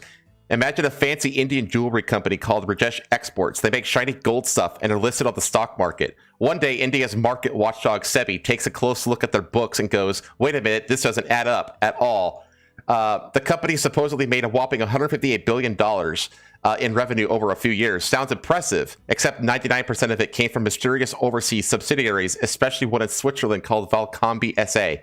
Here's the comedy gold. They bragged about these foreign companies doing massive business. The foreign companies themselves, their own audited books showed basically pocket change, like they were selling lemonade on the side while claiming to move mountains of gold. It's like telling your friends you run a huge international empire while your actual empire is just you, a laptop, and some very creative copy-paste in Excel. Bonus shenanigans. So they recorded huge fake sales and purchases with another Indian company, Affluent Shares. That company went, we never did any of that. Classic, I didn't buy that denial.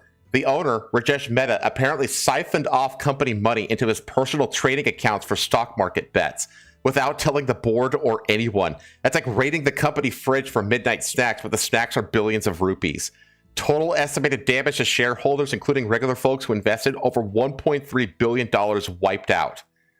SEBI basically said, you're both, the company and the owner, banned from the stock market until we finish investigating. It's the financial version of you're grounded, no TV, no phone, and definitely no more fake overseas revenue. Rajesh Exports hasn't commented yet, probably too busy verifying those subsidiaries. In short, this is peak fake it till you make it gone nuclear. They inflated their size like a pufferfish to look like a big player in the global gold game, but now the regulators popped the bubble. Investors are sad, SEBI is on the warpath, and somewhere in Switzerland a company is pretending it has no idea what happened. Not to mention the fact that the CEO was siphoning billions of funds out of the company to make stock bets. So the whole thing sounds like it was basically like a scam to for the CEO to game the stock market. So there you go. I don't know. Funny. I guess I don't really have any commentary on it. I just think it's fucking hilarious that an Indian gold company turned out to be a massive scam. Who'd have thunk it? Classic. Here's one that everyone will like. Murder charge dropped for Arkansas sheriff nominee who killed teen daughter's rapist. So yeah, this father killed the rapist of his daughter's rapist. Ran for sheriff, and now the charges have been dropped. I think we covered this guy when he originally started running. A judge tossed a murder charge against an Arkansas sheriff nominee who was about to go on trial for killing his 14-year-old daughter's rapist. The case against Aaron Spencer was dismissed by a judge on Thursday afternoon after law enforcement lost a dash cam memory card that may have captured the fatal October 2024 shooting of 67-year-old Michael Fosler. The court finds that conduct by law enforcement was so egregious that dismissal of this case is warranted, wrote Special Circuit Court Judge Ralph Wilson Jr. The development comes just a few weeks before Spencer was slated to go on trial on a second-degree murder charge for allegedly gunning down Fosler on October 8th, 2024, after catching him driving off with his daughter, whom the sicko had already been charged with grooming and abusing. Spencer woke up around 1 a.m. to find his then 13-year-old daughter had vanished. He soon found her in the passenger seat of the car Fosler was driving. He then forced the truck off the road and allegedly shot the accused sexual abuser, according to court documents. Prosecutors argued that Spencer planned the murder and could have called the cops during the car chase instead of taking matters into his own hands. He pleaded not guilty to the crime, maintaining he acted accordingly to protect his child from a predator.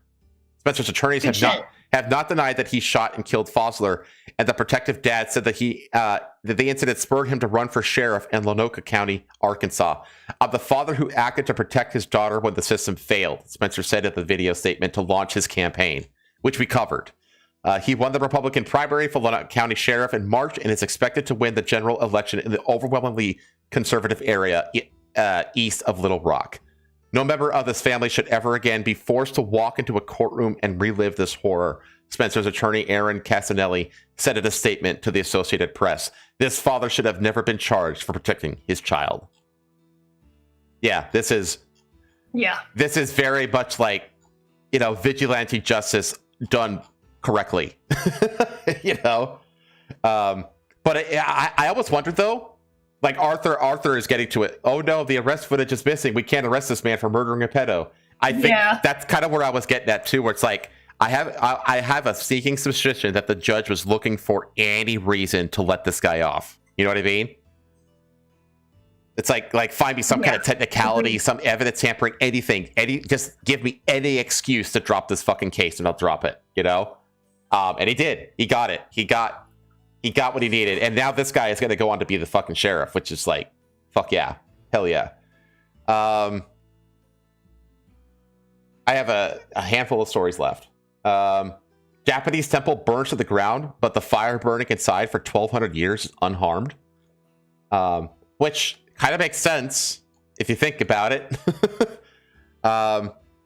Hiroshima Prefecture's Miyajima Island, famed for the Torii Gate that stands in the water just off its coast, is home to one of Japan's most beautiful and historically significant concentrations of shrines and temples. Among them, though, Daishoin Temple is especially noteworthy as it's the oldest Buddhist temple on the island, founded by traveling monk Kukai, aka Kobodaishi, in the year 806.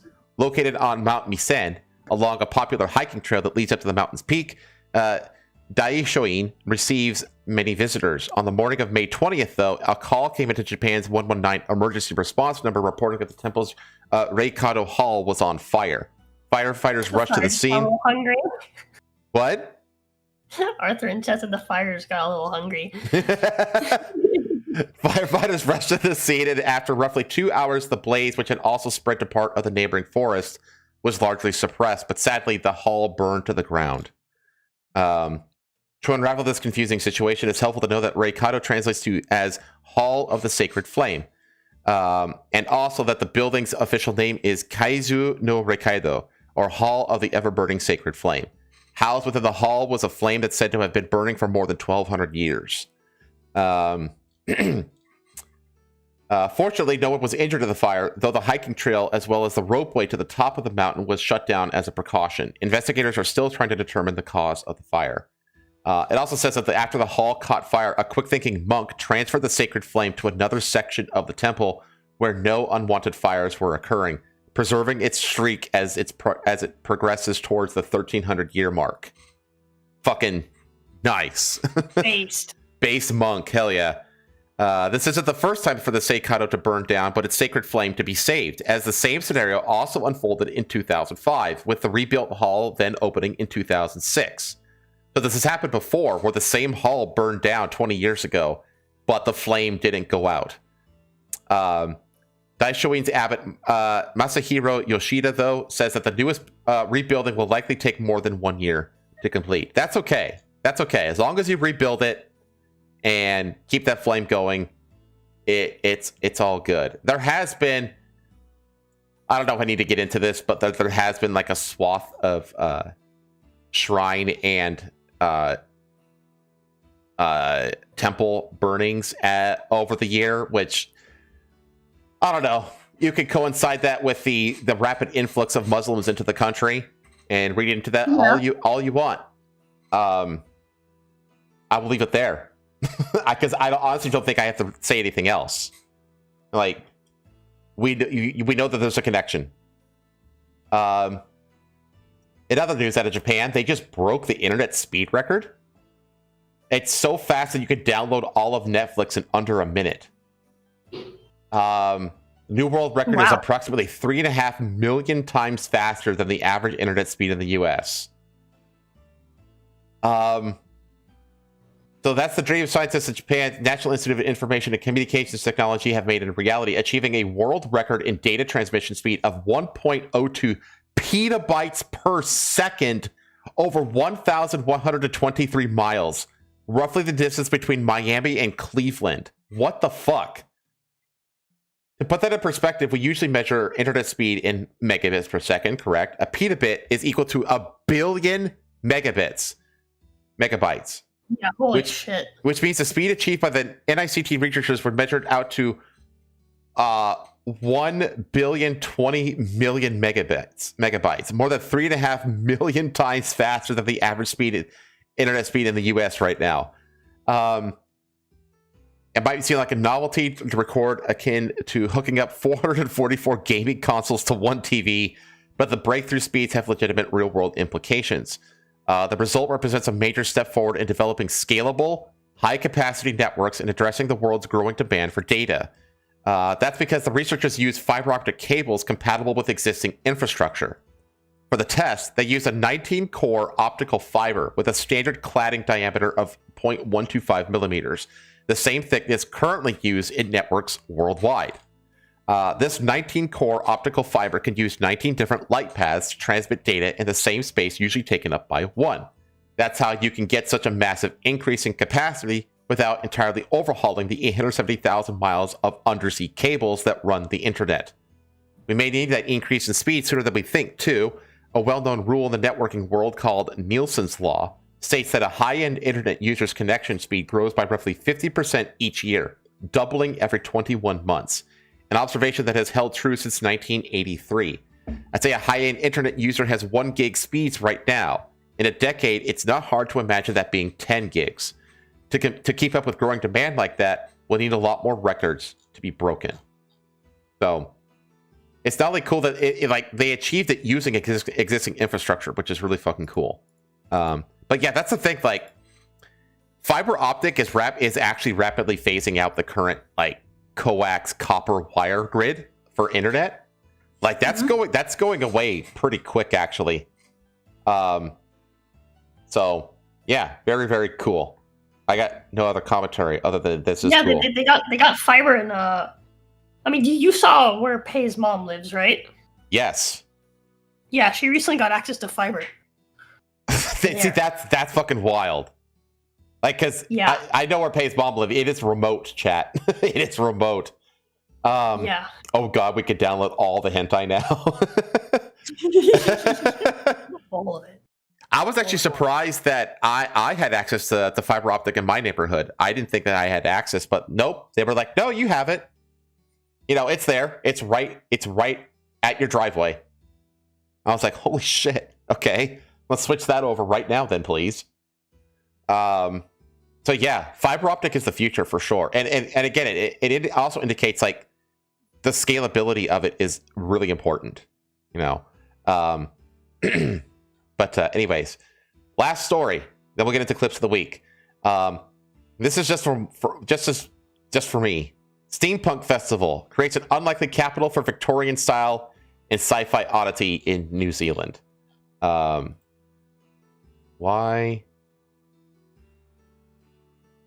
Let me reload this page.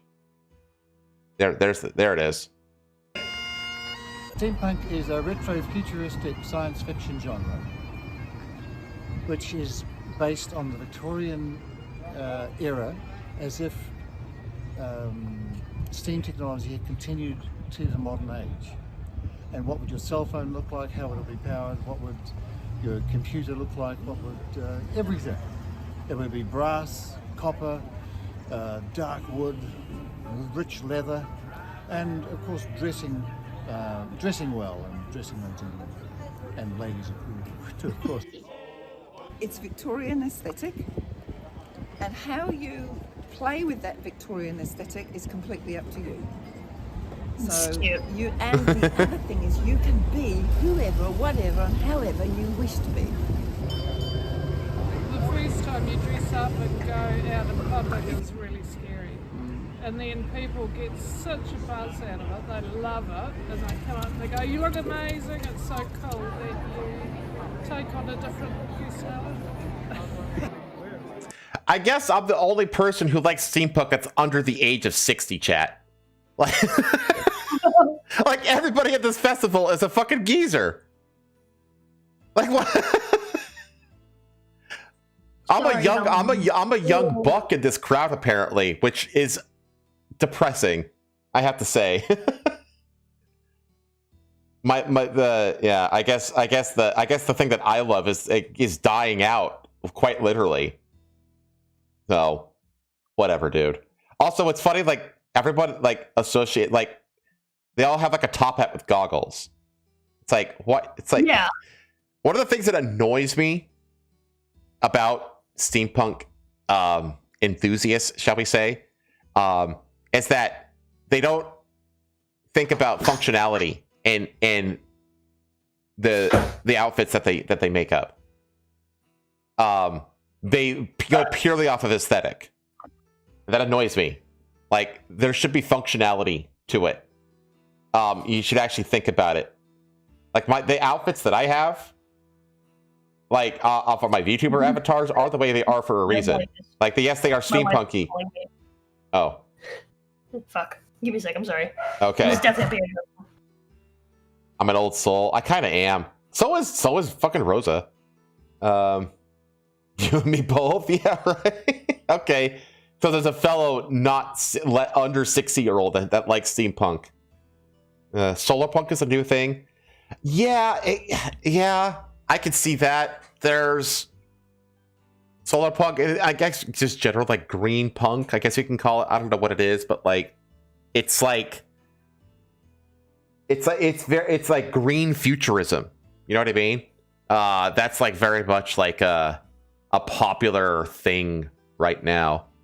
I actually think that like diesel punk is like an underutilized or an underappreciated like subgenre.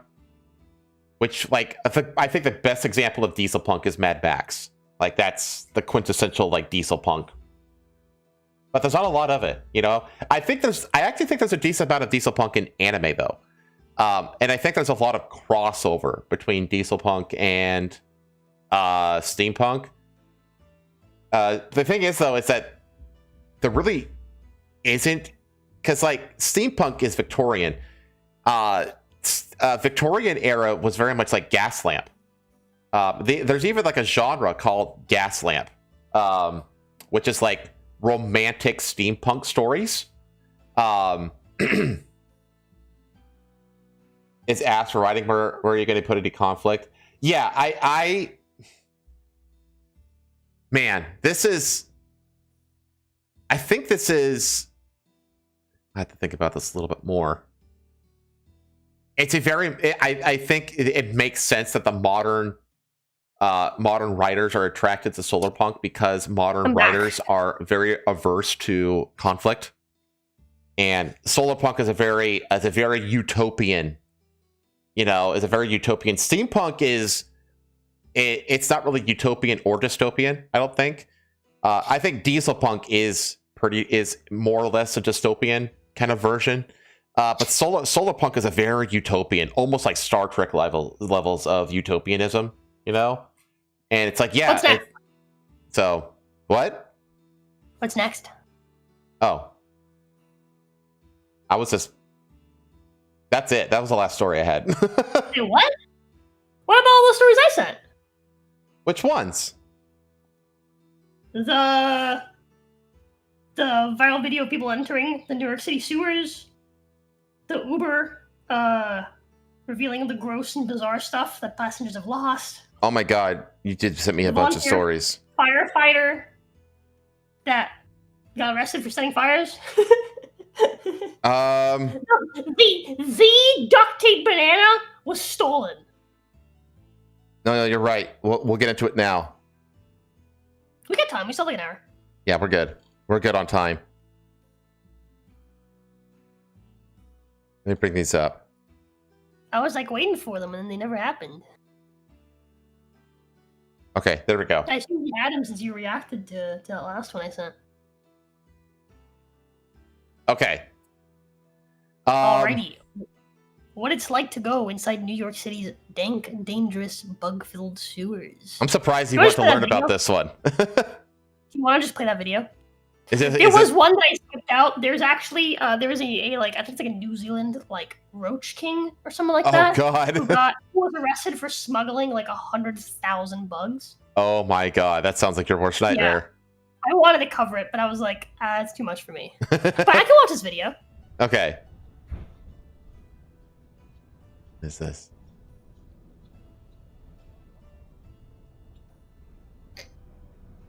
This is just them going into the sewers. Just in the middle of the street, in front of everyone. Just like, alright, go, go, go.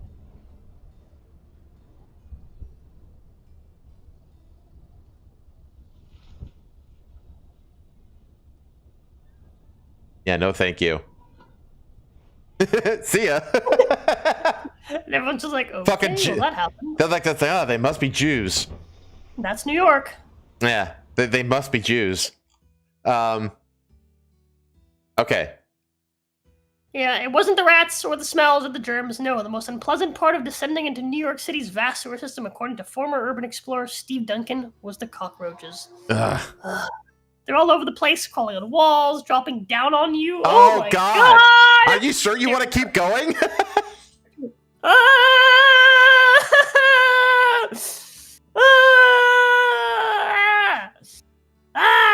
Are you sure? I think you just need to know that people are still going into there. I think you're okay. We'll skip that one. Uber reveals the gross and absolutely bizarre items passenger lost on trips last year. Oh. So, There. Uber unveiled the most bizarre items passengers left behind during rides over the last year, and New York City clinched the badge of dishonor as the most forgetful metropolis in the U.S. Yeah, New York is just getting shat on in like every single one of my articles, basically. Yeah, well, New York is an absolute shithole now, and it looks like LA is going to continue being a massive shithole, only to get worse because it looks like the mail-in ballot scams are going to basically push Spencer Pratt out of the running. So, oh, great. Yeah. Scams. The rideshare company published its 10th annual Lost and Found Index on Tuesday, treating the public to a rare inside look at the behind-the-scenes nonsense drivers deal with daily. The oddball carry-ons passenger lost in their ridges range from strangely intimate to possibly criminal. Yeah, this shit is wild. One traveler abandoned an ankle monitor. Not surprising. Another somehow misplaced a child's prosthetic eye. And a third left behind dentures with just 2 teeth. A squad of stoners left crumbs aplenty in their wake, and donuts likely laced with marijuana for a 420 celebration, according to Uber's report. I can see that happening, though. Other drivers were unlucky enough to find condoms and body oil wedge between their car's seats. Some compiled enough abandoned kitchenware, including an entire dishwasher and a double-door oven to pull off their own home renovation. Wait. What? They brought a dishwasher into the Uber? What? I don't know, man. How? What? What was he driving? An F-350? Like, what the fuck? I don't know, man. But, Uber said that most items were lost during rides on July 17th, 2025, a day that holds no real significance. Unsurprisingly, the item most riders lost was their mobile phone, according to That makes sense. Yeah, that'd be the most Big expected. Apple reigned supreme as the most forgetful city in the country for the second year in a row. Newark, New Jersey came in at number 10. In April 2025, Uber unveiled the annual report alongside a pop-up in Manhattan where employees give away some of the misplaced valuables. Some, like a chainsaw and raw hamburger patties, were merely put on display. Okay. In 2023, one dim-witted passenger exited the car without their pet poodle.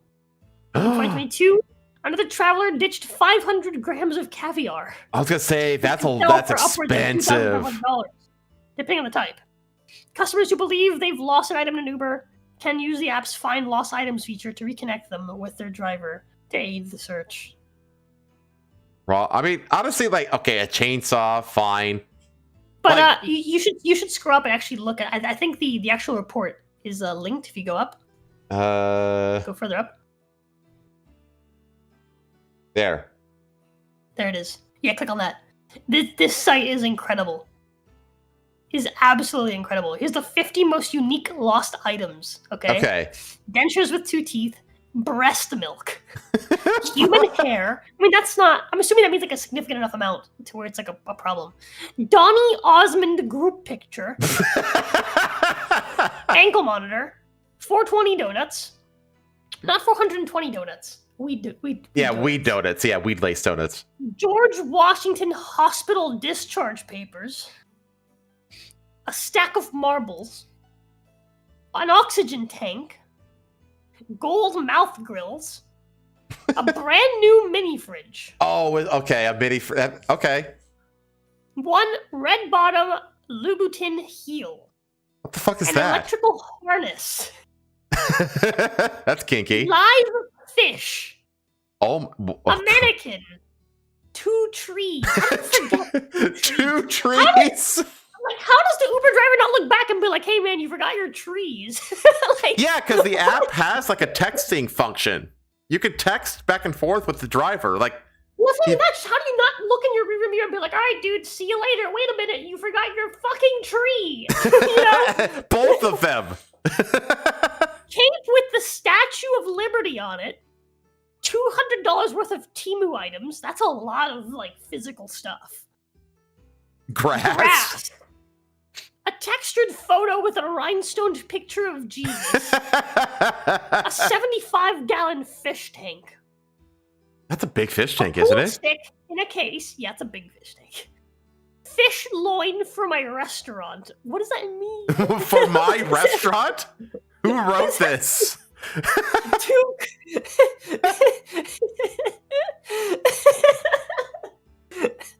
Two chrome exhaust tips, a portable thermal printer, a bald cap, a dishwasher, a respirator and a hard hat for work, a wizard wand, a welding helmet, a 2-pound blue raspberry gushers. 2 pounds of blue raspberry gushers. A shower pole. Pair of partial teeth in a tissue. There's so much teeth. A toboggan. A police radio. A coffee table. Zayn Malik merch. Handcuffs. 2 wedding gowns. Pelvis implants. 20 pounds of duck sausage. That's a lot Package of live butterflies. A package of tank. A double-door oven. That's big. That's huge. That's Hunting bigger than a dishwasher. A child's prosthetic eye. A black stethoscope. A meat slicer. A kitchen faucet.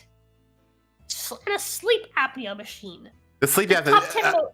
I can see the sleep most apnea. forgotten- Yeah. Yeah.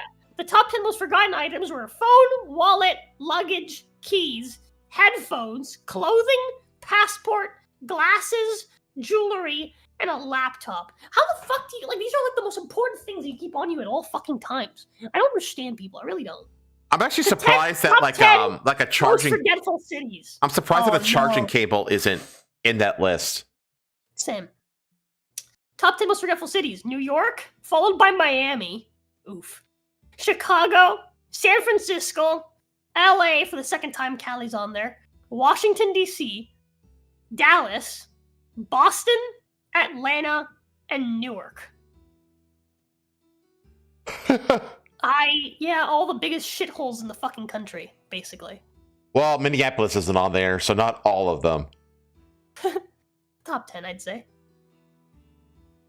That's pretty No. up there. I mean, all those are pretty bad. Yeah, I would not put Miami that high. On the list of dog shit fucking states? Or, well, cities in the country? Yeah, I would put Miami that high. I would put it at number 2. Well, yeah, I'm not saying like, you know, in ranked from 1 to 10. I'm saying like all of these easily belong in the top 10 worst countries. Or not countries, worst cities. Why do I keep saying countries? I don't know. I gotta keep saying countries. They might as well be. They each have the population of like a European country. But yeah, fucking. Yeah, some of these I get. Some of these I get, but a lot of them are like, particularly like the large item, like the big, like the really big like, items. Fucking how? How? But anyways, let's go down. Go down. What other fun info you have in here? Lots of found some trends. Lost and found trends. We got Labubus. All right. Crocs. Crocs. Fitness equipment. Football paddles. Yeah, fitness stuff. Teeth. For some reason. That's what I noticed. You It's like, what the mentioned fuck that, is with all the teeth? Hats. Yeah, that makes sense. Eating, stuff like that. And then flowers. Just, yeah. The most forgetful days and times. So July 17th is the day that the most things were lost. Just a coincidence that it was out the morning after the kickoff of Lady Gaga's Mayhem Ball. And then Sundays reign supreme for lost items. Huh. But yeah, Sunday scaries and brunch mimosas, I guess. I don't know. So people are most likely to forget their IDs and wallets on Mondays, most likely to forget headphones on Tuesdays, most likely to forget chargers on Wednesdays.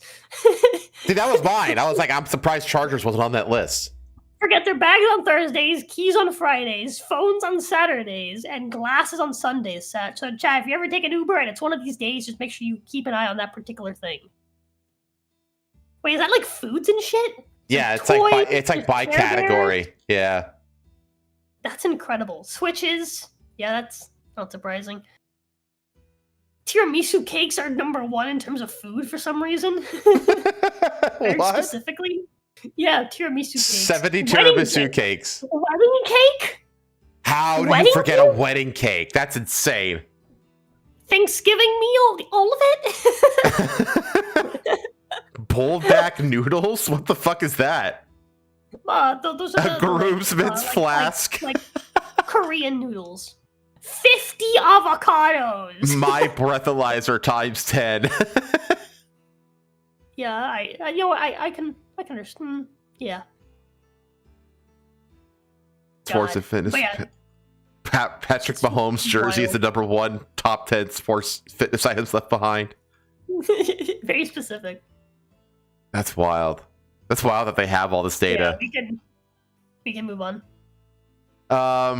Volunteer firefighter arrested for allegedly setting fires and responding to them with his department. Boy was literally cooking the books. Yeah, a volunteer firefighter in Montgomery County, Pennsylvania, is accused of setting fires and then responding with his fire company to put them out. Justin Shawley, 29, was arrested and faces several felony arson charges on Tuesday. He was a member of the Perseverance Volunteer Fire Company, according to officials. Investigators say he allegedly set 3 fires in Sutterton and Franconia Township late last month, all within about 24 hours. In each case, investigators say Shawley would then respond with his fire company to put them out. 2 barns and several vehicles were damaged. Police say license plate readers helped them identify Shawley as a suspect. They also say he allegedly admitted to the arsons after being confronted. He allegedly used fire starter logs, which were found in his vehicle. Certainly never thought he was capable of doing something like that, said Nick Clemmer, who lives near a storage barn that burned early Friday morning and called 911. Clemmer knew Shawley and never thought he would do something like this. He worked at the Boys and Girls Clubs where my kids went when they were younger, Clemmer continued. In total, 18 civilians were put into harm's way and had to be evacuated because of the fires. No one was injured. Yeah, that's it. Real short and sweet story. Just this fucking kid. He's like 30. He looks really, like, he has like a baby face. Bro has like real severe puppy dog eyes. He's got like the I was gonna say fetal alcohol. Maybe? Not sure. Sounds like he was just bored at his fire department and needed something to do. Fucking hell. Alright, chat. Enough about Lego thefts, alright? This is the real theft of the century. It really is. Thieves steal a banana from famous $6.2 million art piece in French museum. They stole the banana. The A banana. banana taped to a wall as part of an art piece worth $6.2 million US dollars has been stolen from an exhibition in France. The center Pompidou Metz has notified authorities of the stolen banana, which was first spotted by a security guard. Can you imagine being a security guard? You're like looking over at the tape. You're like, wait a minute. You told me something yellow there. The banana! You know, it's like the banana! In a statement condemning the act, the Art Center added that it has replaced the perishable aspect of the work and restored it to its original presentation. The value of the artwork, it said, lies in its certificate of authenticity and the protocol governing its presentation rather than the perishable component. Is it a real banana? It was. Because it's gonna rot. Wouldn't they just have to replace the banana every week? That one that you see there is a fake banana. Okay. Yes. So if you go up, the value of the banana, the value in the art isn't the actual art. It's the certificate of authenticity. That's what's actually valuable about this art. Chat. It's a fucking scam. It's a fucking IRL NFT is what it is. Yeah. It's an I actual... don't actually care about this. We don't have to read the rest of this. You just need to know that they stole it, and then they didn't actually try to find the banana, they just replaced it. Because it doesn't actually matter. It doesn't actually matter, chat. This is all just money laundering. Pretty much. All modern art is a scam. Named Looney Tune sentenced for shooting 3 cops. A man cartoonishly named Looney Tune was sentenced to decades in prison for shooting at 3 Oregon police officers during a traffic stop.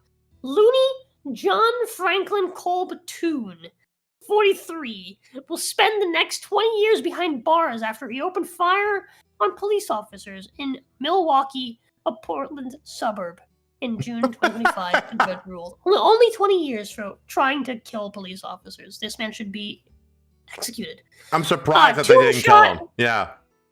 Tune shot at the officers while speeding away from the traffic stop after officers discovered he had an active warrant. He then ditched his SUV and a female passenger and took off on foot at a local golf course. He was arrested 3 days later. Tune, who was on probation for attempted kidnapping at the time of the shooting, pleaded guilty Thursday to 4 counts of first-degree attempted assault with a firearm, unlawful use of a firearm, felon in possession of a firearm, and second-degree escape.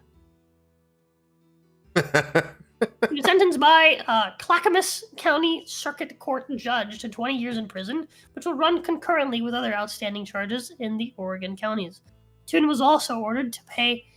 It'll run concurrently? What? As in, like, one after the other? With his existing prison sentences? Well, it says with other outstanding charges in other Oregon counties. So he's basically just going to have these 20 years stacked onto whatever his sentence is for these other charges. Tune was also ordered to pay restitution to the city of Milwaukee for damaging a police car and to the owner of a car hit by his bullets. How long before this guy gets bummed in prison, by the way? I suddenly remembered the video I showed you, that I sent you, that I think Asmongold was covering, of like a cop that like shot a police officer for stopping him. Mm-hmm. And like this officer's like, yeah, can I see your license registration? He's like, yeah, it's in my bag. Can I get it, officer? And he's like, yeah, sure. And then he turned around, pulled a gun, and shot him in the head. Yeah, it's like you wonder why cops are on edge. Yeah. Yeah, that video pissed me off so bad. You were mad in DMs. You were fucking going off.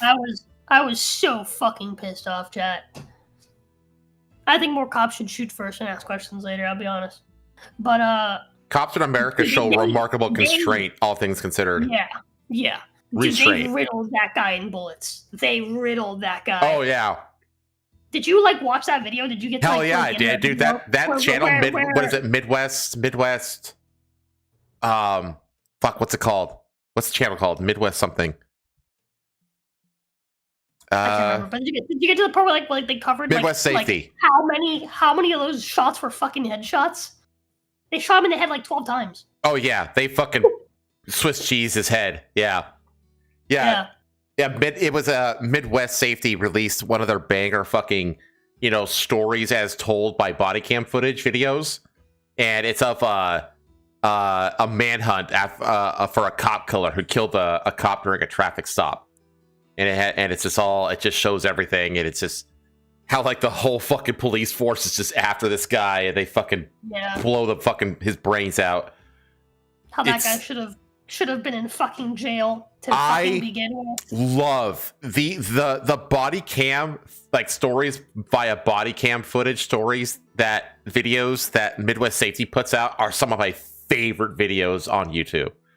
They are so damn good. Like the one he did for the FedEx plane crash is one of my favorite videos of all time. It's so fucking good. All right, now for a story that'll actually piss us off. Yeah. Teenage girl accused of stabbing 3 horses appears in juvenile court. The girl allegedly attacked 3 horses at a barn in Las Vegas early Saturday. The teenage girl accused of stabbing 3 horses made her first appearance in juvenile court in Nevada on Thursday, as prosecutors hope to move her case to adult court. The judge said he believed the teen was a public safety risk and ordered her to remain in custody with no bail. Like, why do we do this for children, not for fucking grown-ass fucking niggers? Why? Yeah. Why the fuck do we do this for, like, little girls, right, that killed horses, and not for absolute fucking monster, like, fucking piece of shit, demon fucking niggers that are running around the street killing people? Like, why? Why do we have this level of competence for a teenage girl, but not for like actual problems? It does seem strange. It is fucking like infuriating how like we seem to like hold children to a higher standard than fucking adults. Fucking That's fucking ludicrous. Anyways, I do think that this girl should be tried as an adult, though. Oh yeah, same.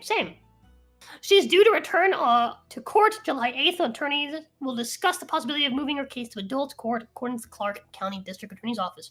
The girl, who's in Las Vegas for the National Barrel Horse Association's Professional Choice Vegas Super Show, is accused of attacking 3 horses in a barn early Saturday, according to Las Vegas. Was she trying to the barn? Was she trying to kill the competition? Yes. So she had access to the barn. Authorities believe she may have used a knife to wound the horses. Authorities said the horse injuries were non-life-threatening. Oh, I thought they were dead. They told me that she had killed them. Oh, okay. Well, if they weren't killed, then I'm less inclined. I still think this child should be. Here's the thing. I think case scenarios where we have people, children or adults, right? How old is this girl again? Go up.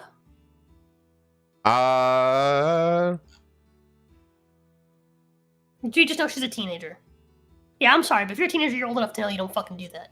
Like, if your child is this far along and is doing shit like this, you fucked up as a parent. I was so mad when Pay told me about this. I was telling Pay, I was like, I think, right?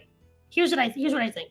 I think if your child, right, is like at the point where they're fucking, killing fucking, they're trying to kill animals, right?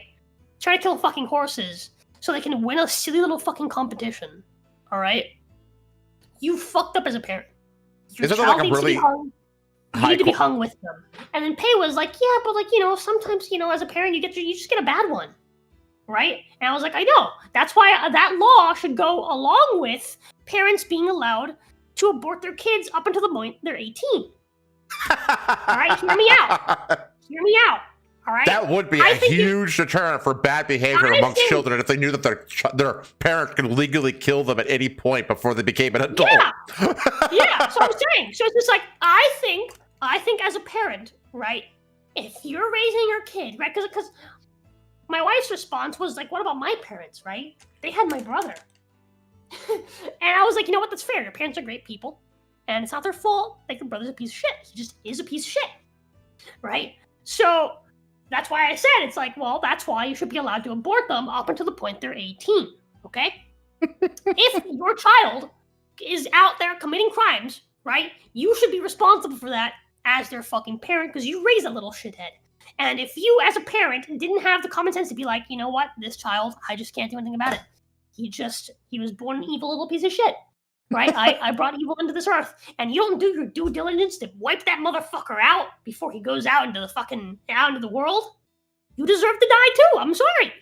I think parents should be allowed to kill their kids up until the moment they're adults. For as long as your parent owns you, you're their property. They should be allowed to fucking put you down like a dog.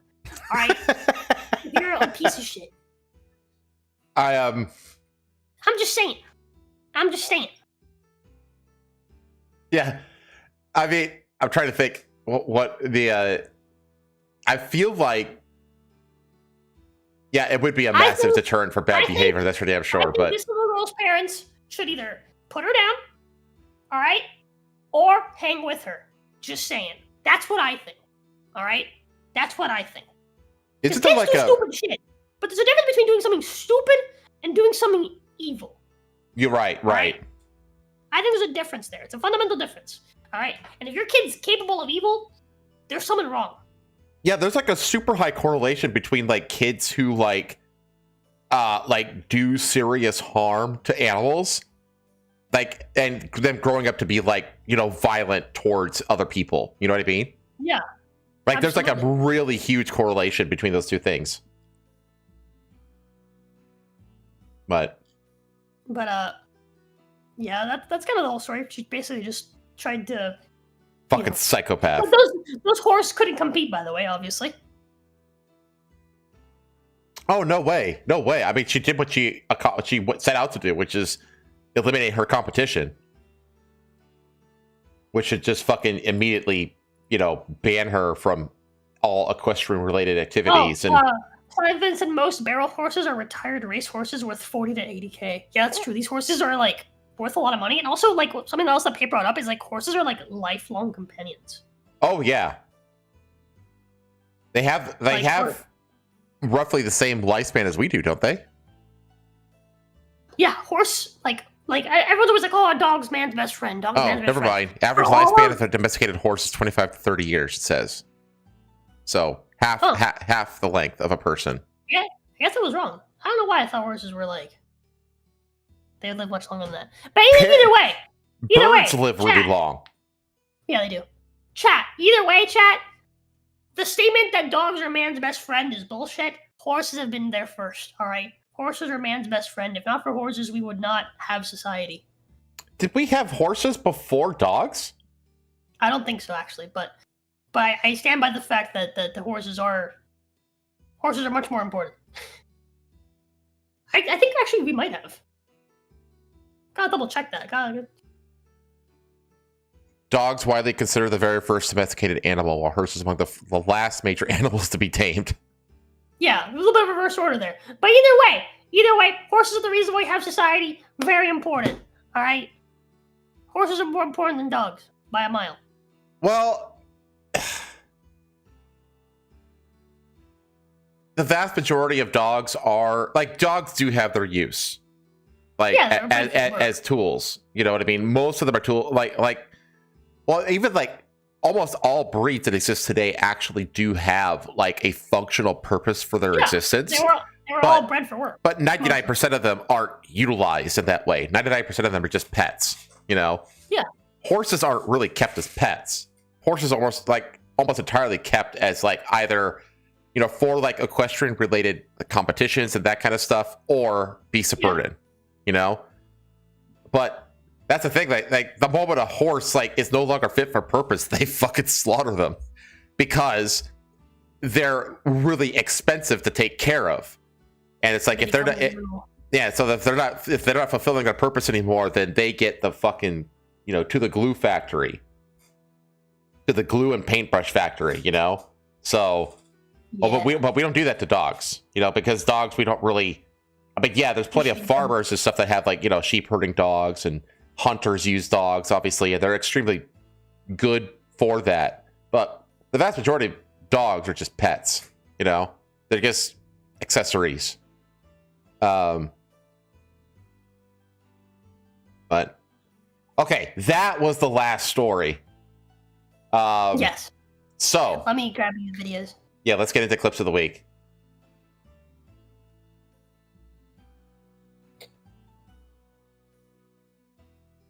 I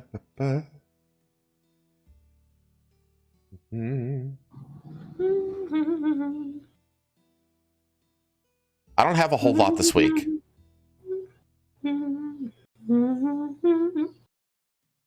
I need to double check. What was the last one I sent you? Last week.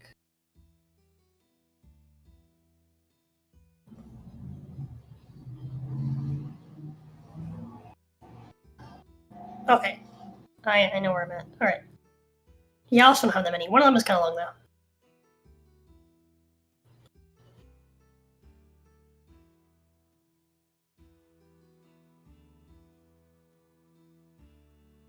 There you go. I'm loading mine now.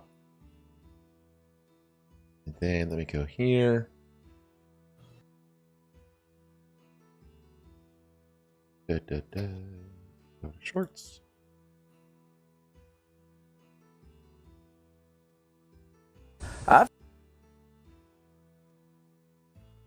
Right. All right, that's all mine. Let me get yours up. Give me a sec.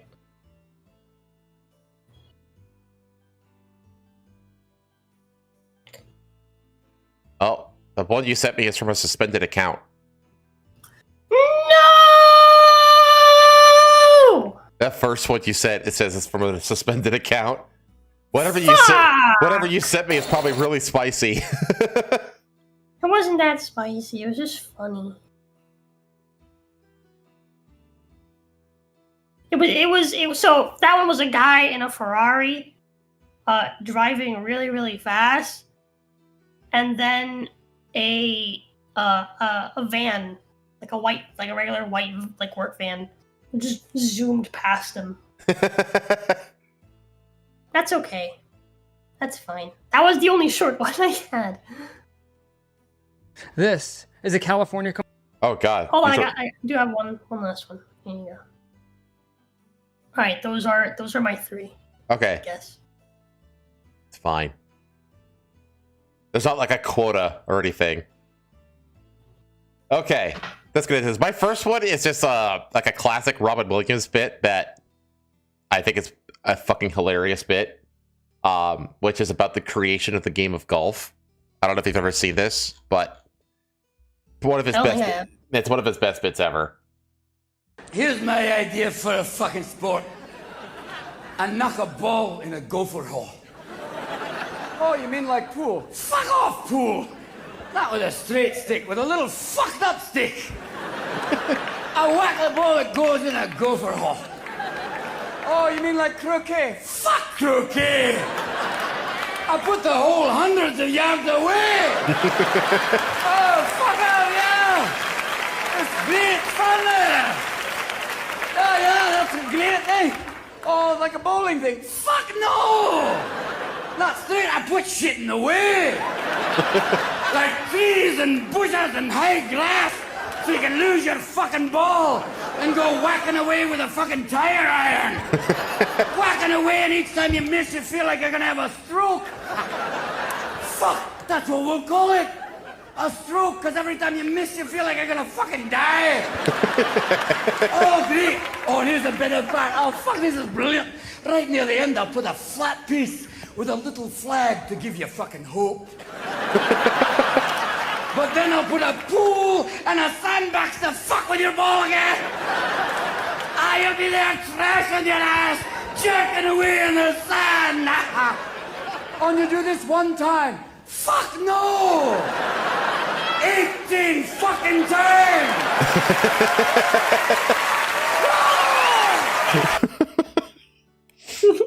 he had some really good bits during his stand-up years.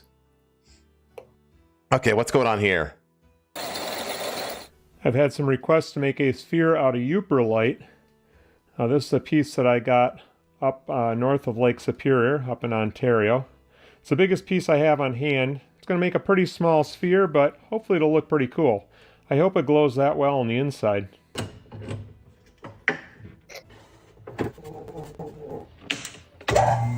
Here's my rough cube. Let's see if it still fluoresces. That side's good.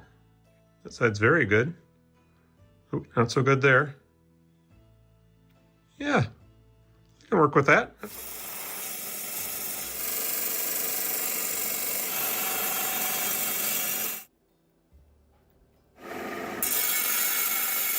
Here's my very roughly shaped sphere, and it is still glowing pretty good.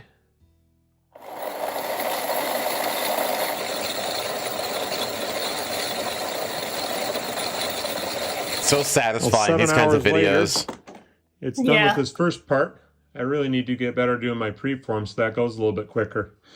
Now it's time to move on to these polishing cups. These have Velcro on them, and I have 9 different grits to go through. This is 50 grit. Yeah, this gets really crazy really fast. 50 grit, 100 grit, 200 grit, 400 grit, 800 grit. God damn. It's really polishing that thing. 3,000 grit, 6,000 If you've been watching this grit, wondering what a Euperlite is, 10,000 grit. go to the 3 dots in the upper right-hand corner of this video, change the audio track to Klingon, and watch the video again.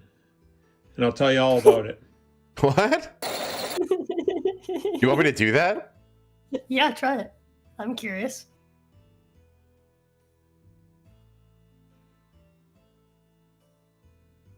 I'll look for Klingon. There it is. Welcome back. So you'd like to know what a Uperlite is, huh? The more formal name of this rock is syenite. Syenite is basically the same as granite, but without the quartz. This particular syenite contains sodalite, which is the mineral that fluoresces under UV light. To explain where the name Uperlite comes from, I have to start by explaining the geography of Michigan. Michigan has two main peninsulas, the Lower Peninsula and the Upper Peninsula. Right? Michiganders refer to the Upper Peninsula as the UP, and we call people from the UP Upers. Get it? UP, Uper? By the way, this is not a derogatory term. Upers are typically proud to be Upers. I live in the Lower Peninsula, south of the Mackinac Bridge. Since I live below the bridge, I'm referred to as a troll. Back to the rocks. A Uper by the name of Eric Rintamaki came up with and trademarked the term Uperlite for these rocks, since the rocks are found in the UP, they light up under UV light, and many rock and mineral names end in ite. I think it's a really clever name. Uperlites can be found in a lot of Lake Superior beaches in Michigan's UP, but those originally came from north of the lake in Ontario. They were transported here by glacier. It's in Ontario where Sam and I found the one that I made into a sphere here. If you'd like to hunt for Uperlites, you'll need a good 365 nanometer light. If you'd like to get the same one that I'm using here, I'll put a link to it in the description of this video. Thanks for watching, and I'll see you next time. Well, there you go. We learned all about Uperlite. The only problem with it is that it comes from Michigan. Alright, continue. Okay. Watch what happens to my body when I cut out coffee and sugar.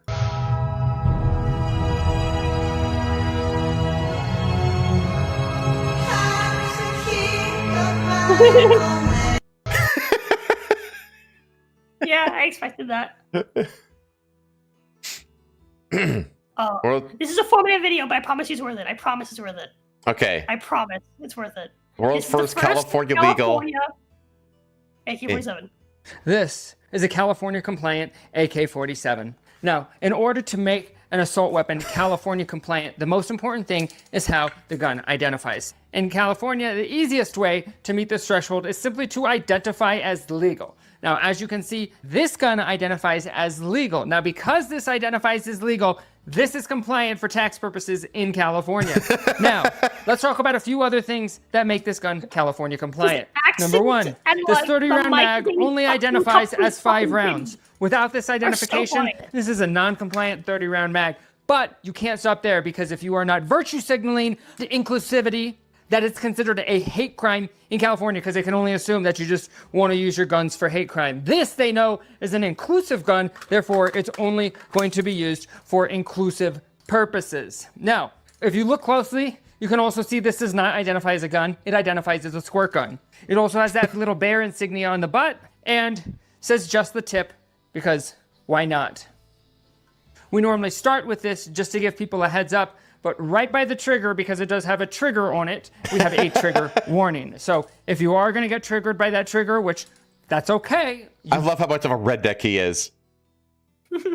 We'll get triggered by triggers. Triggers are triggering. They trigger me. Every time I'm playing with this, I'm always like, bang! That's so loud. It's so scary. That's why there's a trigger warning right there for you. It's going to be triggering. Now, when the safety is on a California compliant gun, what that means is not that the gun is not loaded. It means that you are in a safe space. So as soon as you hear that click, everyone in the room is immediately calm in California, because they know everyone is in a safe space at that moment. No one's feelings are going to hurt, and we're going to talk through it. That's what this is about. And so all you have to do is, boom, you hear that click, you're in a safe space. Now, there's one other requirement in California. You do have to have a trigger lock on at all times, because shooting a gun in California is illegal. However, a way around that is when you load the gun ideally in California would remain unloaded at all times. Never load your guns. It's very dangerous loading guns. You don't want a loaded gun in California. That's how burglars get hurt. But if you do decide to put bullets, was that him like trying to mask him laughing at his own joke? Yeah. dangerous. I don't recommend it. That's how what you can Legos get do hurt. is just make sure you engrave on each bullet. I identify as whatever, an egg. Toilet paper is a common one. That way they think it's just like, it's a friendly act. You know, it's not a big deal if someone toilet papers you and just sprays you in a drive-by with toilet paper. If the bullets all identify as toilet paper, everyone feels safer in California. That's why, you know, they've had some of the lowest crime rates because they stopped counting in years. And that's, you know, mainly due to all the gun laws like this that make people feel safe and inclusive. So I know it seems like overkill. It seems like the most inclusive gun you've ever seen. It's very inclusive. It is inclusive, I'm not gonna lie. But that is what it takes to meet the threshold of California legal. So let me know what you think in the comments. You think we did a good job? This was literally billions of dollars in R&D that we had to pour into this bad boy right here. We needed to find what colors made people feel the safest, right? What designs made people feel the safest? Starburst. What sayings made people feel the safest? Because we knew that if we were going to get through California's gun laws, we needed a gun that made people feel happy and feel safe inside. And it had to be a nice gun. It couldn't be a mean gun. And so many guns these days, they just look mean. And we just didn't want to do that and make that mistake because we knew we wouldn't be able to get into California if we didn't step up our game and come up with an inclusive design. So if you live in California and you want to support local law enforcement, you want to give them their gun back so they don't have to walk around with, you know, little silly wooden gun anymore, you can sponsor one of their inclusion jobs here. And all you have to do is just you go to your Cerakote shop and you tell them you want inclusive pink, inclusive green, inclusive yellow, inclusive orange, and inclusive white. That's the most important one because some whites are not very inclusive at all. You don't want the non-inclusive white. You have to get inclusive white. If you get non-inclusive white, it changes the whole feel of the gun. It's just it's so gross. Yeah, I think that's basically it. You have everything you need to create a compliant assault weapon in the state of California now. You're welcome. Brilliant. Absolutely brilliant. That was an airsoft gun too, wasn't it? I don't know. That's why it had the orange tip. Like the orange tip means it's an airsoft. Well, you could just paint that. I guess. It's it's compliant. It's a compliant orange. Okay. It's inclusive orange. Okay. Okay, I believe you. First day in door-to-door sales, and I run into this guy. This kid is kid of the year, by the way. Can you say that again? I said you can sell that to me, but I'll sell you a punch in the gut. Really? Yep. Why? Yep. Because you're trying to mess with my granny. Your granny? Is this your granny? Yep. We're doing her house for pest control. Huh? Yeah, we're doing pest control. Like, actually, I'm gonna take care of her spider webs for your granny. Isn't that not nice? I love the pose that he takes. Like, look at that shit. Like, this... I'll fuck you up, you miss my granny. That's you right. don't sell nothing to my granny. You're trying to scam her. Fucking grandson goals right here. Can. Oh man.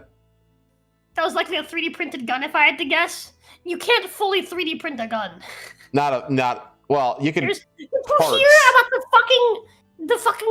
the New York thing that they're trying to pass, which is basically just like an anti-manufacturing law?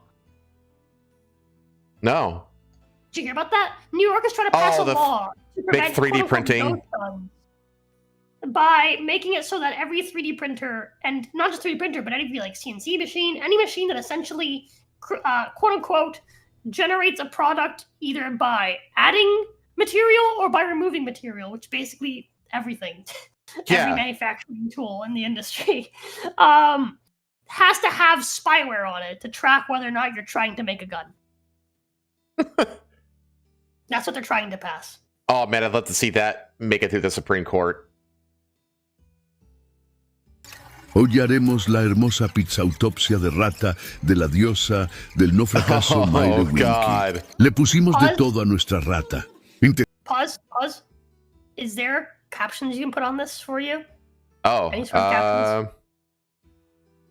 You're gonna want. Nope. Oh well, that's fine. You just won't understand it. No. The guy is speaking Spanish, and it's very funny. He's like very monotone, talking about how he's like, yeah, we're gonna make the most pristine rat. All right, it's gonna have all the organs. And, blah, blah, blah. Vena, arteria, corazón, pulmones, costillas y hasta estómago. What's the fucking creepy mouse effects in the background? Nadie quiso comerse mi porquería porque les daba asco. No one wanted to Ni eat cabía my en donde food. íbamos a hornearla, así que tuvimos que hacerle unos pequeños arreglos. Pero no importa porque se ve más realista. Y que Diosito me lo bendiga y que todo salga bien. Me inspire y mientras se horneaba mi cochinada me puse a hacer una pequeña ratita autopsia. I heard pussy. Es el bebé de nuestro primer trabajo. Tenía todas sus partes, pero en mini. Quedó hermosa y se la di de desayunar a mi ser amado, que si se comió porque me ama mucho y esta no se veía tan grotesca. Vean su cara de felicidad. Me ama. He's saying like. A comer nada. Pause. I missed that part when I first watched it, but he's literally saying he's like yeah, it's my family who ate it because they love me. Look at that face of joy. And then really fast, it said no one was forced to eat anything. That's amazing. It's so funny. This was just something amazing that I found. I have seen this. This is fucking insane. I know what this is. So, This like- man's insane. This man's incredible. Has like rocket butts, like whole shenanigans.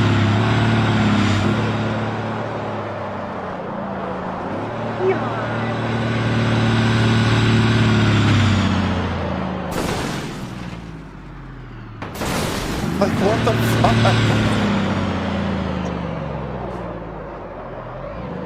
Bro just is the chauffeur.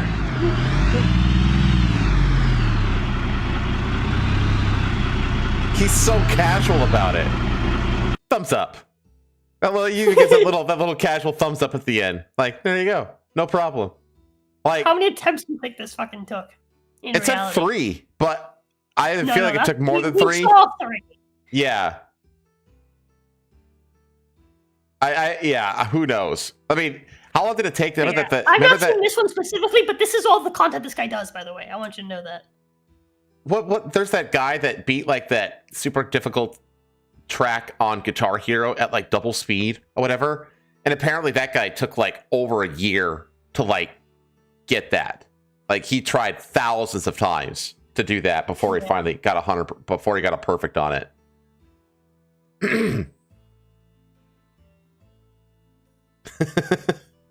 I wonder if you would pay can relate to this at all. What's the method of wait? Hold on. What did it say? Yeah, I left at the method of the husband inflicting unbearable pain on his wife.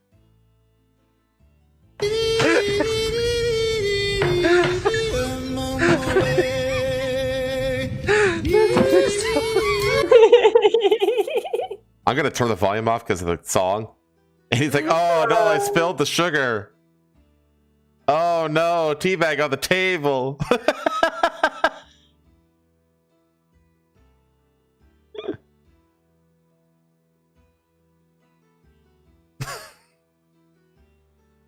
He's leaving his socks around. Oh, hold on. This is how Pay would fucking torture me. Pay leaves socks fucking everywhere. Pay like when she gets home, she just strips wherever the fuck she happens to be standing, and then just leaves her fucking shit around. It like aggravates me to my fucking core. That aggravates me too. I can't say my clothes are just lying around everywhere.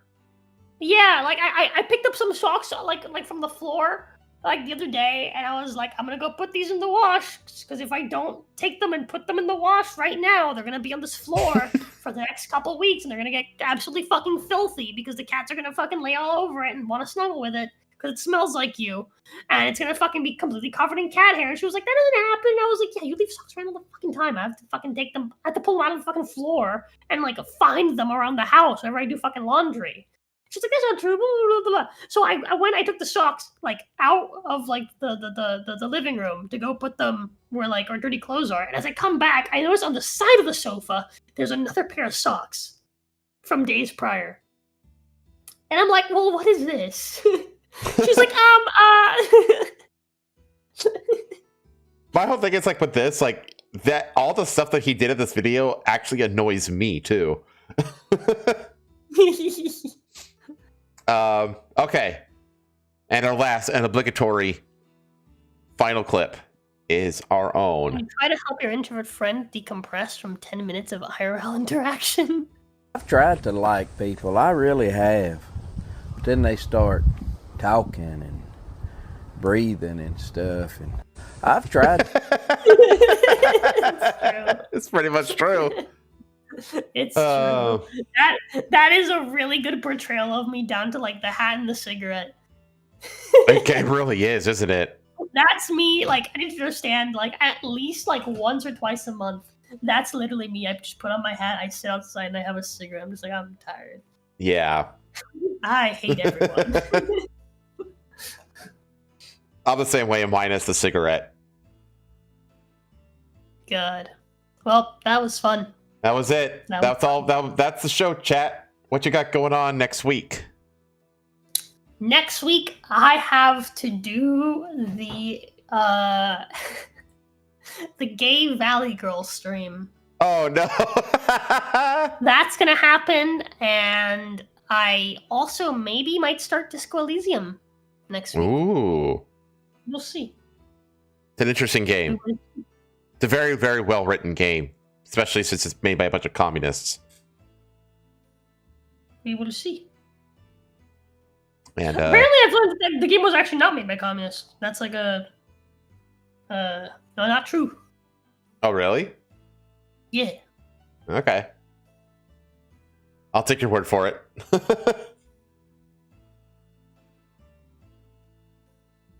I think there was like a communist or like two communists. I can't remember. Okay. I hope it doesn't hurt your eyes. I also hope it doesn't give you motion sickness. I'm worried it might. It's not first person. I know, it doesn't have to be. I think you'll be okay. I hope so. I hope so.